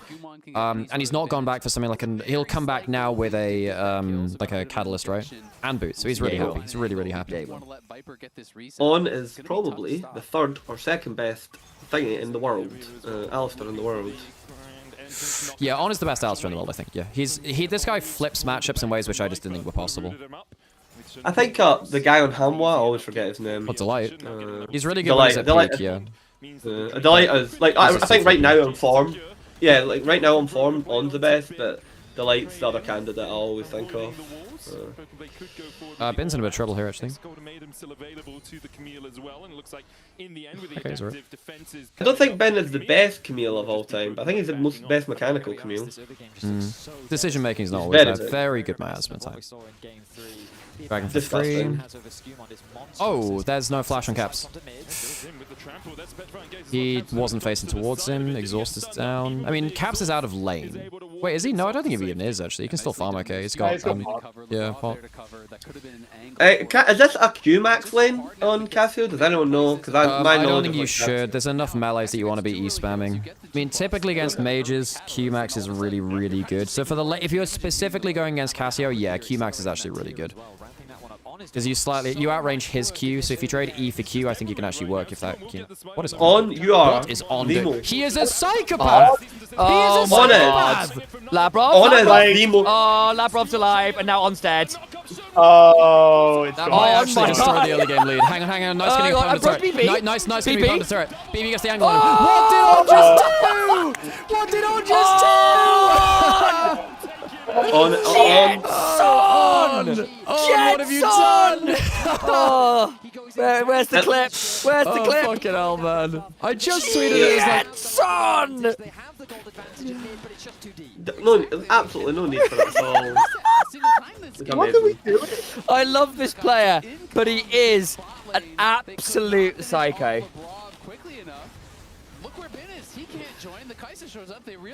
That's so yes, funny, it man. Is. That's so funny. Yes, it is. That's such a funny way for Mike to die as well. It's so funny. Yeah, he's like, well, we're fucking. I mean, even if you just get the one kill on Labrov, that's not worth it, by the way. That's just so dumb. So who gets the kills? Knight's still ahead. BB and Skewmon get a kill each. There's a bunch of flashes. I blown swear on to both God, sides. if this forces a game 5 and they lose the final on that play, like That's so funny. It would be so. It's just the game you get into with On. Oh my God, there's a really big On fan in one of our YouTube chats. He's like, it's not his fault his team are trash, and I'm like, that one buddy. I'm so sorry. The copium is like seeping out of the screen. Like On's fantastic. He's the best support at the event, I think, but like that one is very much on him. I think I've watched like every single game of On's career. Having that momentum, having that impetus. I think I can pinpoint some moments. I've seen some things. Yes, haven't we all? Attack ships on the shore. Hans is actually in a pretty good spot here, by the way. Yeah, he is. He got 2 kills from that, so that was huge. Yeah, Hans in a really good spot. with mid-game kills? I think I remember this concept. Yeah. The thing is like, once Ben comes into the game, it gets a little bit complicated. Yeah, and like, if he goes onto Rakan Victor CC, he loses a fight. So Ben needs to choose his angles well, and actually this year, in 2025, he wasn't necessarily doing that very well. But this is one of those situations where, remember, like in semis against JDG when they, when Akali Knight had Akali and they had no CC into it. And it's like, oh no, G2, sorry, against GenG. It was like they just didn't have the CC to deal with both of them. Yes. Eventually, the Camille does pause it. Am I correct in saying now they've taken the attack speed bonus off landing the E? So now you get the attack speed bonus when you land on Camille, regardless of whether or not you hit it? I thought it's still when you hit a champion, but it was. Why do you think G2 gave Jax earlier? There were too many things to give, and they thought that Sion would be able to. They thought eventually it would be front to back Sion buying space, and you could see actually there were points like that one Baron play which G2 had where they actually managed to disengage everyone pretty well. They just fell too far behind too early. I think that it all fell apart through the jungle matchup where Skewmon couldn't get any impact and was spotted the whole game, allowed them to isolate the lanes. So like, I mean, he used to be, I want to say it was a Camille one trick. Yes, he was very. Love Camille. Back in the day, but like, this is just one of the champions that he became so synonymous with. Love Camille was the solo key name. I mean, it makes sense that he would Victor upgrades Accelerate as well. Yeah, for sure. 3 kill participation upgrades the upgrades. Increases the rate at which you're getting the upgrades. Bin might die for this. Oh, he doesn't get overlord. He's dead. Not too bad. He doesn't get. Okay. Well, that's a misjudgment. Well, I'm not really sure why Bin is proxying there while his team is pushing into inner turret on the other side. I think maybe BLG thought that G2 would be protecting the dive, so Bin would be happy to do that. But they didn't have information to say that, so Bin was just didn't have the information to make that play. Lacked the critical information. Yep. We're gonna try and kill Caps here. Don't think they can they? And unfortunately, Skewmon gets punished, loses his flash, loses the ult, does die. Knight's about third of a level down. Probably because of Knight having to recall off. Well, he died in that topside play. Okay. G2 have wrestled control of the early game. They have. They've got a slight gold lead. If they get the dragon here, they're actually feeling pretty okay. If BLG could hold dragon pressure over Knight might die here. Might. Oh, nice Caps. What is Knight doing? What is Knight doing? Just flash early, no? Yeah. Oh, this is actually okay now. This is actually fine. Skewmon! Yeah. Oh my god, they don't even kill him. They don't even kill him. Oh my god. What is Knight doing in mid though? Don't know, he's having an absolute mare. That's just like such a freebie couple too. games this tournament. The thing is like if you can punish the flash being down on Caps, it's fine. And in fairness, like if Camille can then jump onto him the next fight with ult, that's huge. But you burn flash on Vi and Cassiopeia. It's not like they want to lose those summoners either. Yeah, I mean, I do think that the victor without flash is actually a bigger deal. It's a bigger deal than a solo kill, but giving the kill after is not good at all. That's not great. Good job, Caps. Good laning to this. Hans had to play And in Ghost fairness, between the Annie game and that slight problem there, they're like, no, Knight's not had a few fantastic finals, no. Yeah, that topside river play really hurt Knight. I really don't know why he thought he was going to live there. I don't know, like if he's quicker with these buttons, he can like actually ult Caps under the turret. Like maybe I don't know about that actually. Maybe. That's a very good response from Skewmon and Lavrov. If Skewmon and Lavrov flash. It does, but I think again you're a Khan, you can afford to burn that, and that's the right thing to do. If Knight flashes back and ults and Caps follows him with his own flash, he might actually worth noting that Knight was probably the best player in that 24 Worlds Finals, so that's not the finals you think about. MSI Finals from 24, maybe you think about. Worlds Finals actually was very, very good for Knight. It actually, like, bro, it actually wasn't even bad in that, like, in that MSI He was the best player in finals. that finals, I think. What do you call it? The fact that he's playing against Caps actually shouldn't be. I don't think Caps is very happy. On's gone. On didn't pop ult early enough. That was really. Now Viper does have ult. He's got flash and ult. No one else is coming down from him. This should be a kill. No one's coming down from him. Knight. Well, I don't think Knight TP'd early enough, did he? Nah, he should fend it, but they've burnt TP. Miasma, and what's Shun? Skewmon has flash. That's a very good Miasma. Very, very good Miasma. Very, very good. Hands. We actually might go game 5 here. We actually might go game 5. This is actually game 5 now. I think this is legit game 5 now. Holy moly, we're getting a game 5. I think we're actually getting game 5. BLG box is gone.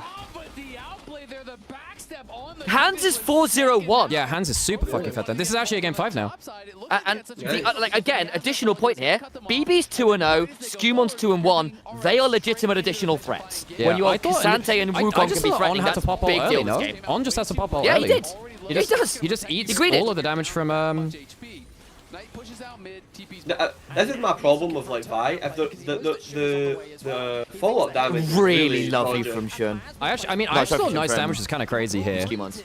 Oh, very good stats. Sorry, Kira, I overspoke you there, but I was just very impressed with Skewmon choosing to turn around there, saying, actually, I've still got ult, we can play this. Because the Miasma is there to stop him running away, and he says, well, I'm not running away then. How does Viper not connect on that play? I think he was late moving up, wasn't he? Yeah, I don't know, actually. I need to go back and look what he's doing. If he's just there from the start, when they all, like, dogpile in. Ouch. Yeah. Chaos Storm down. It's actually not too bad. As much as Viper has done great in this lane. Yeah, I mean, exactly. This is the Kai'Sa thing, though. Kai'Sa's ability. We saw Elk have this happen all the time as well. Like, you'd be down 20 CS or Gala's the same, and that's fine, because as Kai'Sa, you can just join a play with a W or an R. I genuinely don't think like BLG had to be this flippy.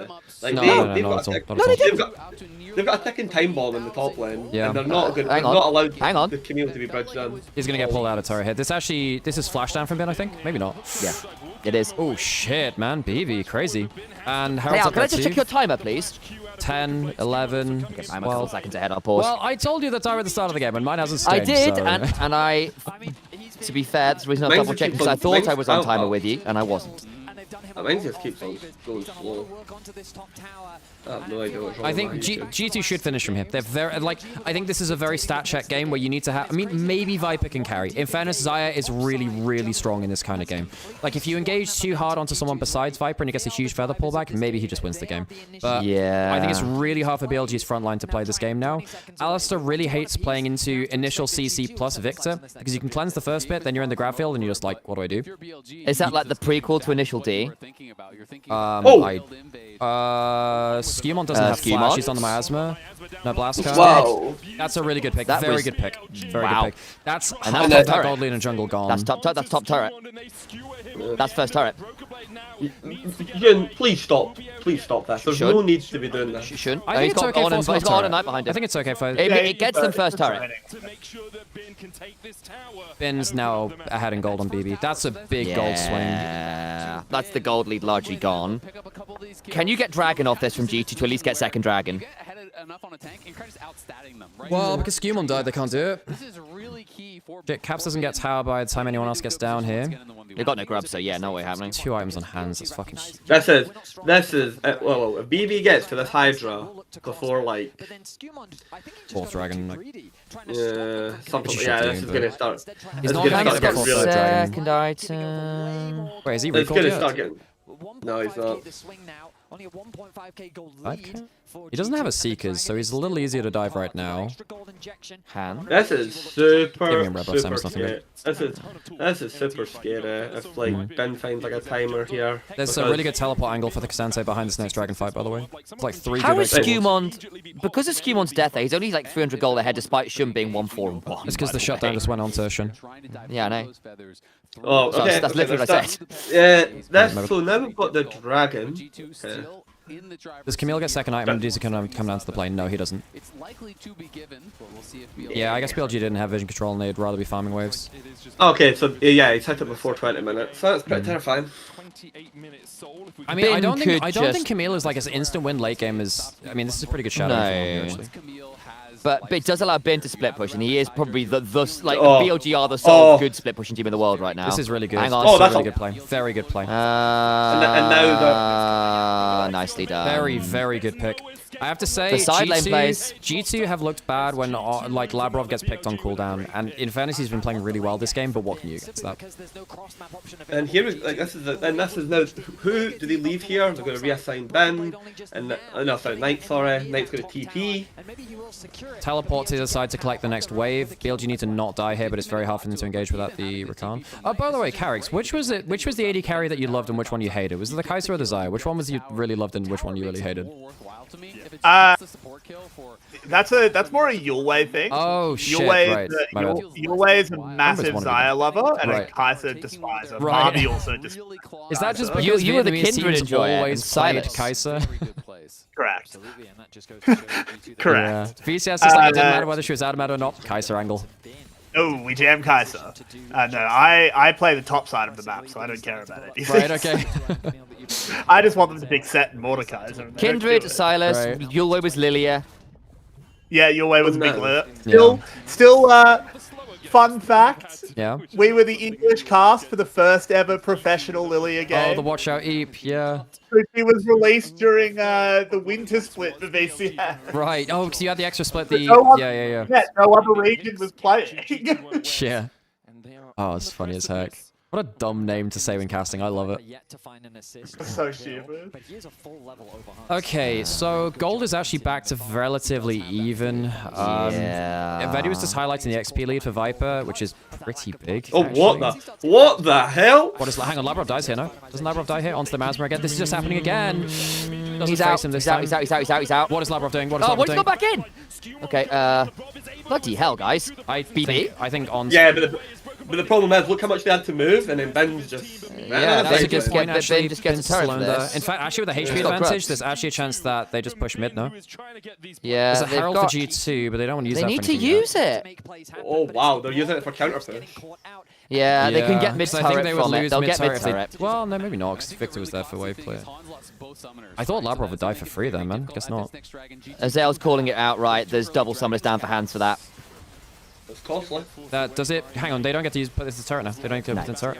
Nope. Oh, Gravity that's field. really annoying. Dragon's not up for another 2 anyway. Knight has empowered recall. He gets Seraph's this back, right? Yeah. And is by the way, is it Death Dance here for Ben? Like you go Death Dance, Mortal, like You probably go Sterax or for like, the CC for the Tenacity. Sterax, yeah. Yeah, so you go Sterax, then you go like so you go Sterax here, and you're a very very sad group of people. Yeah, Sterax, GA, and you're very annoying. So it's a big part of the game here for Knight. Caps has gone in towards, what could be a Zonia's or just a pit stop for that Seekers, and then if he I think Cap should go full Zonias into this comp. Death Cap or a Shadow Flame or whatever. I think Hansama should go fucking full Zonias. Yeah, it's genuinely a great option. I think you third item whatever. And I think Labrov should build Zonias. I think Labrov should build Zonias as well. Yeah. To be fair, probably not on Fight over Dragon in a minute is fucking huge. Viper is going to be pretty strong for that. He's going to get mid turret, so he's going to get turret gold from that too. G2 got no turrets yet. No. Worth noting that Caps is actually ahead of XP from Knight, even though Knight has Rod of Ages. Getting a lot more farm. Yeah, I know that Hans is going Dusk and Dawn. It gives you the AP upgrade on. It is very nice on hands, to be fair, but This Camille is so problematic in these like situations. They have to like go and try and kill Knight, but in top side is a little bit warded. Like, as long as Bin doesn't get caught in a side lane, he's just going to be permanently threatening a tier 2, and that's just a lot of extra gold. This is actually a pretty big Ocean Soul game, actually, with Kastante Wukong. Yeah, agreed. I don't think it matters for BLG, but if G2 get it, it's actually game winning. Okay, so we're getting recalls for big items now. I didn't see if Camille got like a third item off of this. Maybe he did. No, side farm. I don't think so. She's got a part complete. But Viper's got the pen component. Yeah, she's got tunnel. Tunneler. No, Viper has Last Whisper. Yeah. Yeah, last Whisper. No, it's not the same tunnel. So no, I was saying for Bin. Right, yeah, we were talking about Viper. Okay, so Sorry. Dragon's up now. Well, all the big ults of that. This is actually really on execution. Knight? Knight? Okay, he's fine. Whoa, I thought that gravity field was going to pick him off there, I'm not going to lie. He had flash, and honestly, there was not enough follow-up there. He can also teleport into the play too if things go badly enough. Oh, here we go. Like Ben's now just sitting in like really annoying pockets in the dark. But if Ben goes first, I think it's a mistake, no? I think Ben needs to go second. Yeah, definitely. Yes. And again, I think the 5v5s have been a lot harder than these side lane collapses. That's a teleport. No, it's a Kastante, it's fine. The Kastante teleport for what? Just be here, specifically. He wants to be in the mid lane, help get shoved and get into this river. They can get onto river first now because of that. They will lose tier 2 for this. They will lose tier 2 for this. Do they rush Baron if G2 go Dragon? I guess they do. This is where BLG make mistakes, though. Yeah, but G2 burned the extra teleport for that. Yeah, so now G2 don't get mid prior, don't get Baron prior, and I'll need to start Dragon. They need to do something. Be careful here. Ben's gonna die if they overcommit. I'm not sure about that. He knows that. They can't kill him. And they're gonna start Baron. Teleport. Oh no, they can't. They can't double teleport. Yeah, Ben they can't just get there in beast time. TP. So then it's a question of what does Ben do here? I think this is really risky for BLG. No. They just run around like madmen. Yeah, that's true. Can Camille get back to the base? Yeah. She can get over the play. Skimon has flash. This is actually a Baron steal angle. They've got miasma. They've just leashed it. They leashed it to him. They have. Oh my god. Oh my god, Shun gets it. Oh, that's so fucking close. So how many people get out with it? Is it 2? Is it 3 out or 2? I think it's 3 out. 3, but they will lose Dragon. Teleport back in from Knight, is it? BB? Yeah. Oh, he missed it! Yeah, is what it is. Do they get mid turret? I don't think they do. Not with Knight with so much HP. Yeah, Dragon they started Dragon. Now. They got Baron on 3 people. That was a mess. This is where BLG normally muck up, like bad. They kind of did. They're teleporting in. This is a 3v4. Bin isn't here. He is now. He is now. Nice. Oh, he missed his E. He's going to get onto Skumon nonetheless. He has flash, it's fine. He has flash. Oh, that's a teleport. That's a teleport. behind. Oh my god, the teleport. That's the Alistair flank. That's the Alistair teleport. Oh, boy. Bin's going again. Oh, that's huge. If they kill hands. Nice. Oh, that's it. That's actually it. That's actually it. GG. Oh my god, that's fucking it. That's actually just game. I had a feeling this Camille was going to be way more of a problem. Love Camille, man. Love Camille. This is the problem. Like, that's why I was so frustrated. That's actually the whole series. BLG got their first fucking international win after fucking years of trying. That is... we have sat here watching this team fall inches short like a billion times. And they done it with being absolutely pedestrian. Yeah. 5 out of 10, 4 out of 10, he's clapping that. Yeah, you should be clapping, Knight. You're lucky. BLG's first international win. Well done, boys. I was so surprised they won that last game. BLG. Well, folks, if you'd like to see more of this international title winning... Well, if you want to see the best region in the world play, come watch our co-stream. Come learn about BLG. Come learn about JDG. If you've enjoyed watching BLG, if you've enjoyed watching the LPL teams at this event, come watch us. Come learn about this region. It's fucking great, folks. You won't regret it. You will not regret coming to watch the LPL. It is a fantastic region to watch. What, guys, I think we need to decide our God King tier for this tournament. It should have been. No, I think it was just by the end of that game there, by the series, Ben. I don't think Ben had a single bad game. Should have had a rough last game. But okay. To be fair, I still think it shouldn't have been. I think On needs his own Jester tier. Yes. Congrats. And again, BLG, we said it was going to be a problem for G2 stylistically, the matchup. But in fairness, they were in a very good position that game and then made some really unfortunate mistakes back-to-back. Skumon getting caught, the fumble around that last dragon, not getting the Baron steal. There's just some little bits that cost them when they got a little bit stressed and panicked. And basically, Bin kept asking questions of them on the Camille, and they just didn't quite manage it well enough. Chat, one thing that I'd like just to mention here is how much well improved is BLG's drafting, by the way. So much better. I talked about that a lot. I talked about that a lot. Yeah. Big time. And I think Danny's playing with the champion pools really, really well. Like, if you are able to pull out things like the Camille and flex it, the Onivia and flex it, it's cool. It's cool. Oh my god. Honestly, folks, just come watch LPL. Come watch LPL. It's a fucking great region. You won't regret it. I love watching this team. Look at Sean's grin! Guys, I now have to do something very dangerous, which is open the door and look at a lot of very disappointed GT fans. Oh. Thank you very much for having me on, boys. Oh, no, thanks for coming on, Carrick. Thanks for coming on. A pleasure, a pleasure. Well. Obviously, stick around. Alex, I'm going to stick around for the interviews. If you want to watch a slightly worse region, you can watch LCP. True. Viper now the back-to-back first-stand champion, by the way. Of all the moves, of all the moves during the crazy off-season, it's Viper that finds his home first. That he went to BLG because he wanted to play with Knight specifically, and he got his rewards. He basically made it's crazy. A Korean player who has obviously could basically pick whatever Korean teammates he wants, chose to go to the LPL to try and make the best team, and they have actually made the best team. It's the start of the year. Yeah. By result, maybe not by eye test, but by result, BLG are the best team. That's crazy.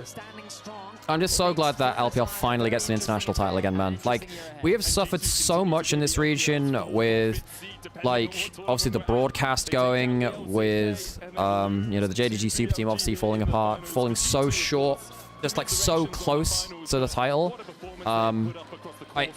It's genuinely been such a long wait, waiting for LPL to be, well, I mean, we are for now best region in the world. For now. Will that last? Of course, that ever changes, but for now we're the best region in the world. It feels like we have sat here waiting for a long ass time. The last time that LPL were the best region in the world was when I first started casting the region. We've had a couple of dark years, folks. Can I just say Che is back on the team as well, the other coach. Oh, I didn't realize that. Who was the coach from Billy Gaming the first time. So he was a coach from like 2018 to like 2022 or something. Yeah. So he was with Tabby, right? So he's like and now he's with Denny. So he came back to the team after going to Top East. Oh, it's so cool that they immediately go to meet the fans, actually. That's a really nice touch as well. Let them have their signatures. That's really cool. Is that's BLG's first international win, isn't it? Yes, basically? ever. Yeah, ever. Yeah. Remember that, like, the last time we won it was JDG 23 MSI. Yeah. By the way, and this is say good night. It's 3:30 in the morning. No worries, Thanks thank for you having so me. much for Carrick. Very cool to hang out. Have a good one. you, Carrot. See you, Carrick. Yeah, same to you. Have a good one. Yeah, shout out to Carricks. Carricks is one of the LCP English play-by-plays, so watch the LCP English broadcast to catch more. Carricks is a very cool person. Known him for years, and I hope that things go well for your next split. All right, see you in a bit, buddy. Yeah, Are you ready for the craziest bit of narrative ever? Nobody can prepare for it, Yeah. right? So the one that I always tell people is that like Canyon is younger than Kanave, something like that. It's Yeah. crazy, right? That's the first one, right? The second one is, does everyone here know that Ben's only 22? Yeah, he's super young. Remember, he was in. Wow, he started when he was like 17, he was didn't he? in World's 2020 finals with Suning. Remember that? Yeah, exactly. Yeah. So the last time he won an international was the fake MSI, okay, and that was 4 With years RNG, ago. yeah. With RNG, and he was 18. So he has had a 4-year international drought. You know what I mean? And the heartbreak of Worlds. Remember, Ben has lost 2023, because remember, he played against Knight, so he lost 2023 MSI, 2024 MSI, and Worlds 2020, and Worlds 2024. So he's had lost 4 international finals. And now he's got a new And then to win in the way that he did, with the Camille being such a problem, right? Great side lane ganks, great side lane pressure. Dragged them all over the map on his pick, on the Love Camille champion. Guys, BLG are now the only org in League of Legends history to lose every major international event in the grand finals. They lost MSI 2017 finals, Worlds 2019 finals, First Stand 2026 finals. Look, guys. I mean, okay, we're obviously very BLG focused here because, I mean, I'm wearing the jersey. We've been focused around LPL for a very long time. G2 played incredible this tournament. Halfway through this event, people are saying this, just cut them out of the event. NA versus EU, we need Rift Rivals back because honestly, there's no point playing between these big regions anymore. G2, I think, gave a lot of hope. Again, I know it sucks to lose in the finals like this, but they played well in finals. This was actually a winnable finals. They lost. Yes, it's heartbreak. Again, yes, but I think G2, again, just revitalizing much in the same way that KC, like, First Stand last year, G2 in years before, and MSI 2019, Worlds 2019, and places like that.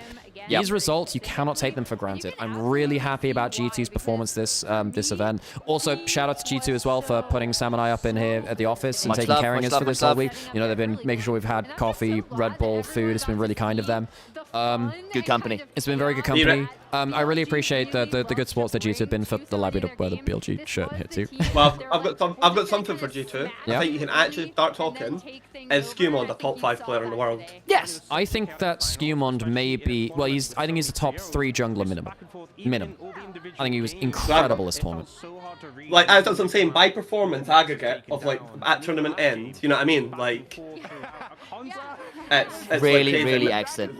Really and again, and the games that he was put behind were so instrumental to G2 losing games 2 and 3 because basically BLG put everything in the kitchen sink into making sure Skewmon did not get to play the game. This definitely is still BLG that you know and love. All right, Alex. Obviously that meter moves, but brilliant. Thanks for having me on, guys. No worries. I'm gonna watch the interviews. I'm gonna stick around. I'm gonna say hi to some of the folks there, and I guess, folks, then we'll determine. We'll finish off the fraud wall. I'll make one or two last changes. If anyone wants to add anything onto the fraud wall, you let me know. We'll take one last picture for the event, and then we'll put our God King tier in, and then anyone else can make any adjustments they want.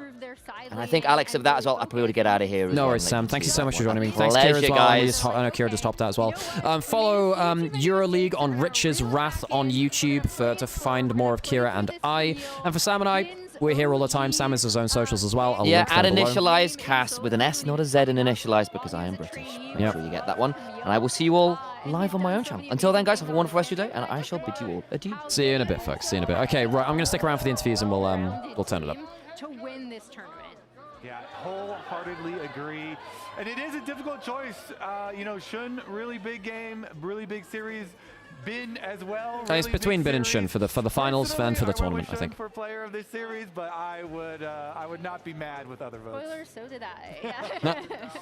It's Shun or Bin. You know, the Jackson, that Camille was insanely good. So impactful, but it was a tough call. When he teleported in at that last dragon, and you saw the flank from Camille, I was like, okay, yep, he's gonna like two-shot somebody right now.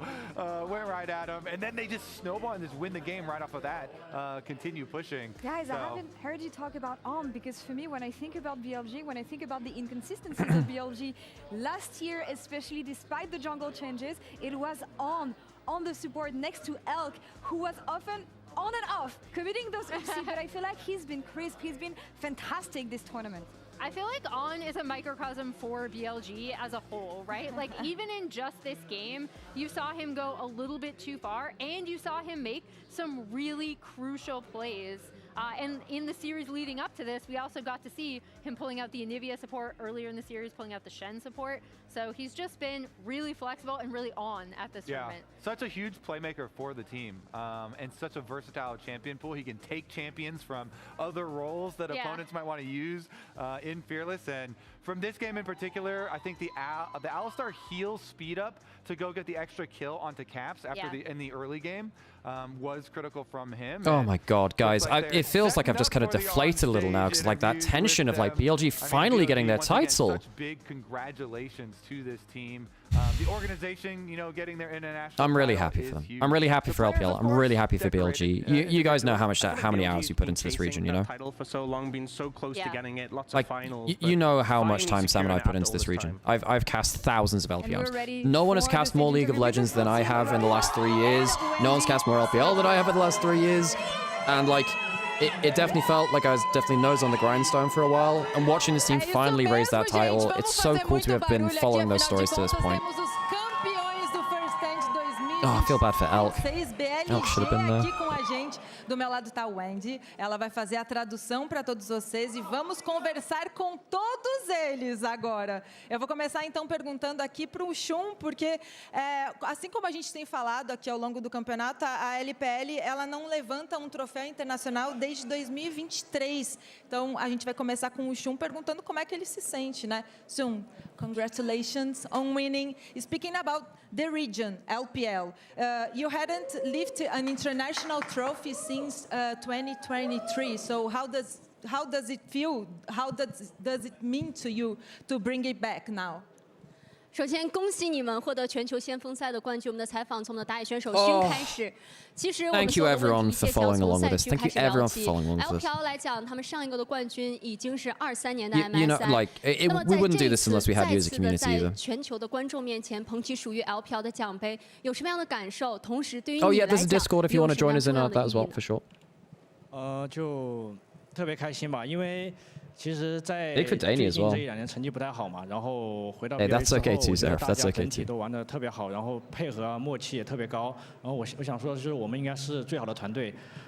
我自己的话，我觉得教练组其实带领对我的帮挺大的，他其实对我的个人复盘是比较多的，然后我自己也吸收了挺多的，然后成长也挺多的。So I must say I'm super happy, super excited at this moment, and also for the previous maybe 2 years we don't have a very good result, a very good performance on the stage, but coming back to BLG we were able to really build a very strong bond, we were able to really have a very good synergy, the good performance. I'd like to give all my appreciation to all the fans and also all my teammates here, and also thank you everyone. I would like to give a credit to our coaching staff, Danny, as well. Danny was so good this tournament. He's always the one gave me the very detailed feedback and helped me a lot, really, to make my personal growth and improvements. So I like to give my appreciation to all of you, and definitely this champion is so meaningful for me. Ele falou aqui que realmente eles não tiveram uma boa performance nesses 2 anos, quase 3 anos, né? Mas que eles criaram laço tão forte, assim, que foi essencial também para essa volta por cima. E ele falou e agradeceu muito Danny e toda a coaching staff aí da BLG por ter dado essa volta por cima. We're the best region in the world again, folks. Porque a gente perguntou isso para ele, a gente falou com ele sobre isso. Ele é o cara que levantou, trouxe esse troféu internacional em 2023. Everyone come watch LPL. Tell your friends to come watch LPL. E aí ele está aqui Get the de gang in novo here. trazendo um outro troféu. Então eu vou perguntar para ele que as pessoas aqui no Brasil, inclusive, consideram ele um dos melhores do mundo. O que ele acha disso? So, Knight, you lifted the trophy back in 2023, and now you've done It's crazy that they did this without Knight being in the form of his life. The only time where this has really happened for LPL in the recent history is when Knight has been on form, and he really wasn't on form today. 接下来要问一下我们的中路选手 Knight，23年的时候你捧起了那座国际赛事的奖杯。Oh, thank you so much for the gift 你又再次的做到了。很多巴 Appreciate you 西 so 的粉 much. 丝朋友们称赞你是世界上最好的中路选手，你有什么样的感 You're very 想？ kind, 对此 Zeph. 有什么 Appreciate 想 it. 说的吗？ You know what that means? Okay, what are you doing on the fraud wall? 国际赛冠军吧，就我也非常开心吧，就主要是自己职业打这么久，状态打得比较好吧。我觉得这只是开始吧， Labrov is back to fraud. Sorry, God. You can move him down a little bit, Zaref. You can move him down a little bit. I'm really Oh, you did happy and 3. very So he's up in his own excited tier. to be able to, with Wait. LPL, representing Hero. LPL It's going to purgatory. to lift this trophy once again on the international stage.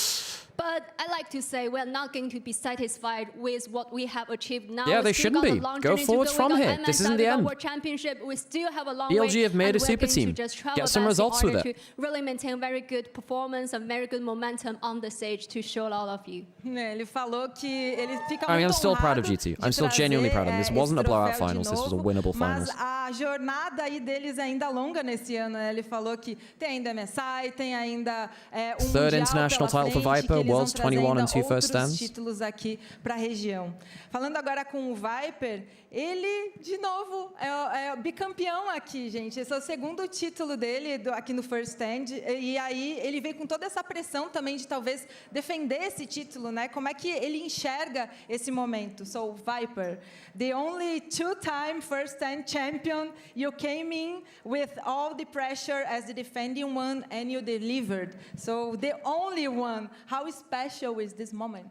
那接下来问一下我们的 AD 选手 Viper， 连续2年全球先锋赛的冠军，相信可能来到这里的时候也会带着一些的重担，因为毕竟连续2年并不是一件容易的事情，但是你做到了，你再一次的捧起了这一次先锋赛的冠军奖杯，所以说你也是唯一一个到目前为止做到的选手，有什么样特别的感受和想法呢？ Can I use an executive fraud wall move as moderator? Oh, you can have one for free, Harold. You can have one for free. 게임을 할 수 있다는 거에 되게 감사함을 느꼈고 그리고 사실 결승전 전까지는 크게 어떤 감정이나 이런 게 없다가 I'm just going to be saying that for forever, aren't I? 세트를 지고 That'll be a good thing, 작년과 I guess. 같은 이제 흐름이어서 저희가 우승할 거라고는 생각하고 있었고 3대 1로 Move the LPL up. That's true. That's true. We can put the LPL up in. Wait, with 5? 있었지만 결국에 That can be up to its own tier now. Yeah. 보여줄 수 있어서 정말 좋은 것 같아요.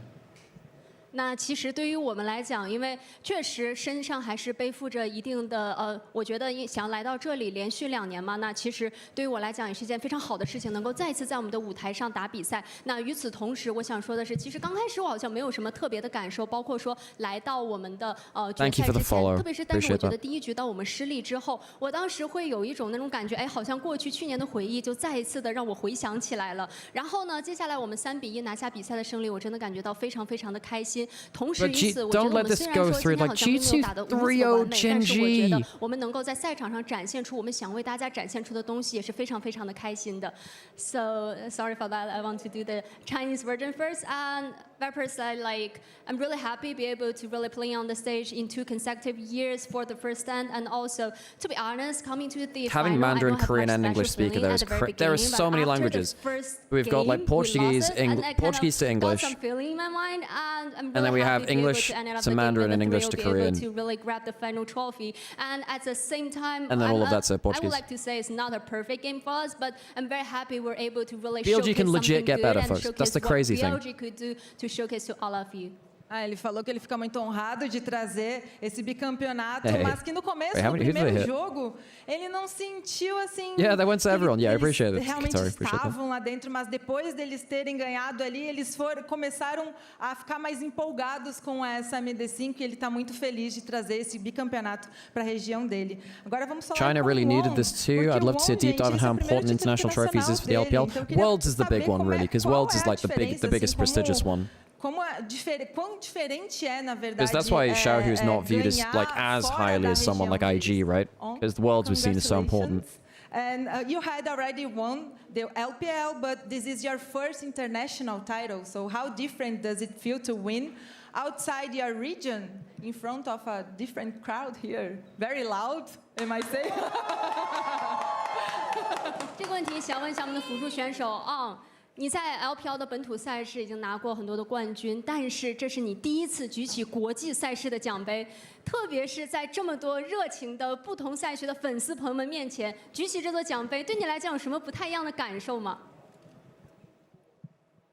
因为我经历过太多国际赛事的失败了嘛，每次都是只能获得亚军，所以说就特别渴望有一个国际赛事的冠军嘛，然后。拿到这个冠军真的是特别开心，然后很感谢赛场的观众。This is Bin's first international title. He won 22 MSI. He won MSI 2022 with RNG. I've really experienced so many failures, so many hardship times on the international stage. We will be able to come into the final, but always ended Okay, so I gotta note some runner-up. stuff down. So I'm really happy and excited that finally we were So able got to get this LPL opportunity up, right? to lift our trophy. And I would like to give a big thank you to all the LPL crowd up. here. Keep Ruler's going to Viclet here. We've got one random, one gifted as well by Mecha. What else did we have? We had. What else did we have? Anyone else for the fraud wall? Did I miss some stuff? Agora a gente vai falar com o Danny, que está ali sentadinho ali atrás. We appreciate you all those things. Thank you everyone for so much support over these ones. It was craziest. Oh, ABH wanted Nautilus actually. We can put Nautilus to there. Alright, I didn't check that before. No, that was a couple of days ago. I can do that. Like it's the 3-1. You did say that. Ben has been godlike for so long. Well, he fell off for the last year and a half. He fell off the last year and a half. In these early months of the season. 이번 데니 감독님 질문입니다. 우선 승리 축하드립니다. 근데 앞으로 더 중요한 경기도 있고 MSI 월드까지 이렇게 Okay, anyone else for the fraud wall? 혹시 I need to move the shy down. 지금까지 팀의 허업, 팀의 성장에 대해 어떻게 생각하시는지 여쭤보겠습니다. And thank you for the hype train, everyone. We appreciate you all. Daily, huge for him too, you know. China is strong, right? Mid too. China is strong. China is strong. BLG is a hell of a good team. And anyone's legend. This is a split with anyone's legend like falling off too. 또 한국 팀이랑 할 때도 운영, 뭐 라인전 이런 것도 저희가 분석해서 또 흡수할 수 있었고, 그래서 그런 마음으로 네, 저는 그냥 국제전은 어디든 같이 나가서 많은 경험을 하면서 상대방 장점을 잘 흡수하고 우리 단점을 잘 줄이는 네, 그런 과정을 같이 하고 싶습니다. So maybe I'll do the Chinese version first. Yeah. 那这个问题想问一下丹尼教练，因为其实这次的胜利也只是一切的开始，未来对于你们还有很长的路要走，可能有 MSI、有世界赛、有各种各样的国际赛事，所以说怎么评价可能到目前为止整个队伍的一些成长或者说一些配合呢？那丹尼教练的回答也是，我觉得每次能够来到国际赛事，对我们来讲都是非常好的一种体验，因为我觉得我们能够从不同的赛区身上学到不同的东西，包括说可能面对到很多西方的队伍，我们可以从他们身上学到他们的一些运营，包括说他们可能在局内之中有非常好的一些交流沟通，那这些部分我们都可以加以吸收、灵活运用。同时，比如说面对到很多 LCK 队伍的时候，他们无论是在运营还是在对线方面都有做得很好的部分，我们也可以加以去不断的去分析他们，然后把他们变成属于自己的养分。那我觉得每次来到国际赛，对于我们来讲都是很好的经历、很好的成长，也希望未来我们能够共同努力。So the answer from Danny is. We're always very happy to have the international experiences. Danny has coached Nogari, the Shy, Zeus, and Bin. I've made another god. It's crazy, man. For example, we can really learn well, Danny's definitely earning his worth here. It's definitely earning his worth. The draft's been crazy good. They did a super good job for the in-game communications and also to do the macro and do whatever they want, so we can really absorb those knowledges and make a good use of it. And also in facing off against those LCK teams, they really did a super good job in the laning phase, in all the macro. We can also analyze on that and try to make good use of that. So in the future, we're going to have more maybe international stages, and we're going to just try our best, to learn more and to do better.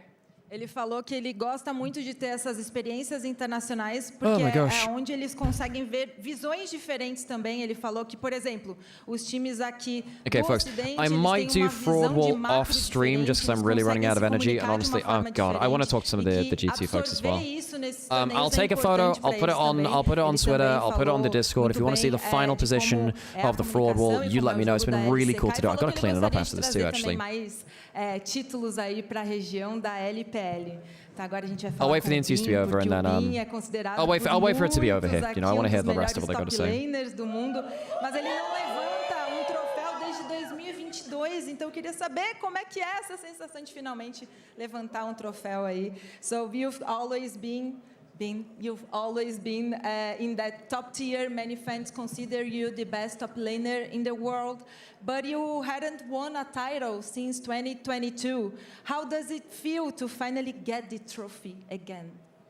那接下来也要问一下我们的上路选手斌哥，大家 No worries, 一直都会认为，因为你一直都保持着非常好的竞技状态，有非常多的粉丝朋友们都认为你是最好的上路选手。但是其实你从22年之后， then there's the Uzi Cup. I might end up co-streaming the Uzi Cup. We'll see. 这一次再次 Which is like the content creator cup with Uzi and a load of ex-pros. We'll see.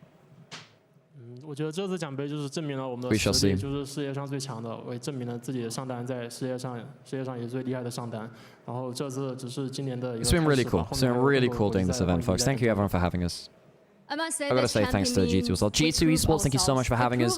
Like, obviously the finals didn't pan out the way you wanted to, but yeah. Be the strongest top laner. But he is the strongest top laner. He's not shit talking at all. He deserves that. Way to go. We're going to just shine on the stage with more good performance to all of you. Muito fofo. Ele falou que o ano só tá começando, né, gente? A gente tem muito para mostrar para vocês ainda. E é isso que a gente quer. E agora tem mais uma surpresa, porque todas as ligas ao redor do mundo votaram. E a gente tem aqui o melhor jogador, o MVP, OPA, dessa final, que vai para quem? Vai para o Bin. Eu vou anunciar agora. So voted by Bin might have the highest highs of this generation. He's definitely up there. OPPO MVP. So what does this recognition Oh, he's the MVP. He's the MVP. He deserves it too. 同时我们也恭喜斌哥获得了我们这次的 OPPO FMVP。 Finals, he deserves it. Don't overlook Shun, but I do think that Bin was on an absolutely insane run. Oh my god, he was good. I like to say I don't have much emotions for now because before the game I already know I'm going to be the FMVP. It's actually crazy that they managed this without Knight being like on Finals MVP form, because he was like MSI Finals MVP, arguably was the best player in Worlds Finals as well. Uma pergunta para eles aqui, porque poxa, estão há uma semana aqui com a gente, né? Então eu quero saber como é que foi sentir essa energia dos fãs Knight. You guys spent a week here in Brazil, so what was it like feeling the energy from all of them here? 那接下来想问一下奈特选手吧，因为其实已经来巴西1周多的时间，在所有的经历以后，对这里所有的一些感受、能量、所有的氛围，有什么想说的吗？我觉得在这里打比赛和在其他 Oh, what a time to be an LPL fan, folks. 就现场氛围就非常激情吧，所以感受是非常好的。 I must say the atmosphere here is super different from the other stages because we can feel the energy, we can feel really the passion from the fans. It's really energetic and hype us up, so we enjoy playing here. Ele falou que dá para sentir que a atmosfera aqui é diferente, que os fãs são super animados, estão sempre com a gente. Well, I gotta go take photos of the fraud wall. I'll change it, take photos of the fraud wall. Thank you so much. Congratulations, and then, I'll head out, I guess. É isso então, gente. Temos aí os grandes vencedores do First Stand 2026 diretamente do Brasil para você. Congratulations, shout out to BLG. Okay, folks, I'm going to leave it there because we've heard the interview. First things first, well, folks, if you're on YouTube, thank you everyone for watching. If you're on Twitch, I'll find someone to radio over to you. Keep your eyes on Twitter and Twitch to see where I'm going to be streaming next. But honestly, folks, thank you so much for the support. There have been so many subs, so many people tuning in day after day. It has been a huge pleasure to bring it to you. To watch LPL raise the trophy for the first time since MSI 2023. It's been a long 3 years. Like, the last time they raised a trophy was when I first started watching LPL. Casting LPL, rather. Thank you everyone for being alongside me, and for anyone who's reached out for LPL info, who has learned anything about these teams and the journeys they've been on. It means an awful lot. That's what I'm here for. If you're on YouTube, the show will end here. If you're on Twitch, we'll find somewhere else to put you. Thank you everyone for watching, and we'll see you